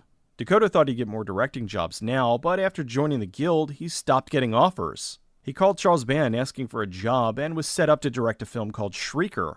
Since Full Moon was now solo, Band was funding and distributing the films himself. He spoke with Dakota about doing a new Puppet Master film on a significantly reduced budget.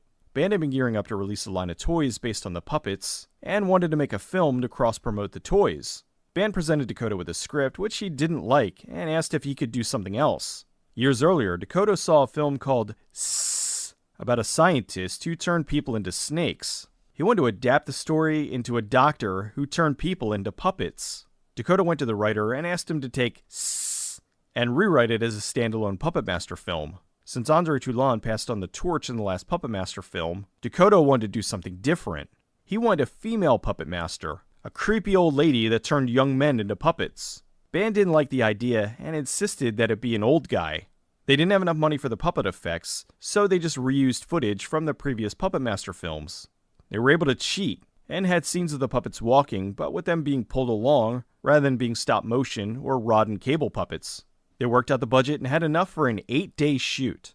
For the role of Dr. McGrew, Dakota wanted actor George Peck. Peck hadn't done much in the past few years, and had pretty much left the industry. He liked the idea he was presented with, and signed on. Emily Harrison was hired to play Jane McGrew. This was her second film. Josh Green was hired to play Tank. He had only done one film before this, Sweet Kill, in 1972. Character actor Robert Donovan was hired to play the sheriff. They got ready for the first day of shooting, and George Peck called in sick. They went into a panic because this was an 8-day shoot, and they wouldn't have one of their main characters. He said he wasn't sure when he'd begin, and he'd call them back later in the week. They tried to figure out what to do, and noticed their line producer looked kinda like Peck. So they put him in a trench coat and filmed him in the shadows. Eventually Peck came in and they completed the film. They shot for 8 days in Los Angeles on a fraction of the budget of Puppet Master 3. The film was released on home video in May of 1998. Fans of the series were upset by the new direction and the obviously cheap production. It felt like it was a downgrade in the series. Over time, fans came around to like the film, but most put it on a level well below the previous 5. Over the years, some of the footage of the film was lost. Band had been restoring the Puppet Master films to Blu-ray, but for this one, chunks of the 35mm negative was missing. In order to do a proper Blu-ray, he had to use whatever they could find to finish the film. The Blu-ray version is a composite of the 35mm negative, the original SD release, and the Digibeta videotape master.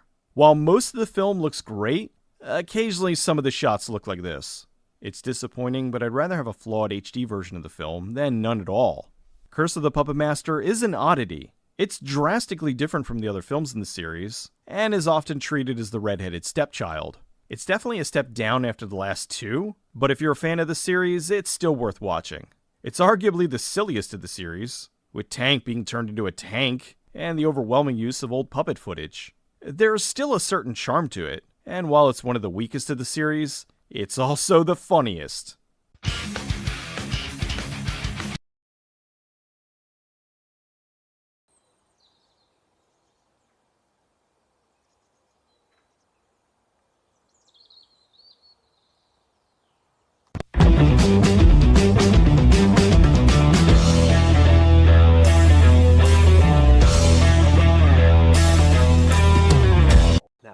I'm in a place called Sunningdale, near Ascot, which is quite... There's the entrance. But he was also in a lot of tabloids. Now, she also went to Hollywood, and she ended up...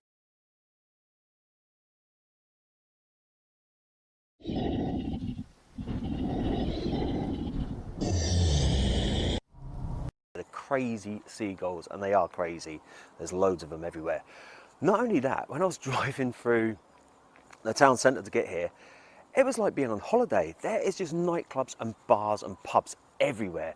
And I haven't been down here for a long, long time. So seeing all those was like, oh my God, it just took me back to my 20s when I used to come down here quite a bit.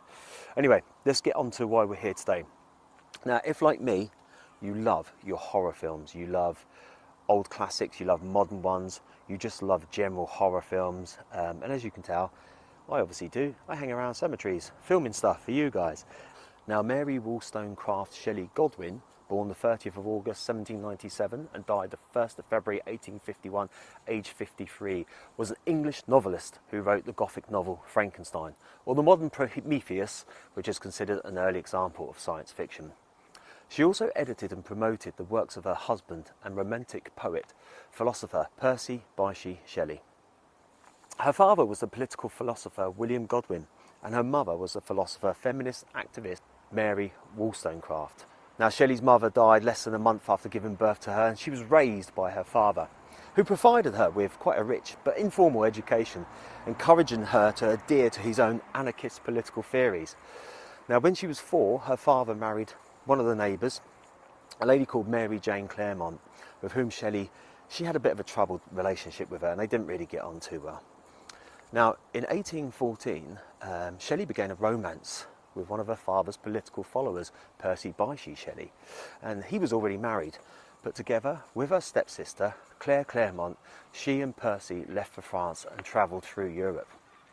Upon their return to England, Shelley was pregnant with Percy's child, and over the next 2 years, she and Percy faced ostracism, constant debt, and the death of a premature daughter. Now, they married in the late 1816 after the suicide of Percy Shelley's first wife, Harriet. In 1816, the couple and Mary's stepsister famously spent a summer with Lord Byron and John William Polidori near Geneva, Switzerland, where Shelley conceived the idea for her novel Frankenstein. The Shelleys left Britain in 1818 for Italy, where their second and third children died before Shelley gave birth to her last and only surviving child, Percy Florence Shelley. In 1822, her husband drowned when his sailing boat sank during a storm near Viareggio, which is in Italy. A year later, Shelley returned to England, and from then on devoted herself to the upbringing of her son and a career as a professional author. The last decade of her life was dogged by illness, most likely caused by the brain tumour, which killed her at the age of 53. Until the 1970s, Shelley was known mainly for her efforts to publish her husband's works and for her novel Frankenstein, which remains widely read and has inspired many theatrical and film adaptations. Recent scholarship has yielded a more comprehensive view of Shelley's achievements. Scholars have shown an increasing interest in her literary output, particularly in her novels. Now, of course, as I just said, there's been many adaptations and films made of Frankenstein, including, of course, the probably the most recent one, Mary Shelley's Frankenstein, which was made in 1994, I think it was, by Kenneth Branagh, who directed it, and he also starred in it as well. And Robert De Niro was in it.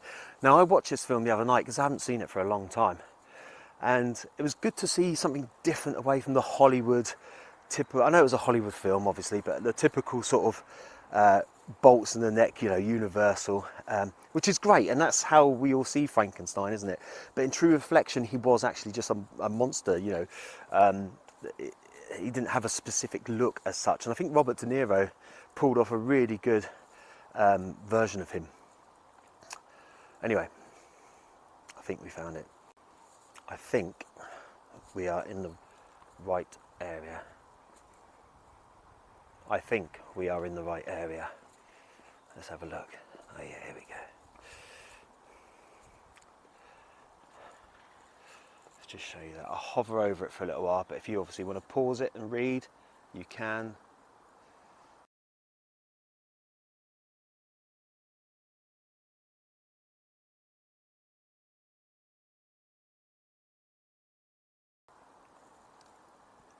Mary Shelley's father, her mother,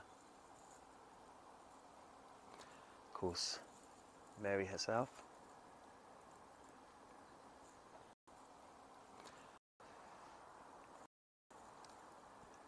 Mary Shelley's father,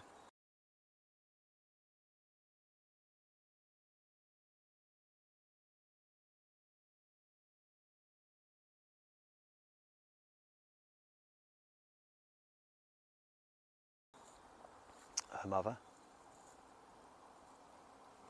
of course, Mary herself, her husband who drowned,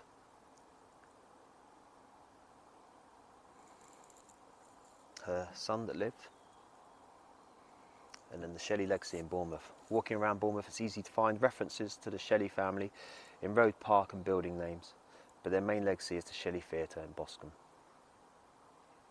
There you go. Let's go over and have a look at the grave here, shall we?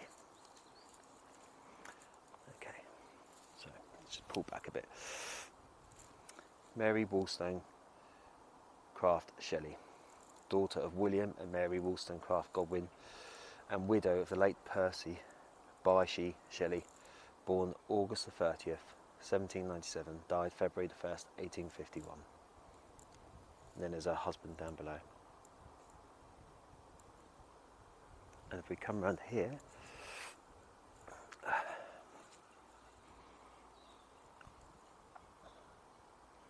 it's her father and her mother.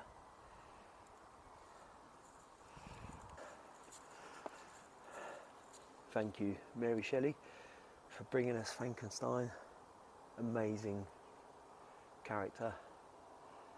And it's a shame really, because people never get recognised until after they've gone.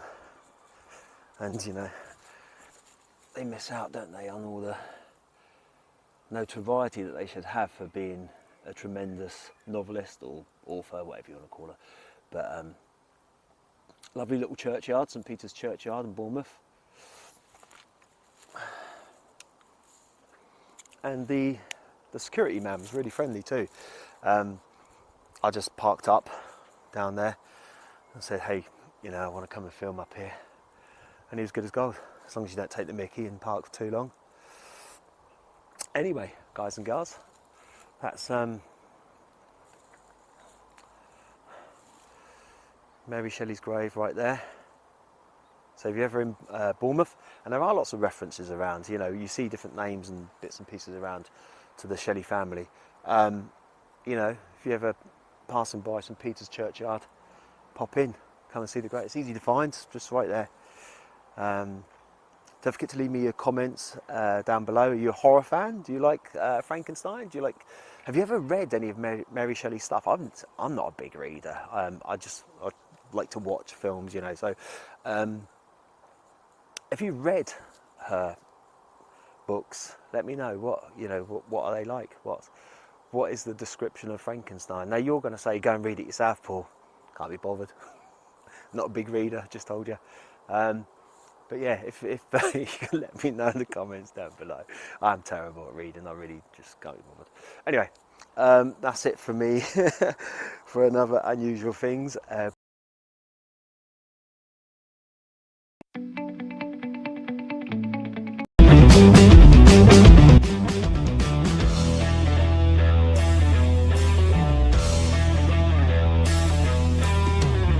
Good morning everyone, it's Paul here from Unusual Things. Hope you're well. Now I've driven today to Chingford, which is East London, on the border of Essex, I suppose, in a way. Could be. Now of course today I'm here to see Ronnie and Reggie Cray's grave. Now we all know about the Crays. Some people worship them, some people think they're amazing, and some people, you know, treat them as the criminals that they were. Now obviously they're twin brothers, and they were born on the 24th of October 1933.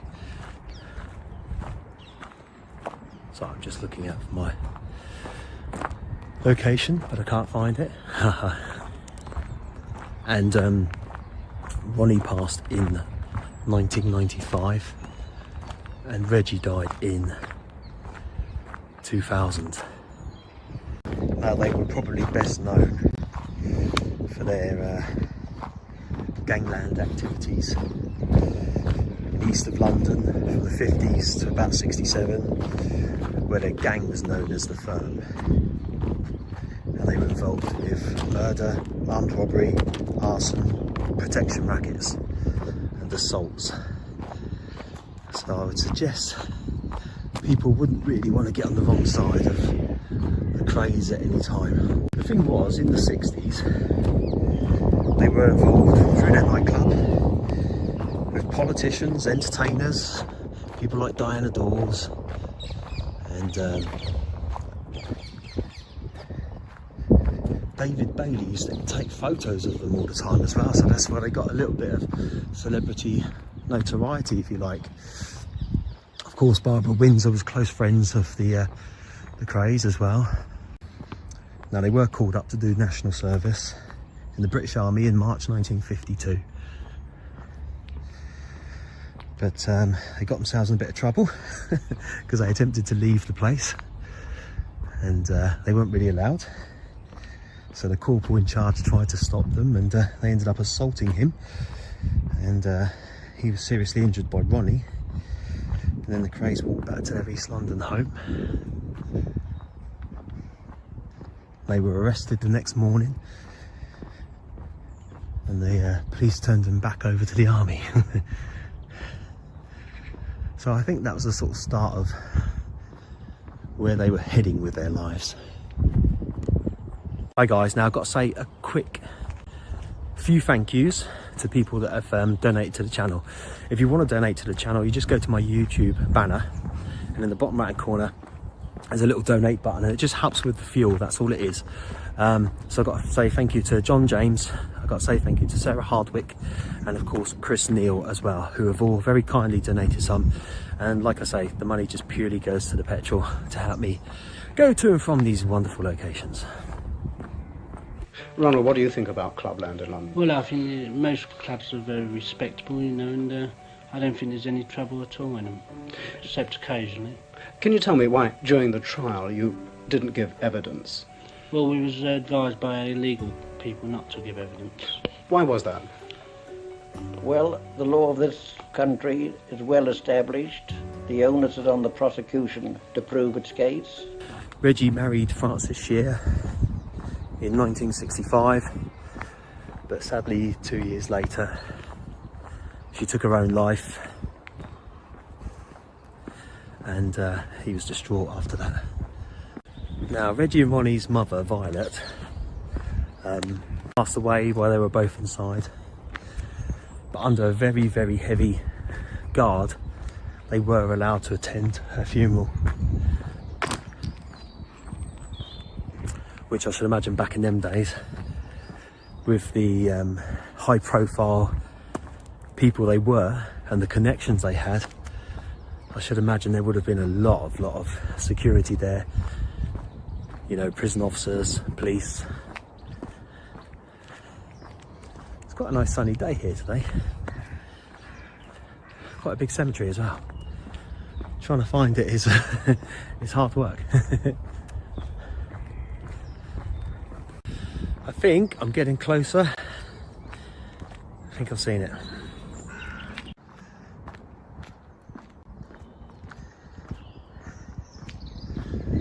Okay, so this is Frances Cray, who was married to Reggie, who took her own life. In loving memory of my dear wife Frances Cray, who passed away 7th of June 1967, aged 23 years. If I could write the beauty of your eyes, and in fresh numbers, number all your graces, the age to come would say, this poet lies, such heavenly touches, near touch earthly faces. And of course, Cray's mother and father, in loving memory of our dear mum and dad, Violet Cray, who passed away 4th of August 1982, aged 72 years, and Charles David Cray, who passed away 8th of March 1983. May you both rest peacefully. Our love and memories are always with you. God bless you both. And then of course,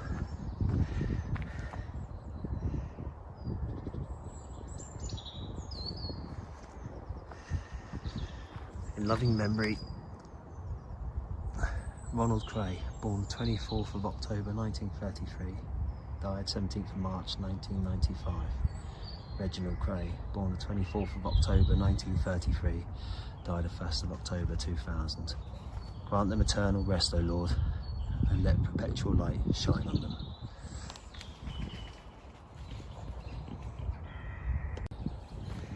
And of course their brother, Charles James Cray, born the 9th of July July 1927. He died 4th of April 2000. Much loved father and friend, now reunited with his son Gary and family. You are sadly missed by Diane and all of your dear friends. God bless you, Charlie. May the eternal light shine upon you.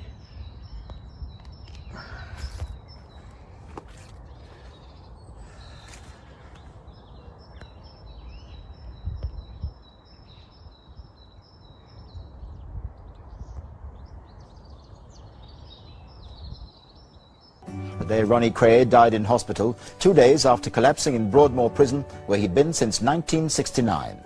ITN's Paul Davis looks back on an extraordinary life of crime. Gang leader, killer and schizophrenic.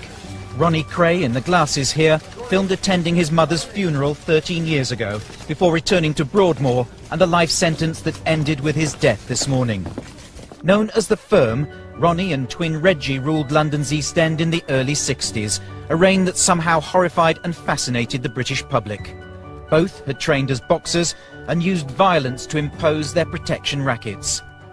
Ronnie, on the left of his mother here, was a paranoid schizophrenic, the most volatile and unpredictable of the two. Very mad. I mean, he would see messages from television, he would thought that people were out to kill him, he would see threat everywhere. And this is what made him so ferocious and so dangerous, because from a quite innocuous sort of remark or glance, suddenly Ronnie Craig would turn on someone. The Crays nightclubs attracted celebrities like Christine Keeler.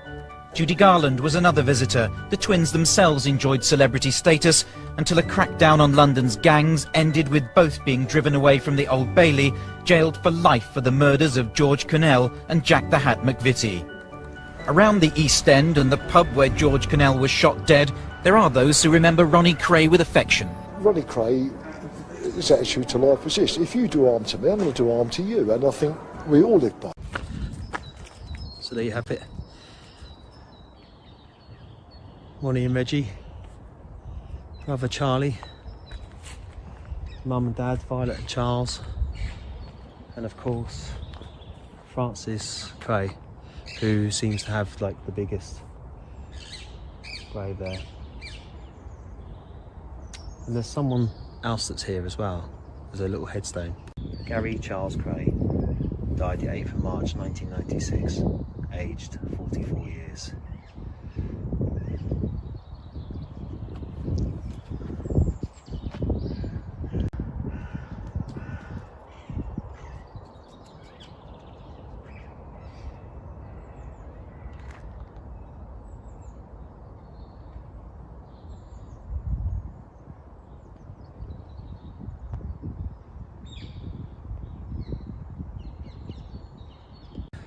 So there you have it, guys. Craze there. No matter what you thought of the Craze, really, whether you liked them, hero worshipped them, didn't like them, you know, they've got a place in history for whatever reasons, whatever your views are. And of course, there have been plenty of films made about them. The 1990 film starring Martin and Gary Kemp, where they played the twin brothers, and then of course Tom Hardy in 2015 did a great job as well, and there's a few more others, and obviously there's been lots of documentaries, and I think Fred Dinage was a biographer for them. I think he wrote some of their memoirs and things like that. If I'm wrong, tell me. Please leave your thoughts down below, leave some comments, let me know if some of their memoirs and things like that. Been lots of documentaries. Tom Hardy in 2015 did a great job as well, and there's a few more others, and obviously there's been lots of documentaries, and I think Fred Dinage was a biographer for them. I think he wrote some of their memoirs and things like that. If I'm wrong, tell me. Please leave your thoughts down below, leave some comments, let me know what you think. Please like and subscribe to the channel. And yeah, that's it from me in Chingford Cemetery, East London. It's funny, you do a 2-hour drive, you do your filming, and you got to do a 2-hour drive home again. But I enjoy it, I don't mind, I really don't mind.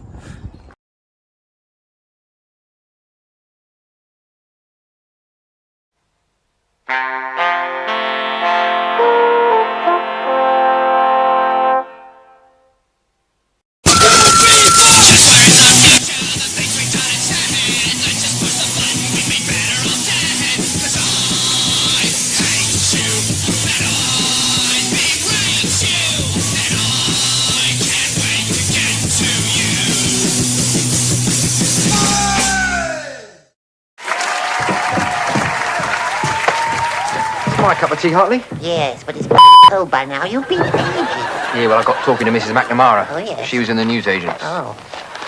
Oh, well, I see you've chosen your present. Mm. And I've got the little one. I'll open it.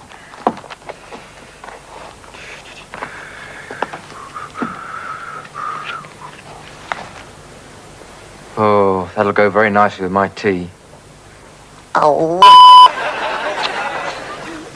Don't forget you've got to go to the greengrocer's, Tom. They close at dinner time today, so you haven't got long. All right, Tortoise, all right. I just finished my tea. Tom, did you buy me a comic? Well, Oh. you didn't ask me to buy you a comic, Hartley. No, but I thought, as you were such a lovely and kind person, that you might have bought me a little surprise. Sorry. Look, why don't you buy one yourself when you finished your tea? I haven't any pocket money left. Well, then you can't afford to buy a comic, can you? You haven't got time to read comics, Hartley. There's work for you to do. You're supposed to be typing a letter for me. Oh, lucky things. Lucky? Because I've got work to do. No, not you, Hartley. There's a little boy here who's just found a diamond worth thousands of pounds. Thousands of pounds? Yeah. Limp lettuce leaves. Oh, what a lot of money. He'll be rich. Well, I hope he took it to the police station. You have to take things you find to the police station in case it belongs to someone. Well, maybe it didn't belong to anyone, Tortoise. I'm sure it did, Hartley. But nobody's gone to the police station to ask for it back. So they've told the little boy he can keep it. Well, he won't have to worry about running out of pocket money, will he? Tom? Yes? What does a diamond look like? Well, it's sort of like, It's like a pretty little piece of glass, Hartley. Oh, really? Why? Oh, no reason. I just wondered. Hartley! Oh, all right, Tortoise, I'm going. I've got some work to do. Sooner or later, your car will get a dent or a hole. So, what do? If you're wise, you'll use Contour, the sensational new filler paste from Holt's. It's easy to mix, easy to apply, and easy to sand into shape. You get an ultra-smooth finish, better results. Contour's permanent, and very useful around the home, too, for repairing drain pipes, filling garage doors, mending windowsills, fixing... Why not try Contour yourself? Or else, you can do it with Holt's.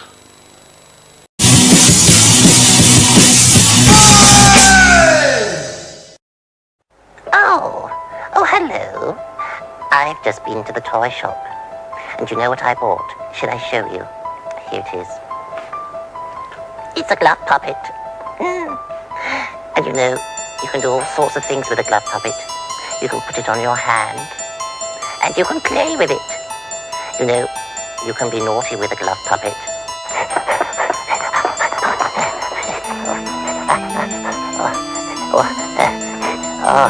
Dearie me, Michael. We have been getting into lots of trouble, haven't we? Yes. Still. What do you think of it so far? Rubbish! What? It's very nice. Very nice and comfy looking. Yeah, I've nearly finished it. All I've got to do is paint it. Wouldn't you like to go into the yard and paint it? No, because we, that is, you and I, are going to the dentist. Oh dear. What's a dentist? Well, he's the man that looks at your teeth and tells you whether they're bad or not. But I don't need to go to a dentist. I've got beautiful teeth. My teeth couldn't possibly be bad. They will go bad if he goes on eating so many sweets. It's always best to go along and make sure, Hartley. Be on the safe side. Anyway, the dentist is always very nice and it doesn't hurt. Oh, yes, but when you find out I've been eating so many sweets, I'm not going. Hartley? Yes. You're very handsome. I know that. Yes. But do you know why you're handsome? Is it my beautiful ears? How about my glorious nose? No. Or what about my wildly exciting eyes? It's your teeth. My teeth? Yes, you've got lovely teeth. Runs in the family. But do you know what would happen if your teeth went bad? Yes, I did. No. You'd lose them. Would I? And do you know what would happen if you lost them? No. Well, you wouldn't be handsome anymore. Wouldn't I? No, you'd be all toothless and ugly. Me? Ugly? Never. No. Well, maybe. So you will come? Oh my. Good. But Hartley was worried in case the dentist saw how many sweets he'd been eating and told Johnny.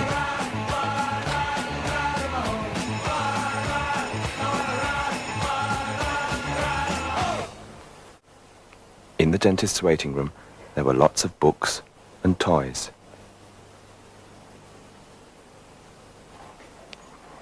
Hartley was having a lovely time riding on a toy horse. Faster! Come on! No speed! Come on! Oh. Yes. Okay. I'm a cowboy.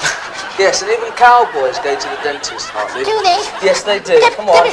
Hartley, stop it. Hartley, be honest. It has been nice meeting you, jolly old boy. Oh dear. Oh dear.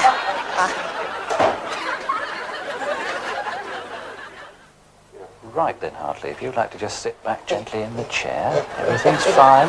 Everything's fine. You just sit back gently. That's fine. What I want to do is to have a look at your teeth with this little mirror. Oh, Have you seen one of those before? Oh no. Oh, I can see myself It's a in it. little tiny mirror that you just see inside your mouth. Can you just lean back gently? My ears. Okay. Yes. I'll just have a look. And then I can have a very close look with this little probe. Okay.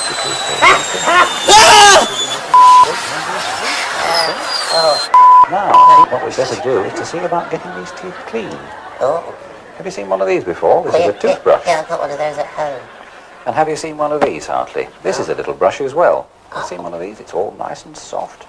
It's quite small, so we can brush your teeth with it very gently. Let me just try that for a moment on your tooth. It's nice and soft, isn't it? Now I can do something special with this. Oh, really? I've got a special machine over here that'll make this turn round and round very quickly. Oh, machines help people, you know. Yes, this one does particularly. Yeah. Now can you see, I can put the brush into that little clip on the end yeah. of there. And I push a little switch down here with my toe and watch what happens.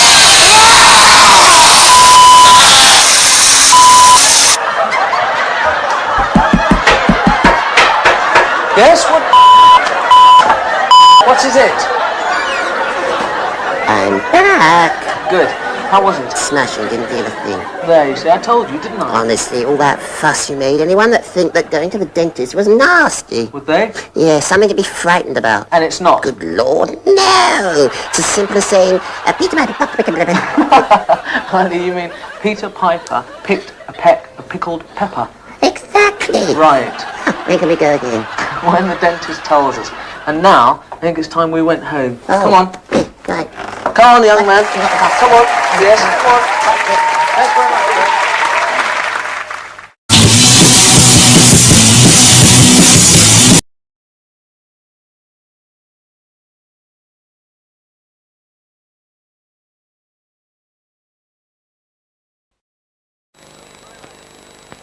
In my line of work, I'm often home at midday. I'm often home all day. And there's a terrific temptation to make do with a snack. A lot of women never have lunch, apparently. The excuse is time, or else it's not worth bothering just for me. Well, it is. You can have a nice hunk of cod in a parsley sauce like I've got here. It's no bother, and it's a proper lunch. Birdseye tell me it's very popular with the ladies. So be a good girl. Have a proper lunch tomorrow.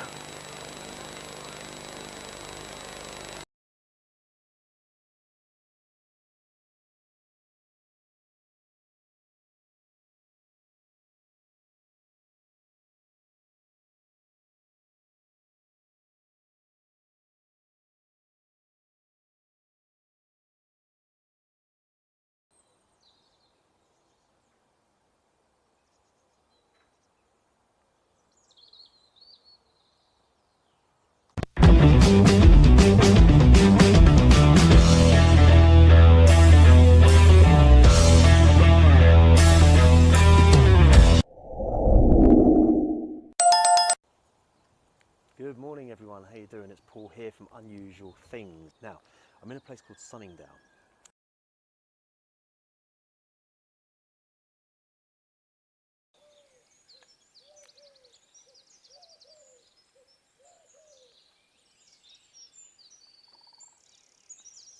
We're in St Michael Archangel Church, which is also known as Penhurst Parish.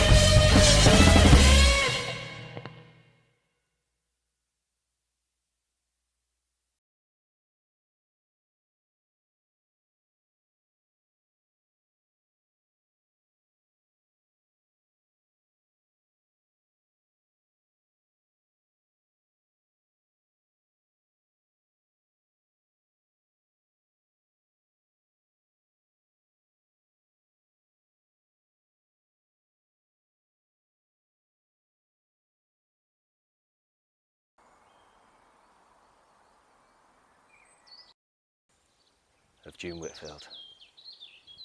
Very, very funny lady. Here to come and see the grave, the headstone of June Whitfield. Very, very funny lady.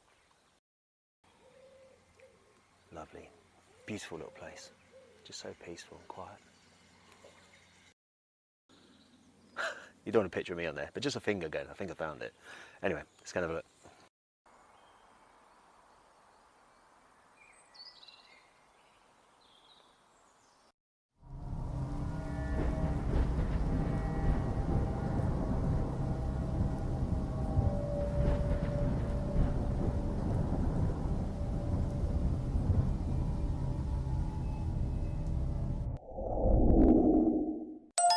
Good morning everyone, how you doing?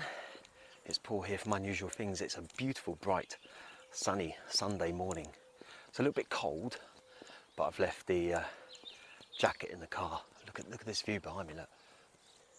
Now I'm in a little town, I'm just outside Petworth, which I suppose the easy way to describe it is near Chichester. It's not too far away from Chichester. But it's a beautiful, peaceful Sunday morning. And of course, today I am here to come and see the grave, the headstone of June Whitfield. Very, very funny lady. Anyway, first of all, I'd like you to, if you haven't done so already, subscribe to the channel if you're happy to do so. If you've liked the video so far, tick the old subscribe button, hit the like, hit the thumbs up if you like this video or my other videos. And of course, there's a little bell on there, notification bell. I haven't mentioned it before my other videos because I thought you guys would know about it. But what it does is it just notifies you when I put a new video on. Nice straightforward really, isn't it? So yeah, if you can do all those three, fantastic. Right, let's get going, shall we? Dame June Rosemary Whitfield, DBE, born the 11th of November 1925 and died on 29th of December 2018. Now she was an English radio and television and film actress. Her big break was a lead in the radio comedy Take It From Here, which aired in the BBC Light programmes in 1953. Television roles soon followed, including appearances with Tony Hancock. In 1966, Whitfield played the leading role in the television sitcom Beggar My Neighbour, which ran for 3 series. She also appeared in 4 Carry On films: Carry On Nurse, Carry On Abroad, Carry On Girls and Carry On Columbus, which was a rubbish one. In 1968, Whitfield and Terry Scott began a long television partnership, which peaked with roles as husband and wife in Happy Ever After and Terry and June. Now from 1992 to 2012, Whitfield played Ednina Monsoon's mother in In 1966, Whitfield played... She also appeared in 4 Carry On films: Carry On Nurse, Carry On Abroad, Carry On Girls and Carry On Columbus, which was a rubbish one. In 1968, Whitfield and Terry Scott began a long television partnership, which peaked with roles as husband and wife in Happy Ever After and Terry and June. Now from 1992 to 2012, Whitfield played Ednina Monsoon's mother in Jennifer Saunders' Absolutely Fabulous. She played a regular character in Last of the Summer Wine between 2005 and 2010, and a recurring character in The Green Green Grass 2007 to 2009. Now from 1993 to 2001, Whitfield played Miss Marple in the radio dramatisation of all 12 Agatha Christie's Miss Marple novels on BBC Radio 4. In 1951, she had her first credited television role in The Passing Show and joined the London cast of the musical South Pacific. Her big break came in 1953 when she replaced Joy Nichols in the successful Frank Moore and Dennis Norden radio comedy Take It From Here. In 1959, she appeared in Carry On Nurse, the first of her 4 appearances in the Carry On films. In the 60s to 80s, the year after Beggar My Neighbour finished, in 1968, she appeared on Scott On, I think it was called, for 6 years until 1974, and this started a working relationship with Terry Scott that lasted until 1987. During Scott On, she also appeared in The Best Things in Life, The Goodies, The Dick Emery Show, Bless This House and The Pallisers. She appeared in the spin-off film Bless This House with Scott and as her husband, of course, and Carry On Abroad, followed by an appearance in Carry On Girls. Now both Scott and Whitfield starred as the suburban, as I said earlier on, middle-class couple Terry and June. Now this ran for 65 episodes until 1987.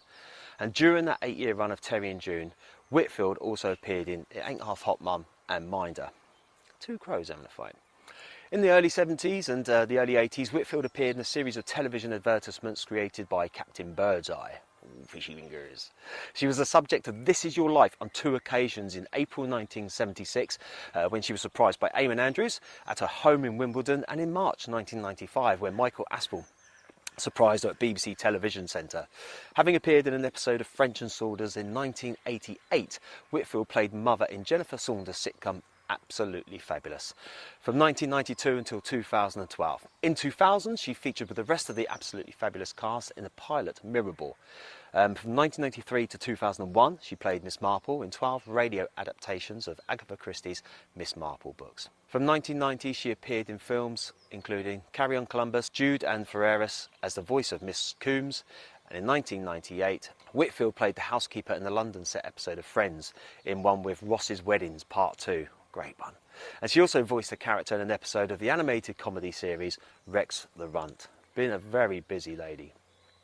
Now in 1955 she married Timothy John Aitchison, who was working as a surveyor. The couple had a daughter, Susie Aitchison, born on the 4th of June, and she also became an actress, but Timothy sadly died in 2001.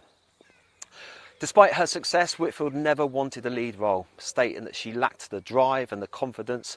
She attributed this to the premature deaths of several comedians that she knew in the past, the responsibility, the stress and the strain of carrying their shows, and she wrote this in her autobiography. She's described her own life full of love, affection, laughter, gigs and gags, and a couple of gongs. In December 2017, Whitfield said that she was living in a care home. She sadly died in London on the 29th of December 2018, aged 93. Her funeral was attended by many of her co-stars and personal friends. Fellow absolutely fabulous actress Jennifer Saunders paid tribute to the extraordinary grace of Whitfield and said she would hugely miss her dear friend. Actress Jane Horrocks said that her former co-star was a wonderful lady who was very versatile and funny and generous. I think we should find the grave now. I've given you enough information, haven't I? Let's go and have a look. This is always the fun bit for you guys, where you can just sit there and take the mickey out of me while I'm looking. I just end up looking like a tortoise that's confused, which isn't hard, to be honest with you. If I trip up over the grass, I promise I'll keep it in for you guys as well, okay? So you can really go to town on me.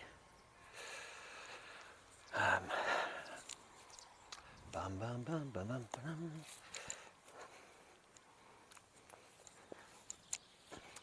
Come on, Dame June, where are we? Ooh, there's a big bumblebee.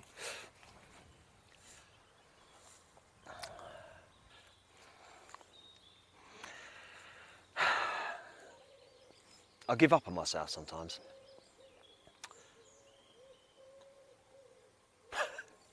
And I'll tell you why, because I didn't think, did I? I was looking for her stage name. Hasn't got a stage name. Well, I don't know if it's a maiden name actually, I should look into that. Married name. I think I found it. Shall I start some t-shirts with I think I found it on there? You don't want a picture of me on there, but just a finger going, I think I found it. Anyway, let's go and have a look. So I was near the start here earlier on, and I don't know if you can see straight in front of us there. Timothy John Aitchison, 19th of July 1928 to the 14th of February 2001, and June Rosemary Aitchison, 11th of November 1925 to 29th of December 2018. Dearest Tim and June, together again. Lovely, beautiful little place, just so peaceful and quiet.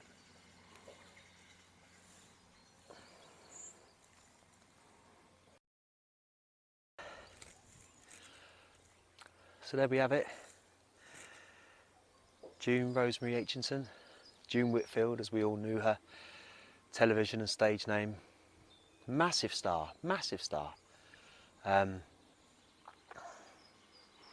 again, a beautiful little humble grave with her husband. Thank you for the comedy moments, June. Thanks for giving us all a good laugh over the years. Especially sort of, I suppose for the younger generation, things like Absolutely Fabulous. I mean, me, 50-year-old me, you know, old man, I remember growing up with Toby and June, and that was just so funny. It was great. In its time, it was good comedy, you know. But the younger generation will probably know June Whitfield more from her role in Absolutely Fabulous. Anyway, guys, thanks again for watching. If you like the video, give it just a finger again. I think I found it. Anyway, let's go and have a look. So I was near the start here earlier on, and I don't know if you can see straight in front of us there. Timothy John Aitchison, 19th of July 1928 to the 14th of February 2001, and June Rosemary Aitchison, 11th of November 1925 to 29th of December 2018. Dearest Tim and June, together again. Lovely, beautiful little place, just so peaceful and quiet.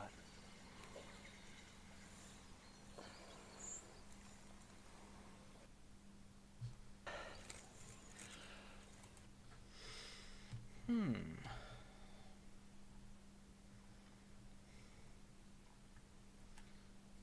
it's time to watch.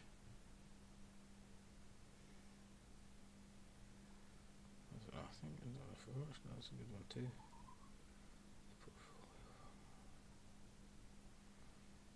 You watch that one. You watch that one there. I don't know much with that. What are they doing that? I like doing a bit psychedelic. I thought it was a good one. Looked like a good one.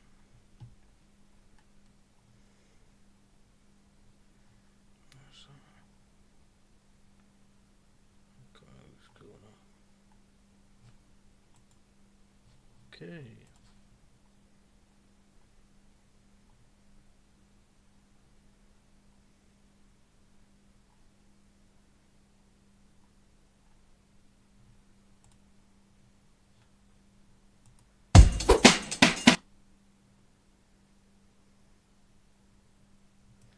I don't know if we watched that one.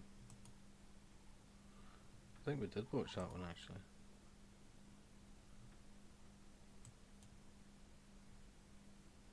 Yeah.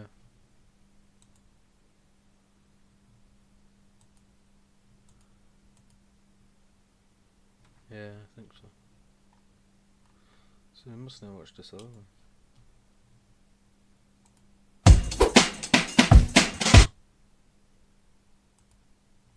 Will help mitigate the kayfabe effect. When you see something unique come onto this channel that you want to add to your collection, you race out to your local comic shop or Amazon or eBay to try to track a copy down. So does everybody else that sees these videos. So like these videos, subscribe, and hit that icon so that you'll be the first one in line trying to track down this stuff. And let these videos play through to the end. It helps YouTube share our content with other comics fans who have not found Cartoonist Kayfabe yet. Thank you for your help on that. That is how we grow Cartoonist Kayfabe. Chris, what can you tell us about this? This is one of the latest or youngest things in my collection.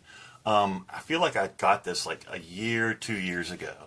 And I was never that knowledgeable about the underground. So this is kind of my way of getting into it in one easy package. It's a really nice historical document. As you note, as you're flipping through, it's a Shanus and Shanus production.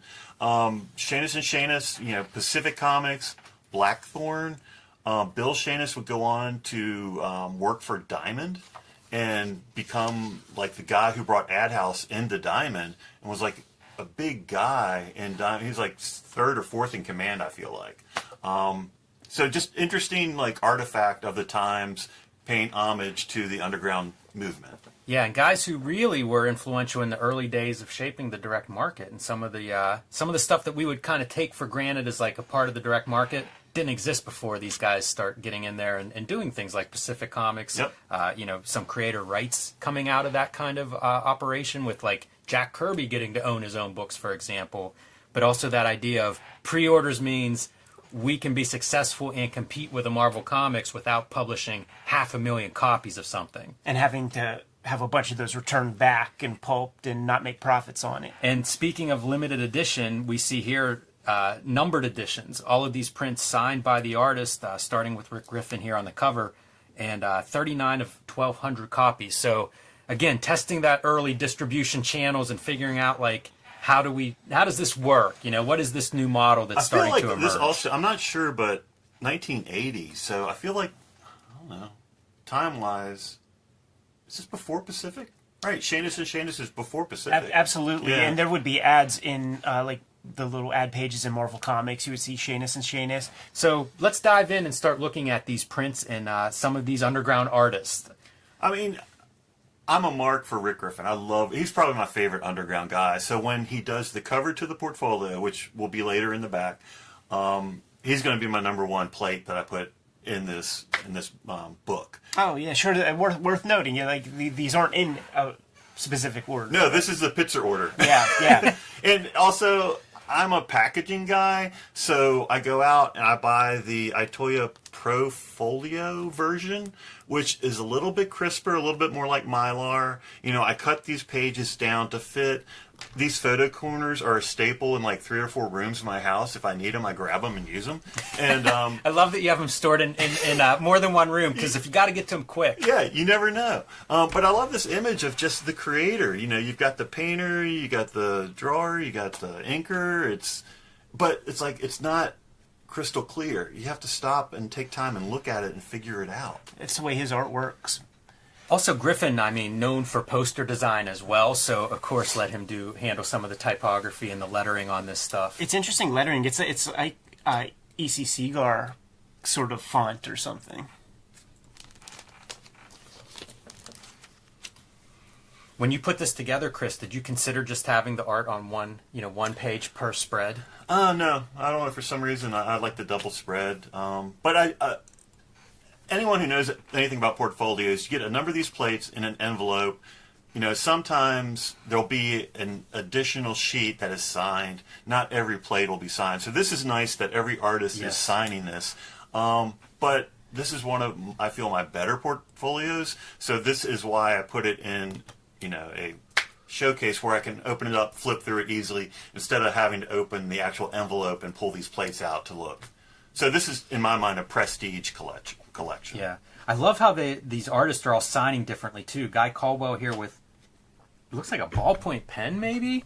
Greg Irons doing a more traditional pencil for a signature. Greg Irons there in the front, or Rick Griffin, rather, in the front, signing with, I don't know what kind of a device that is. Possibly a marker. There is a little bit of bleed on that. Some thick and thin. Yeah, I was going to say, it's thick and thin, so it makes me wonder.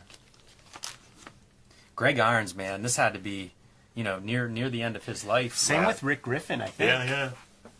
Pretty cool to be able to get a piece of his art as part of this portfolio to last on, beyond him. And Guy is named for the doll, right? I think so, yeah. What's it called, the doll? The doll? I felt like that was his comic. Curtain jerker.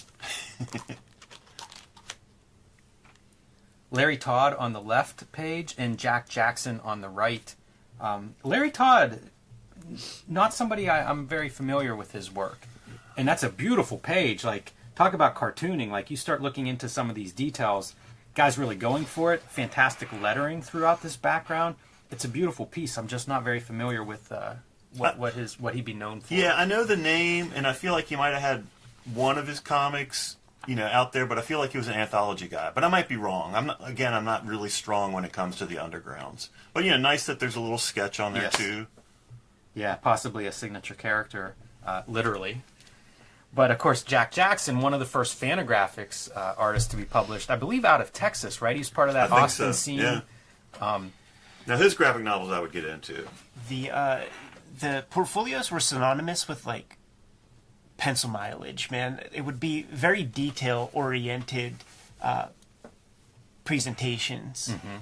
I think of that with a number of these underground artists, maybe right or wrong, but I think of, I guess, a lot of the San Francisco underground artists that would go on and do posters and things like that as being these like super graphic virtuosos. So when you get one image, it means you can kind of lean into it. It's not something that you're going to have to draw this over and over in panels. Like, you just go for it. And the other part is you're putting it on a better press with better paper, so the reproduction should hold up. Yeah, whereas all of like these newsprint, you're not going to see all fine that marks stuff. and pointillism and stuff. It's not going to dot gain and turn into just a black mass on newsprint. All right, Gary Hallgren on the left, Dan O'Neill on the right. Dan O'Neill, one of the main air pirate potentially. Odd Bodkins is the piece right here, and he's like, the cool thing about the underground cartoonists is that they would lean into their cartooning ancestors a lot. You know, guys like air pirates like Bobby London and stuff doing the E.C. Segar. And the line work of Dan O'Neill really feels like a Bud Fisher, like super early 1900s kind of style. Yeah, there are some marks on here that are not very common, I think, in a lot of the contemporary cartoonists. I don't know what he's doing to make some of those marks. Scraping things, doing probably some white media, I imagine, in some of those spots. And you can see that as he's like cutting into the hatching with what looks like white feather lines in some of those spots. His artwork to me is really made for the reduction. Like seeing how it all tightens up, it really feels like that Mutt and Jeff, Happy Hooligan kind of era kind of cartooning. This Gary Hallgren piece called The Bunny Club, if you start looking closely, and this is one, pause and zoom in on your screen, there must be several hundred characters running through different levels of like this treehouse setting, doing all kinds of stuff, which I associate with cartooning, where you have these characters like some of it maybe not suitable for all ages. In the shadows of the club back here, a lot of shenanigans going on. They're bunnies. I'm taking a look to see if he might have been like an assistant to Wally Wood, who was doing like a lot of like those wood nymph kind of comics. Wally Wood famous for having assistants. I'm looking in the literature associated with this. I don't see the name pop up, but he was a part of like the Air Pirates as well. It's a nice piece. There's a lot of drawing going on there, a lot of story going on there. Almost panels, as you go through those different levels, both foreground, background, and the vertical kind of levels. Kind of a nice piece like that. It's interesting to get these artists that we don't know and then see kind of how they hang in a portfolio like this. So here we have S.K. Clay Wilson on the left, Robert Crumb on the right, two giants of underground comics. Cartoonist Kayfabe is sponsored by the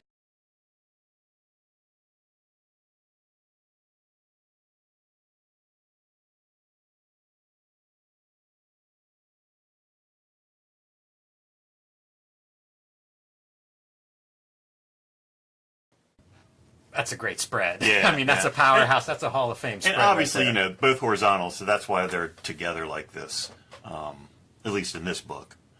But, amazing work for sure. This piece is always important to me whenever, like, the teachers at the Kubert School are trying to beat into your head accurate perspectives, the importance of all of that sort of thing. It all hinges on this guy right here, man, because he is far below, like, the horizon line. He's, like, not closer.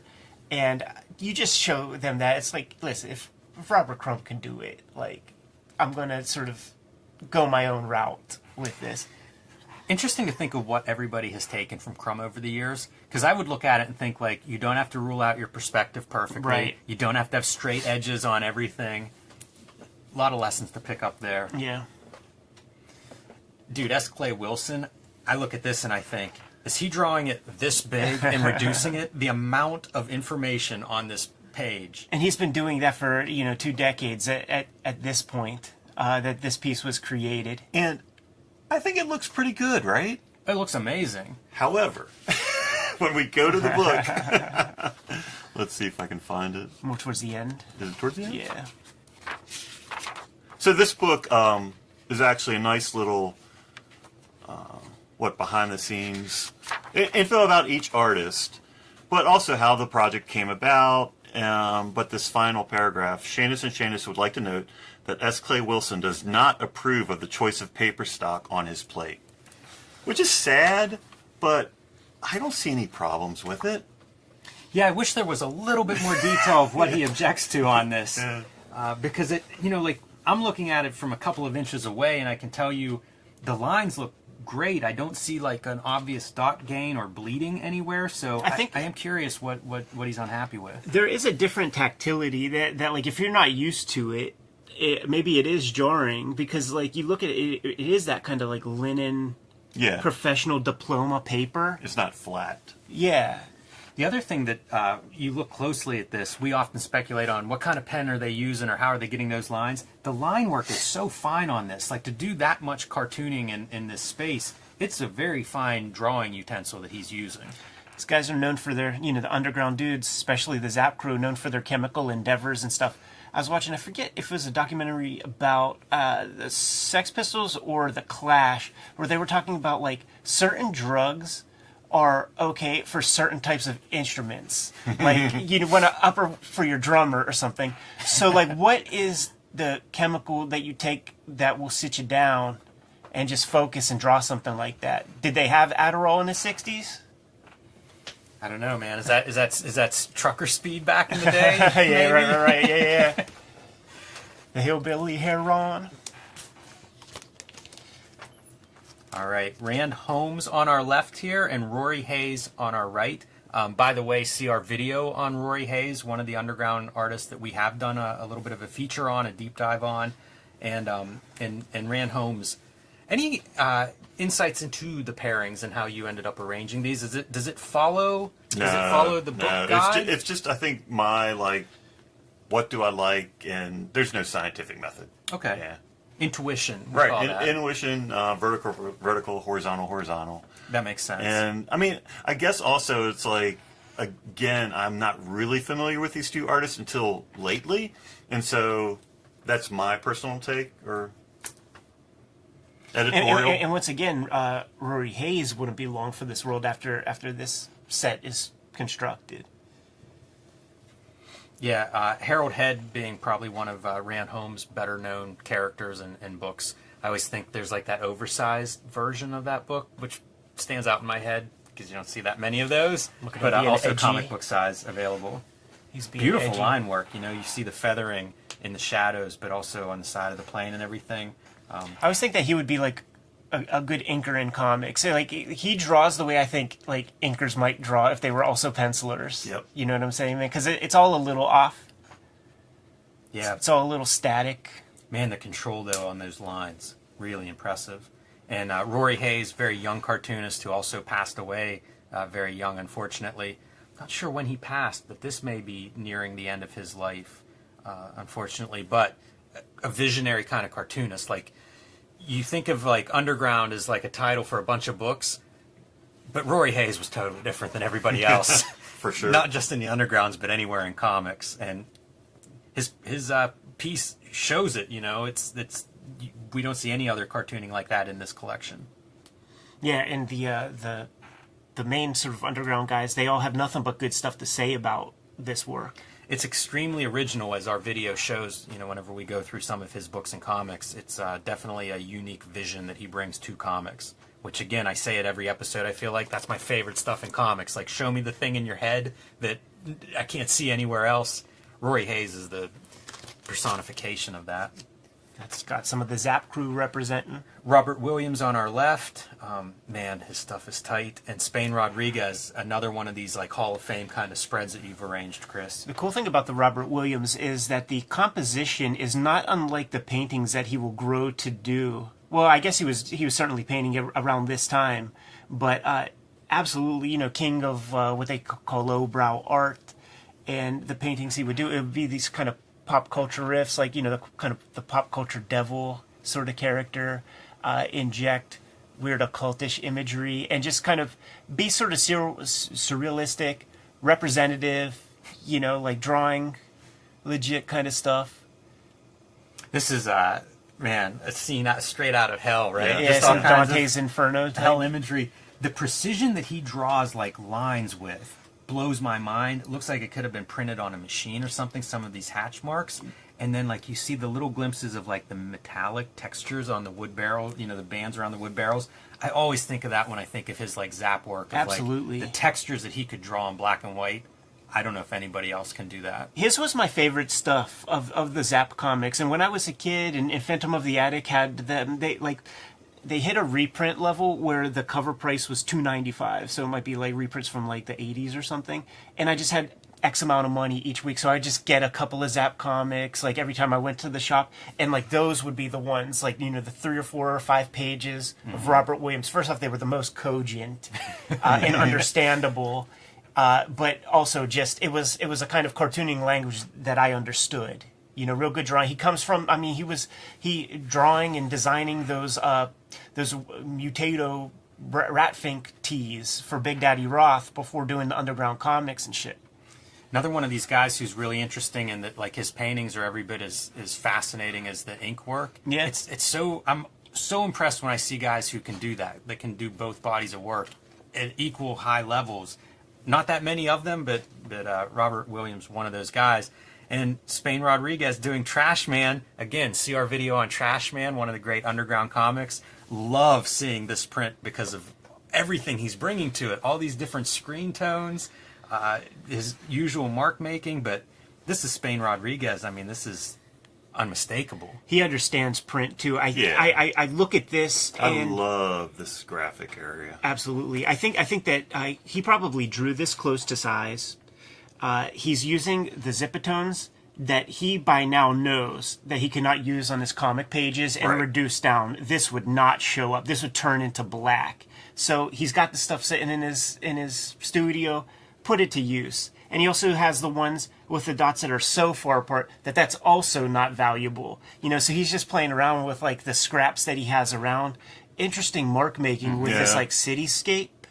And I do love the lack of holding line with these hatch marks to kind of sell you on the shape of the character's legs and things. I'm not positive, but it makes me wonder if he's the only one that used Zipatone for this portfolio. Yeah, that's what the thing that was remarkable to me. Like, surprising that they didn't like give some duotone, like the Greg Irons piece, like one of the great duotone artists, but he decided to go Hokusai on us with his print.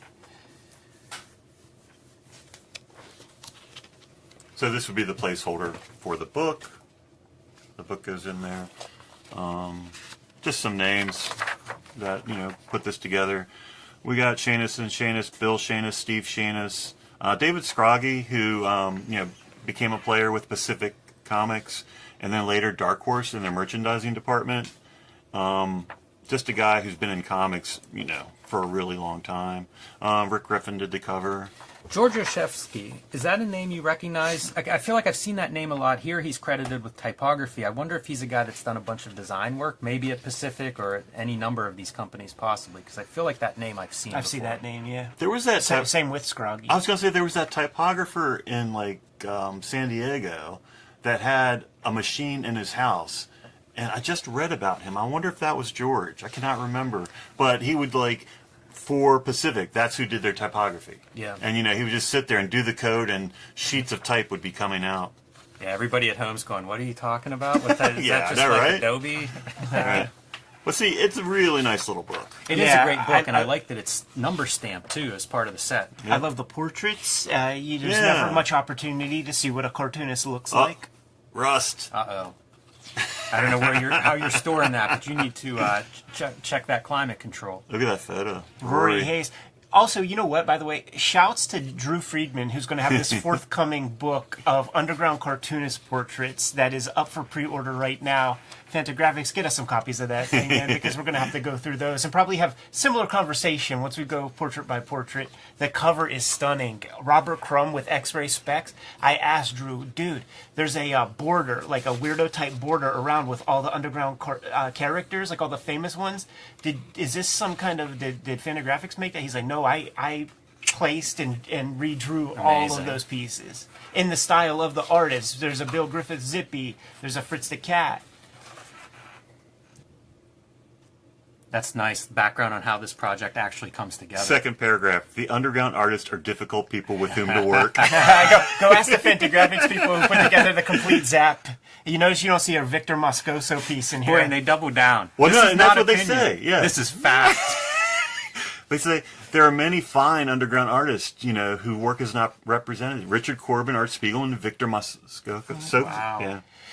Yeah, like Gilbert Shelton. Like he really hangs his whole hat on his Zap days and is very proprietary over that stuff. And it really serves you well when you're dealing with publishers who might be making a couple extra copies without you guys knowing. Like, he's very proprietary that way. But keep it moving. Oh, and then finally the portfolio itself. I think there were 2 editions, a gold and a silver. Yeah, that's a nice embossed and I guess a foil. Yeah. On top there. Well, a shout out to the comic retailer who put this up for sale, pulling it out of his archive. You know who you are, but I'm not going to mention you because you might be my honey hole. And maybe I want to come back and do some more digging. That's it. Fantastic. Chris, thank you so much for bringing this on by. You are our honey hole. Chris, can you drop a plug, man, and we'll get the heck out of here. AdHouseBooks.com. Kayfabers, like, follow, subscribe to the YouTube channel. Hit the bell. We'll notify you when new vids are available. What's out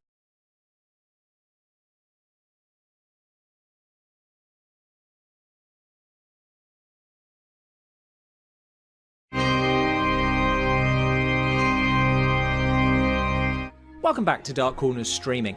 Along with every satanic power of the enemy. George A. Romero is a director who shows that low budget is no obstacle to quality.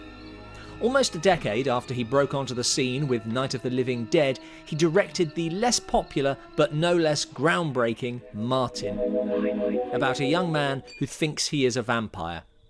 Or perhaps is. Fortunately, this down-to-earth take, placing the vampire in unfamiliar surroundings, suits Romero's low budget, and the cast is fleshed out by Romero himself. Fascinating subject, actually. You should talk to Father Zalimus about this. And makeup master Tom Savini. It's a good town. Well, I hear there's work there. Still early in his illustrious career. The film was originally to have more extensive voiceover, and the decision to cut this proves a smart one, partly because it is unnecessary. The images telling the story very effectively, but also because it allows Martin, the film and the character, to remain a mystery. Are these black and white sequences memories or fantasies? Does Martin believe all this himself? Things only seem to be magic. Or has he been convinced by his elderly cousin? Nosferatu. Cuda is a great example of what Martin does well, taking a character who seems straight out of a more typical 1970s vampire film. I'm Cuda. Come, we must take another train. And making him a grocer. I'm sorry I was late today, ladies. You need help here, Cuda. Above all, the absence of voiceover allows us to interpret events through actor John Amplas's face. I don't care where you were this time. Where were you last week? Where were you the week before that? Is he thinking like a vampire? Or like a teenage boy? It's a pretty fine line. I've been much too shy to ever do the sexy stuff. Martin can be seen as a coming-of-age film. I can give you a ride back downtown if you like. A lonely teen finding a way to deal with a world into which he does not seem to fit. In real life, you can't get people to do what you want them to do. It is a quintessential psychological horror because the narrative arc is all inside Martin's head, and our opinion of him changes back and forth throughout. Because, vampire or not, Martin is certainly not innocent. One of the most important things about Martin is that, for all its sideways take on the genre, it is a horror film. It is a vampire film.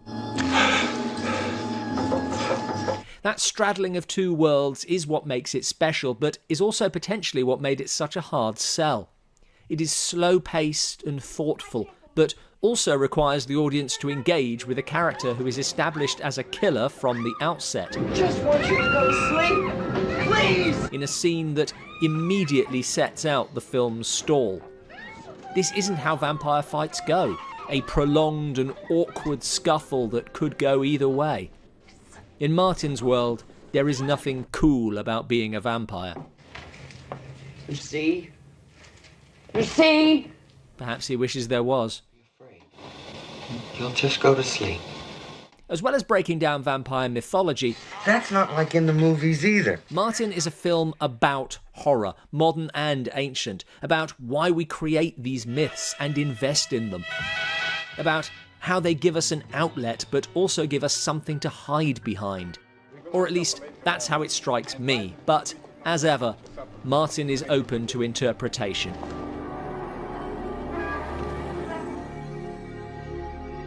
Thanks for watching.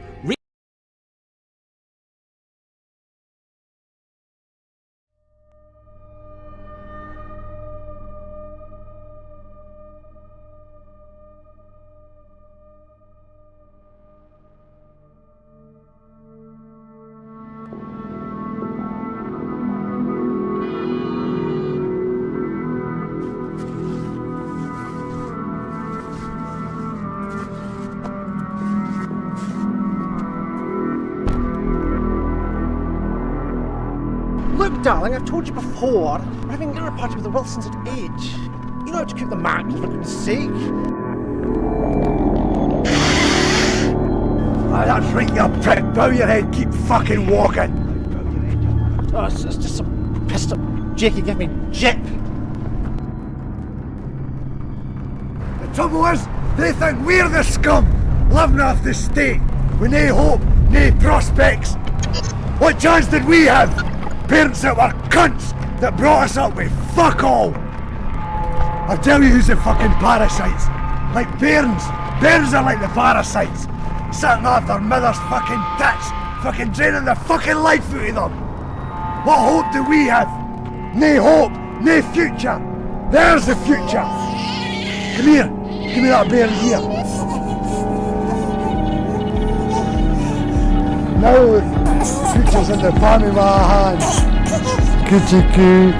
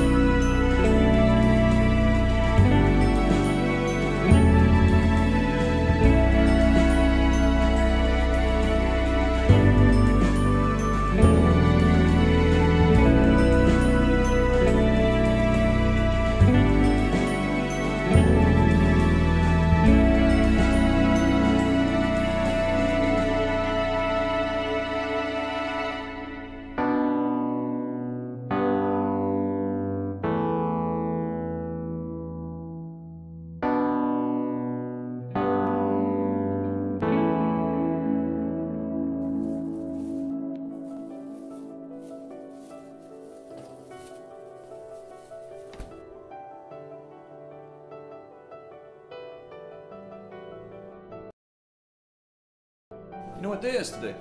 What's that, honey? Today is our 5-month anniversary.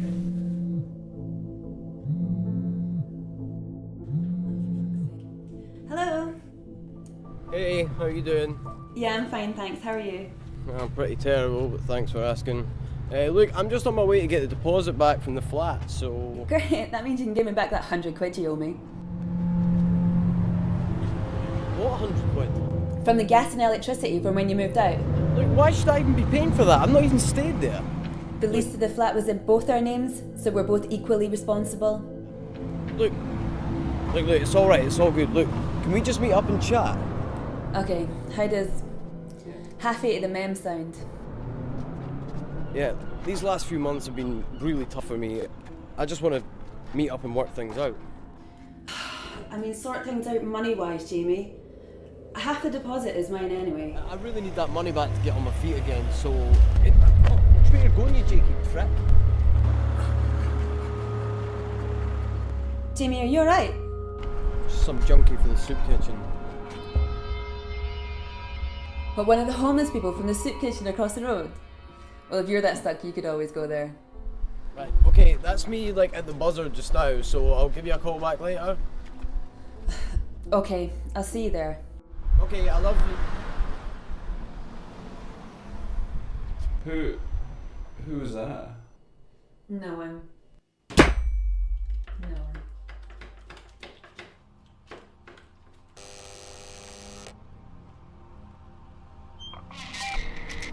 Hi, it's Jamie. I'm just here to pick up the deposit.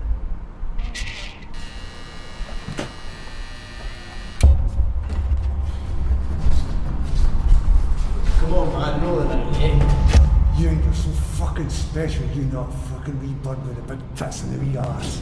What the fuck you on about? You been fucking spying on us? I don't have to fucking spy on you. I've got my finger on the pulse and my ears on the ground, pal. That fucking tidy bird, she's been shagging a fucking copper for months. What the fuck you on about? CID cunt that Harson's Austin at the fucking shelter. He's been fucking shagging him in her car. Fuck you!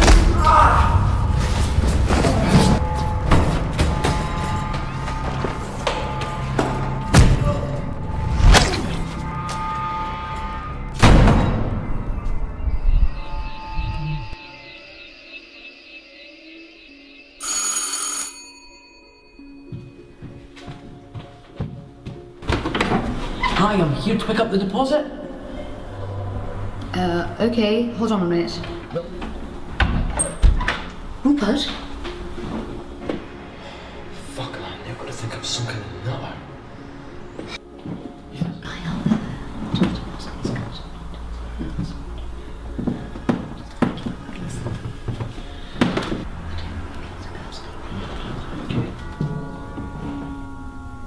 So, who are you exactly?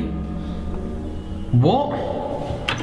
Look, I'm sorry, I just got into a fight with one of the tramps from across the road. I know I look a bit worse for wear, but... Look, this is ridiculous. Can you open the door so we can have a chat?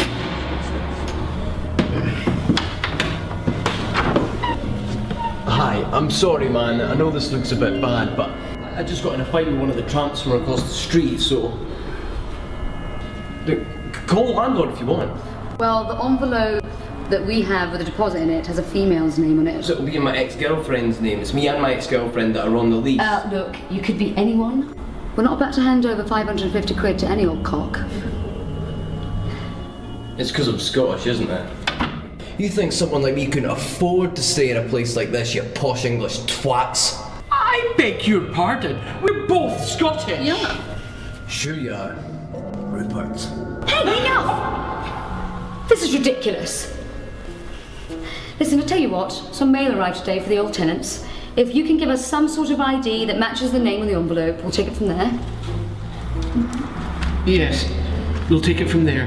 My name is James Steedman, and my girlfriend's name is Laura Dixon. Well, do you have any other sort of ID? Look, take the fucking lock. Oh, and I guess you're about to slam the door in my face.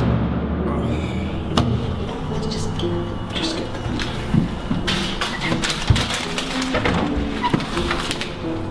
Thank you, you posh white butts.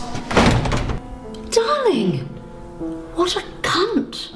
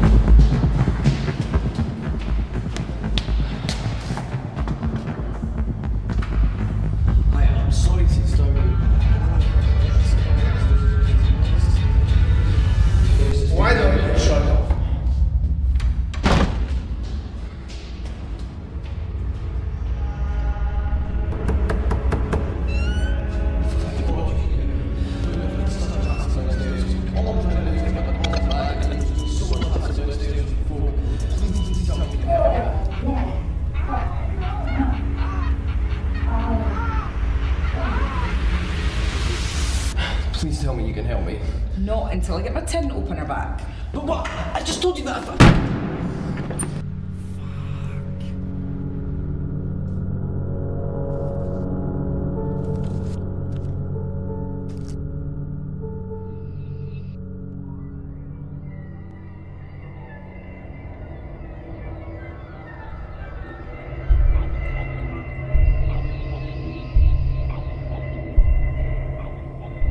Hey!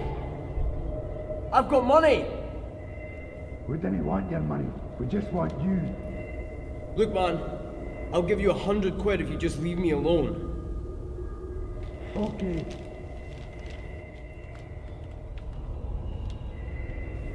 I'm gonna open the door now.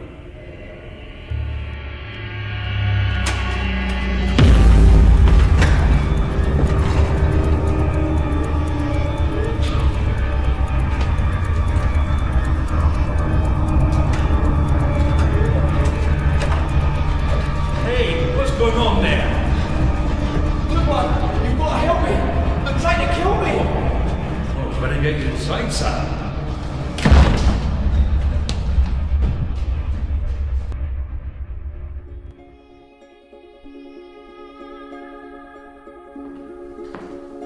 Take yourself a seat, son. Thanks so much, man. You will not believe the day I've had. Now, let's get you something to eat, eh? And a wee drink. Thank you.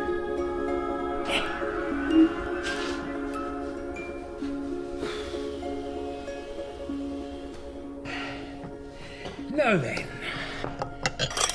Pack up your troubles in your old kit bag and smile, smile, smile. While you vows are fertile out your fag, smile, boys, watch stale.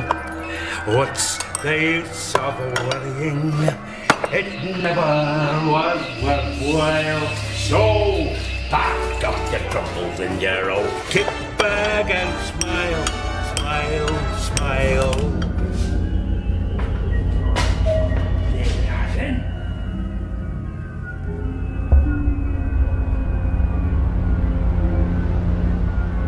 Well, get stuck in, laddie.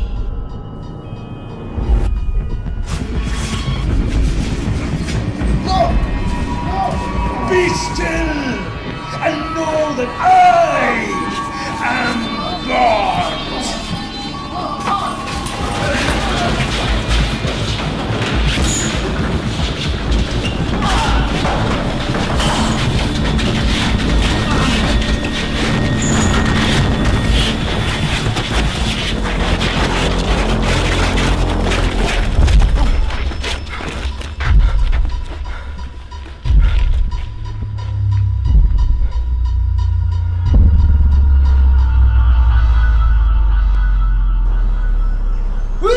Are you all? What the fuck are you all looking at? You're just a bunch of fucking manx! Fucking manx. I'll show you who's fucking manx.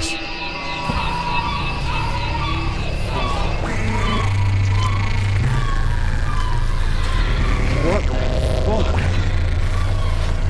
Fucking hypocrites. Use cunts. Walk into your new fucking shoes. I'll fucking shoot you.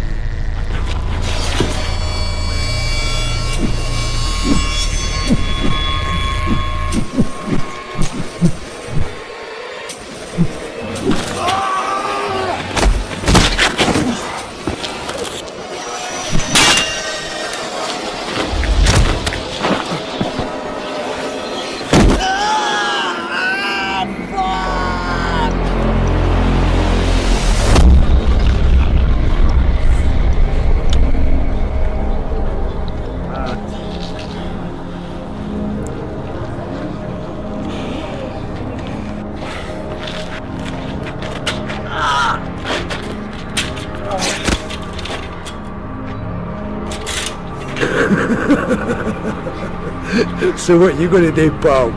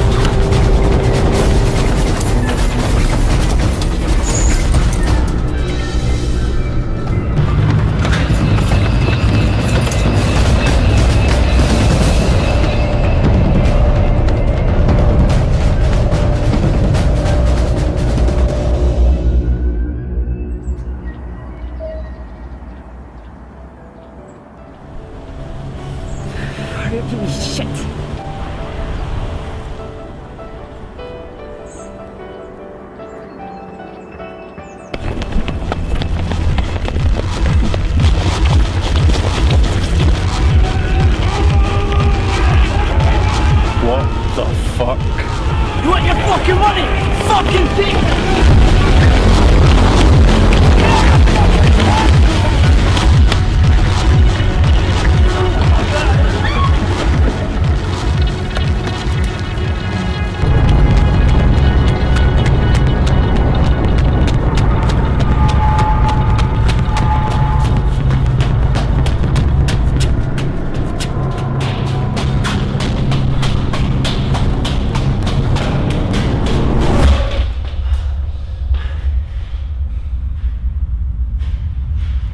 I love you so much. Your kiss, your touch. I'd do anything for you. I swear this is true.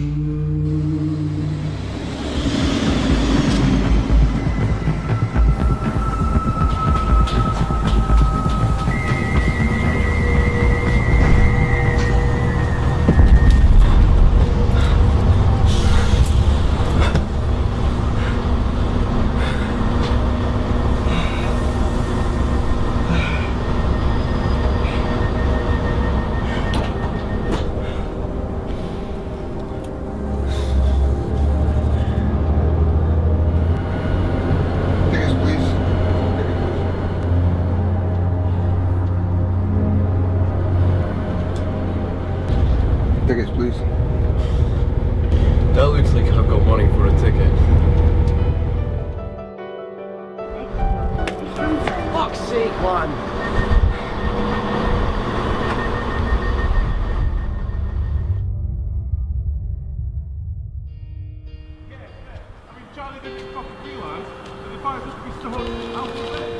Charlie didn't even realise they had to store the files alphabetically. I mean, what sort of twat does that? Hey, watch where you're going, you fucking wanker! Sake. No, it's just some junky arsehole mate just walked into me. Anyway, files should be with you first thing Monday, right? And then you can get them and then...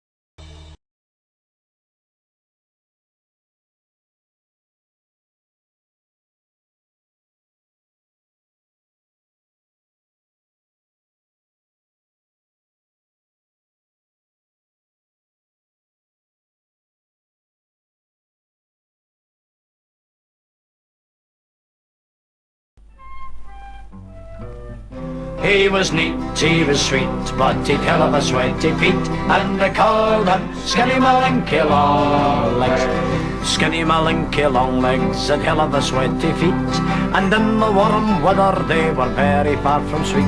In the summer he often wondered why folk let him by himself, but he never knew the reason, cause he had no sense of smell. He was neat, he was sweet, but he'd hell of a sweaty feet, and they called him Skinny Malinky Long Legs. Skinny Malinky Long Legs was a bit of a gigolo. He fell into competition with the second cousin Joe, for they both took a fancy to a lassie female guy, and to win her sole affection they decided they would try. He was neat, he was sweet, but he'd hell of a sweaty feet, and they called him Skinny Malinky Long Legs. The three of them arranged they would meet at Glasgow Cross, so Josie got Tom early with permission of his boss. He jumped into the basin and scrubbed into the bone, then he shaved off his whiskers and he sprinkled the cologne. He was neat, he was sweet, but he'd hell of a sweaty feet, and they called him Skinny Malinky Long Legs. When she met the two of them, she felt this terrible hum. Says she, if there's only one of you along with me can come, so tell me who's the smell of, and then I'll judge, says she. So Josie sniffed his aftershave, says he, it's off of me. He was neat, he was sweet, but he'd hell of a sweaty feet, and they called him Skinny Malinky Long Legs. She turned and poor wee Josie then, and gied him a terrible snub. Says she, I think you'd better go home and gie yourself a scrub.